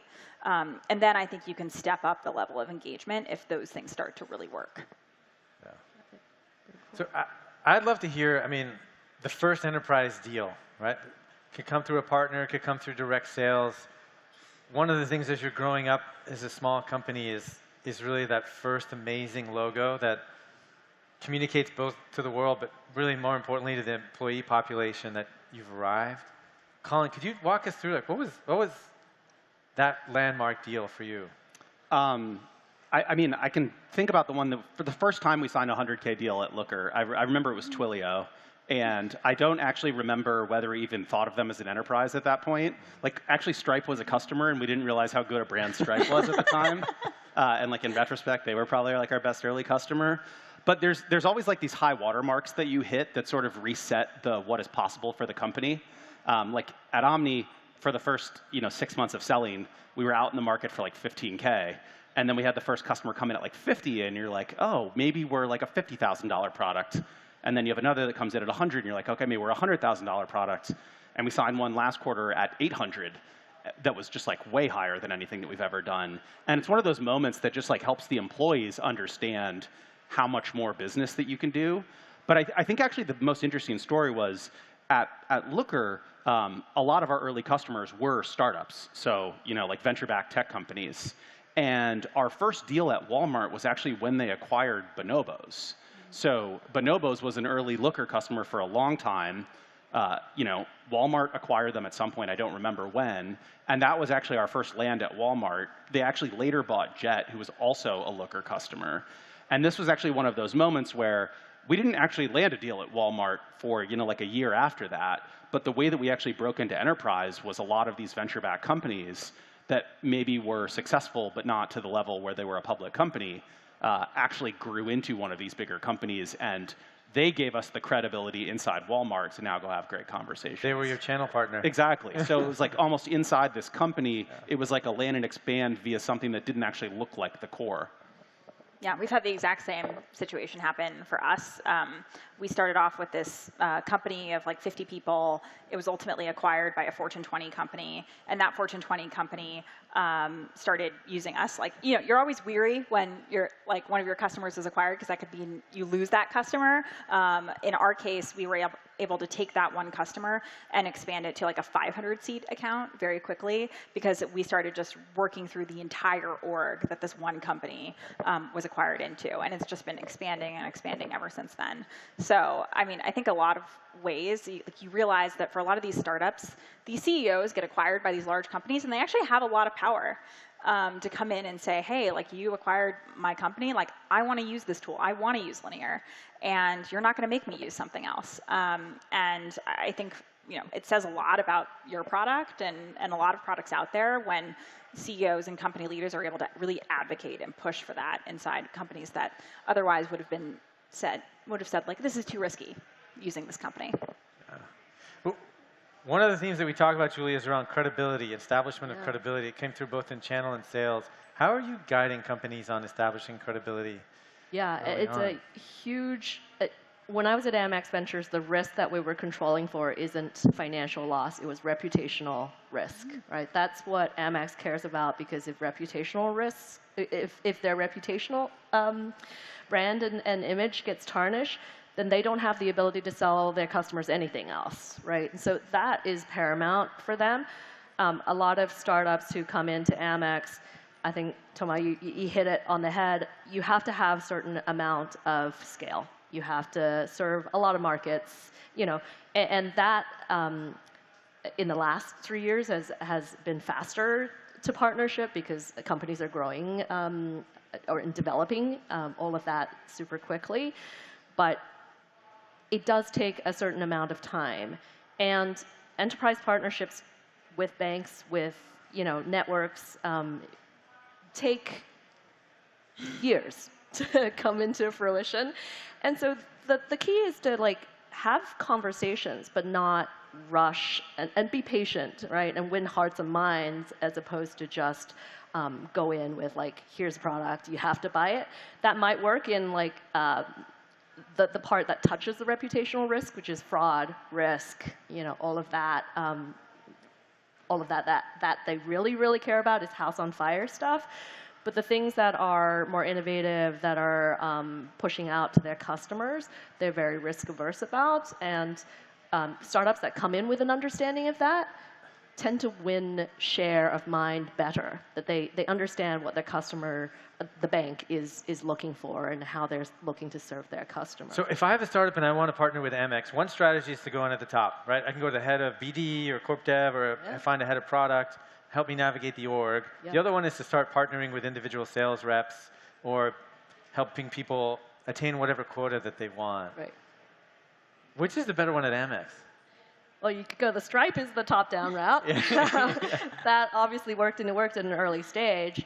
And then it's leveraging your investors, right, to go, hey, look, where have you worked? Who have you worked with? Who are the doers? Who are the influential people within the organization? Try that before you go scour the earth for other touch points, because that could put you on a loop for longer than you could ever imagine to even get feedback on your product and find the right person. So as much as possible, leverage your investors and your network to get the step up and a step closer, as high as you can possibly get it from the bottom-up perspective. And everyone always talks about looking for your sponsor, right? Like that sponsor that really pushes that boulder up the hill. My practical advice on that and how to spot the sponsor is the person who can tell your story back to you in that meeting, right? Somebody who's starting to the wheels are turning, it's clicking. That person will, at a minimum, give you feedback, the true feedback of where you sit within the product and how long it's going to take for their organization to move and how many people they have to convince to get there. So at least you have a plan and visibility. Versus traversed all around the organization for a long time. But is that your experience too in advising? I've seen it both ways. I've seen some companies find individual AEs, help them satisfy quota, win a small sales team that then wins a region that then you can go kind of like a pincher movement, pop bottoms up and top down at the same time. I've seen that work, but I think it's much more consistent. You have somebody who's credible, introduction at the executive level, skip 7 steps, get to the feedback, drive it, right? And it leads to a strategic investment or some other pretty meaningful go-to-market partnership. So I think you're right there. If you have that card to play and you can skip all those steps, it's much more powerful. Yeah. The thing I would add to that, though, is I remember the first handful of meetings at Looker that we did with Fortune 10 banks and things like that. And it's the first form fill that you get from Bank of America or whatever, and you're really excited because it's you think it's the same as every other form fill. And you realize that the conversations are actually completely different. The person may not have any idea what your company does. They have no ability to buy. And so you do have to be careful about the person that you're talking to and sort of realizing how the message needs to change. I did a conversation last week with a CIO of a Fortune 50, and at the end he was pretty much I had no idea what you were talking about. And it's really embarrassing because I'm used to demoing to data people that are sort of in the weeds of what the product does. And what you realize, and what's really important, is that person could exist in an enterprise, they certainly do. But if you're talking to an executive, they have a completely different set of problems that your product probably also solves that you need to explain in a very different way. It has nothing to do with how we generate SQL or how good our caching is. It's it's saving money, or it's making you more efficient, or it's making you future-proofed. And at Looker, we did a really good job of sort of learning how to change our messaging over time. That's something that we're working on now for Omni, but you really need to change your message depending on who you're talking to, because the sales process completely differs. That makes sense. Do you also find that, Christina? Do you have to change your message, or do you do that naturally? Yes. Yes. Yeah, and I would say I completely agree. Sometimes we sell to engineering, product, and design organizations very specifically, but I'll find that we get into a conversation with a CTO and they're we're fine here, my team's fine, and I'm oh, do you actually use the tool that your team uses right now? And they're not really. And so we found that our bottoms-up approach actually really helps with going top-down as well, because we're starting out with having some conversations with engineers, people who've just naturally signed up for our product because they like it, they want to use it. But then when you get on the phone with them, they're yeah, I don't really have any power to make a change here, but I love your product and would love to figure out how to help you succeed in my organization and find your way. So we're able to have 10 of those conversations for a very large account. And then we go back to the CTO and we're able to say, actually, we've talked to 10 people on your team and here's what they say about the products that you're using today and where they're not meeting the mark and how we can actually provide a lot of value. And then they're kind of oh, you know more about my team and my org than I do. And then they go out and like have more conversations with their team, and it's like really able to kind of establish credibility and that like we did the work. Yeah. And I find that to be really helpful. But yeah, often the person who you're pitching to like has no idea like whether or not your product is going to be a good fit for the org. So I think often we start there and then we try to like push down. Like what's that next layer? Like director level, VP level maybe, that actually uses the tool and still has some decision-making authority. It's really interesting how the theme of credibility is woven throughout all of these conversations. Are you talking about establishing credibility within, say, the middle part of the org? And so that way when an executive asks them, there's somebody advocating on your behalf, and we can do that. I mean, the company can do that through channel, you can do that through direct sales, or you can do it through your investor, right? Those are the kind of the 4 different paths that we've talked about so far. I've also seen like bridging the financial gap, like, you know, people, like here's the business case template, just go fill that out and bring it up to because usually you have, you know, the people that use the product, then you got to ask for the pot of money from the CFO unit or wherever that lives. And so making the business case a little bit easier can help. Are there bad places or less effective places in the organization to start? I think it depends on the product that you have. Like I think some products sell really well from the top, and some products need like more of a groundswell. So I would say like if your product is set up to kind of solve, you know, CIO level problems and actually talk to them effectively, that could be a good place to start. But if you're going to win on sort of product experience and sort of like the feel of the product, and like even in data analytics, you had Tableau selling from the very bottom, like single player, you know, get a workbook, be effective, show your neighbor, and then suddenly like 1,000 people are using the product, and you go talk to the CIO. And then you have stuff on the other side, like Domo famously does like a lot of enterprise selling and sort of starts at the top. And I think Databricks and Snowflake have been really effective there as well. So I think you really just have to reflect on how your product shows and sort of how the messaging shows. Like, I think the thing that we have seen is that pitching slightly better BI is compelling to some, but not everyone. Whereas like the AI message can be really effective at the enterprise. Like we're going to make you smarter and sort of push the limits of the things that you can do. And all of the product underneath it benefits from that message, but it does need to be different. So, okay, what's wrong with this statement? If you're selling to an individual contributor or a manager, you're selling a value proposition for this quarter. If you're selling to a VP, you're selling a value proposition for this year. And if you're selling to a C-level, you're selling a value proposition for 3 years out, and your storytelling has to match. Agree, disagree?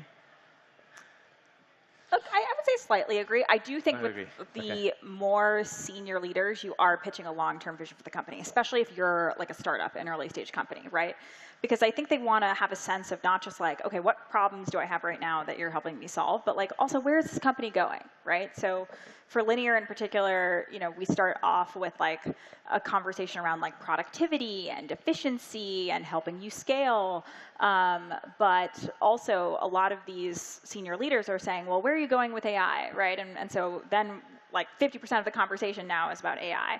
And we're talking about utilizing this new technology in a way that feels really natural for employees. So there's not even like you have to teach your employees how to use AI in Linear. It just like happens. And that is something that's really exciting to, I think, a lot of the senior leaders because they have budget for AI, right? There's now this weird discretionary pool of cash that people can use for tools if you like check the AI box, right? And so now we can start to talk to companies like specifically about that and how we can be really helpful there. So I think in a lot of cases, it's like not just like where are you right now, but also like what's the vision for this product? What's the vision of this product for this new technology or this new wave of technology that's happening? And how are you actually going to write it and help me get to the better place? Because everyone's asking me, what are we doing with AI? And I need to have like an answer as a leader. You find the same thing? Yeah, I mean, I think ultimately everyone, when you're selling software, the buyers really want you to help them do their job better. And I think when it comes down to it, those 3 people have different jobs. Like the manager has a task or a set of tasks that they're doing. the VP is managing like a group of people that has tasks, and like the C-level person is setting the strategy for the company. And the way that I like to think about it, and it's probably like some copium of selling software, is like you're not actually selling, you're trying to actually, like everyone is trying to win out of the transaction. Yeah. And so I think you need to sort of step back and think about it from the perspective of the buyer who's not necessarily buying your software. Like some people nerd out on data analytics and are buying a data analytics product. Like the CIO of, Aetna is not buying data analytics products. They're like trying to modernize the company and sort of future-proof it and make it smarter and lower costs. And so I think it's just, it's the same as sort of all selling, but the stratification of role is more significant in the bigger companies. Like the president is worried about the company forever, or the country forever, and like a local politician is worried about, like sewage runoff from like your power. I don't know. This is a bad analogy. But I mean, the whole point is that just like it really needs to be tuned to the exact problem that the person has. And I think theoretically, like the higher up you go, the more zoomed out they are and the more generalized the problem sets are. Yeah, that makes sense. In your portfolios, have you seen really transformational partnerships? Like, and how have they achieved them, if so? I think the transformational partnership is really rare. Yeah. I mean, you can look at like Bill.com had a transformational partnership with Bank of America. Took 7 years, but yes. Yeah, so I think the hard part with the transformational partnership really early on is you have the tail wagging the dog, or really like the beluga whale dragging the dolphin around. And it's because the value proposition for the startup is so much more than it is for the big company. And if it really is sort of that mismatch, you typically see an acquisition. It's much better just to acquire the company. And so what we typically advise our companies is actually don't try to go after a big whale when it comes to BD, because you'll end up spending a lot of time, you'll end up navigating the org, trying to figure it out. We went through this, right? We went through this with one strategic partner where they reorged 3 times during a strategic partnership. And so we had to make the case 3 times or 4 times before we got anywhere. And so it's just the time scale of a very large company is so radically different than the time scale of a small company. And that's why I think one of the things that's really important in these partnerships, and we kind of see it, is maybe you have 2 companies that enter an ecosystem at roughly the same time. You have Snowflake and Snowflake and Looker that enter the ecosystem at the same time, and they kind of grow up together. And as a result of growing up together, they're each at roughly equivalent sizes all along the way. And so it really is a win-win in that partnership, because you're both solving a problem, you're both representing similar value proposition to each other, and your incentives are aligned in a way where partnering with a Fortune 50, you just don't have it. I think that I at least from externally saw really good examples of this. Like famously, Capital One and Snowflake partnered incredibly deeply. Like they made an investment in Snowflake and sort of pulled them through into maturing the product for the enterprise. So I think from like a customer perspective, you can find a sort of like perfect enterprise customer that just gets the product, gets the value prop, and can sort of pull you through.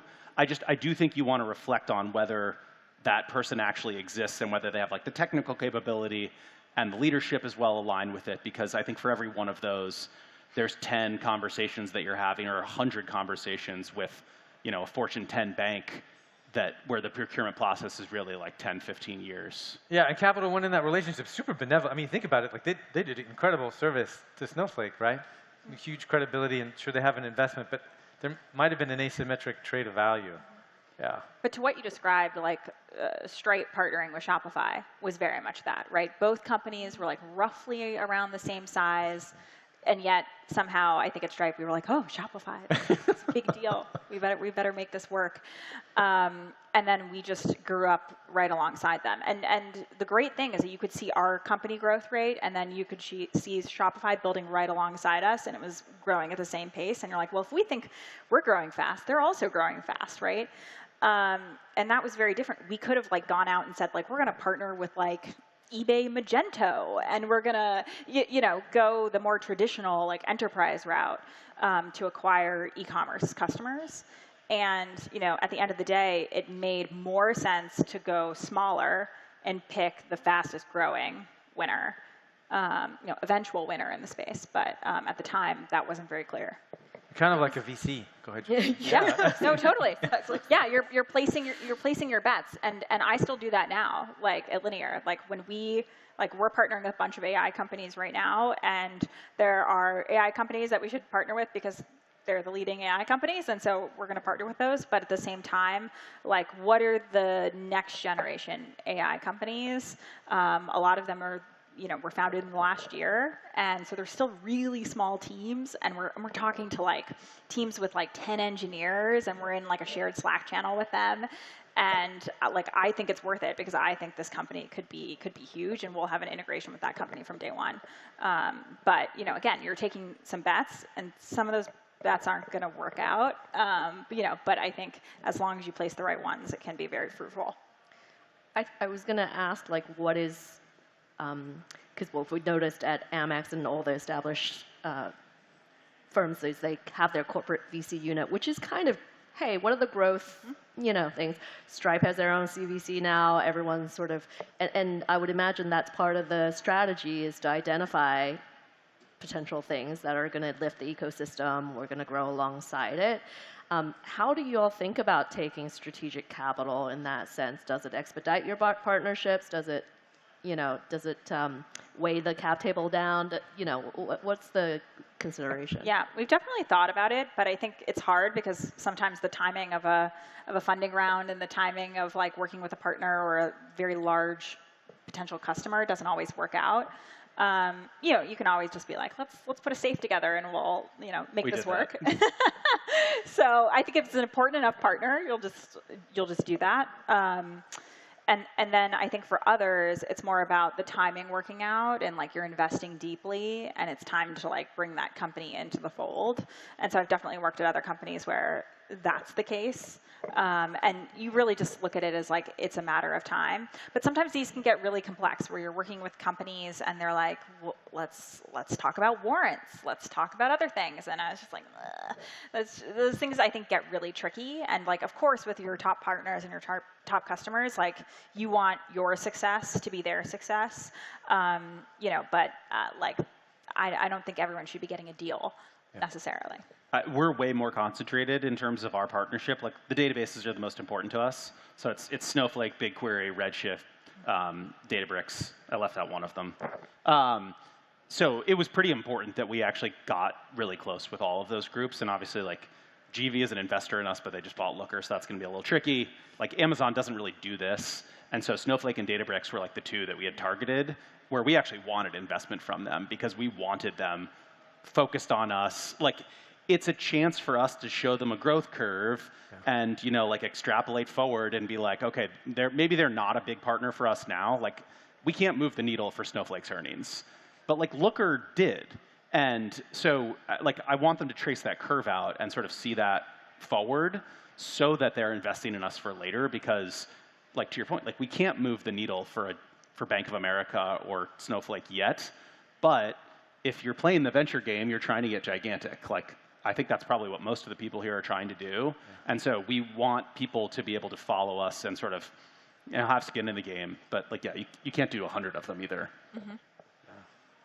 Wonderful.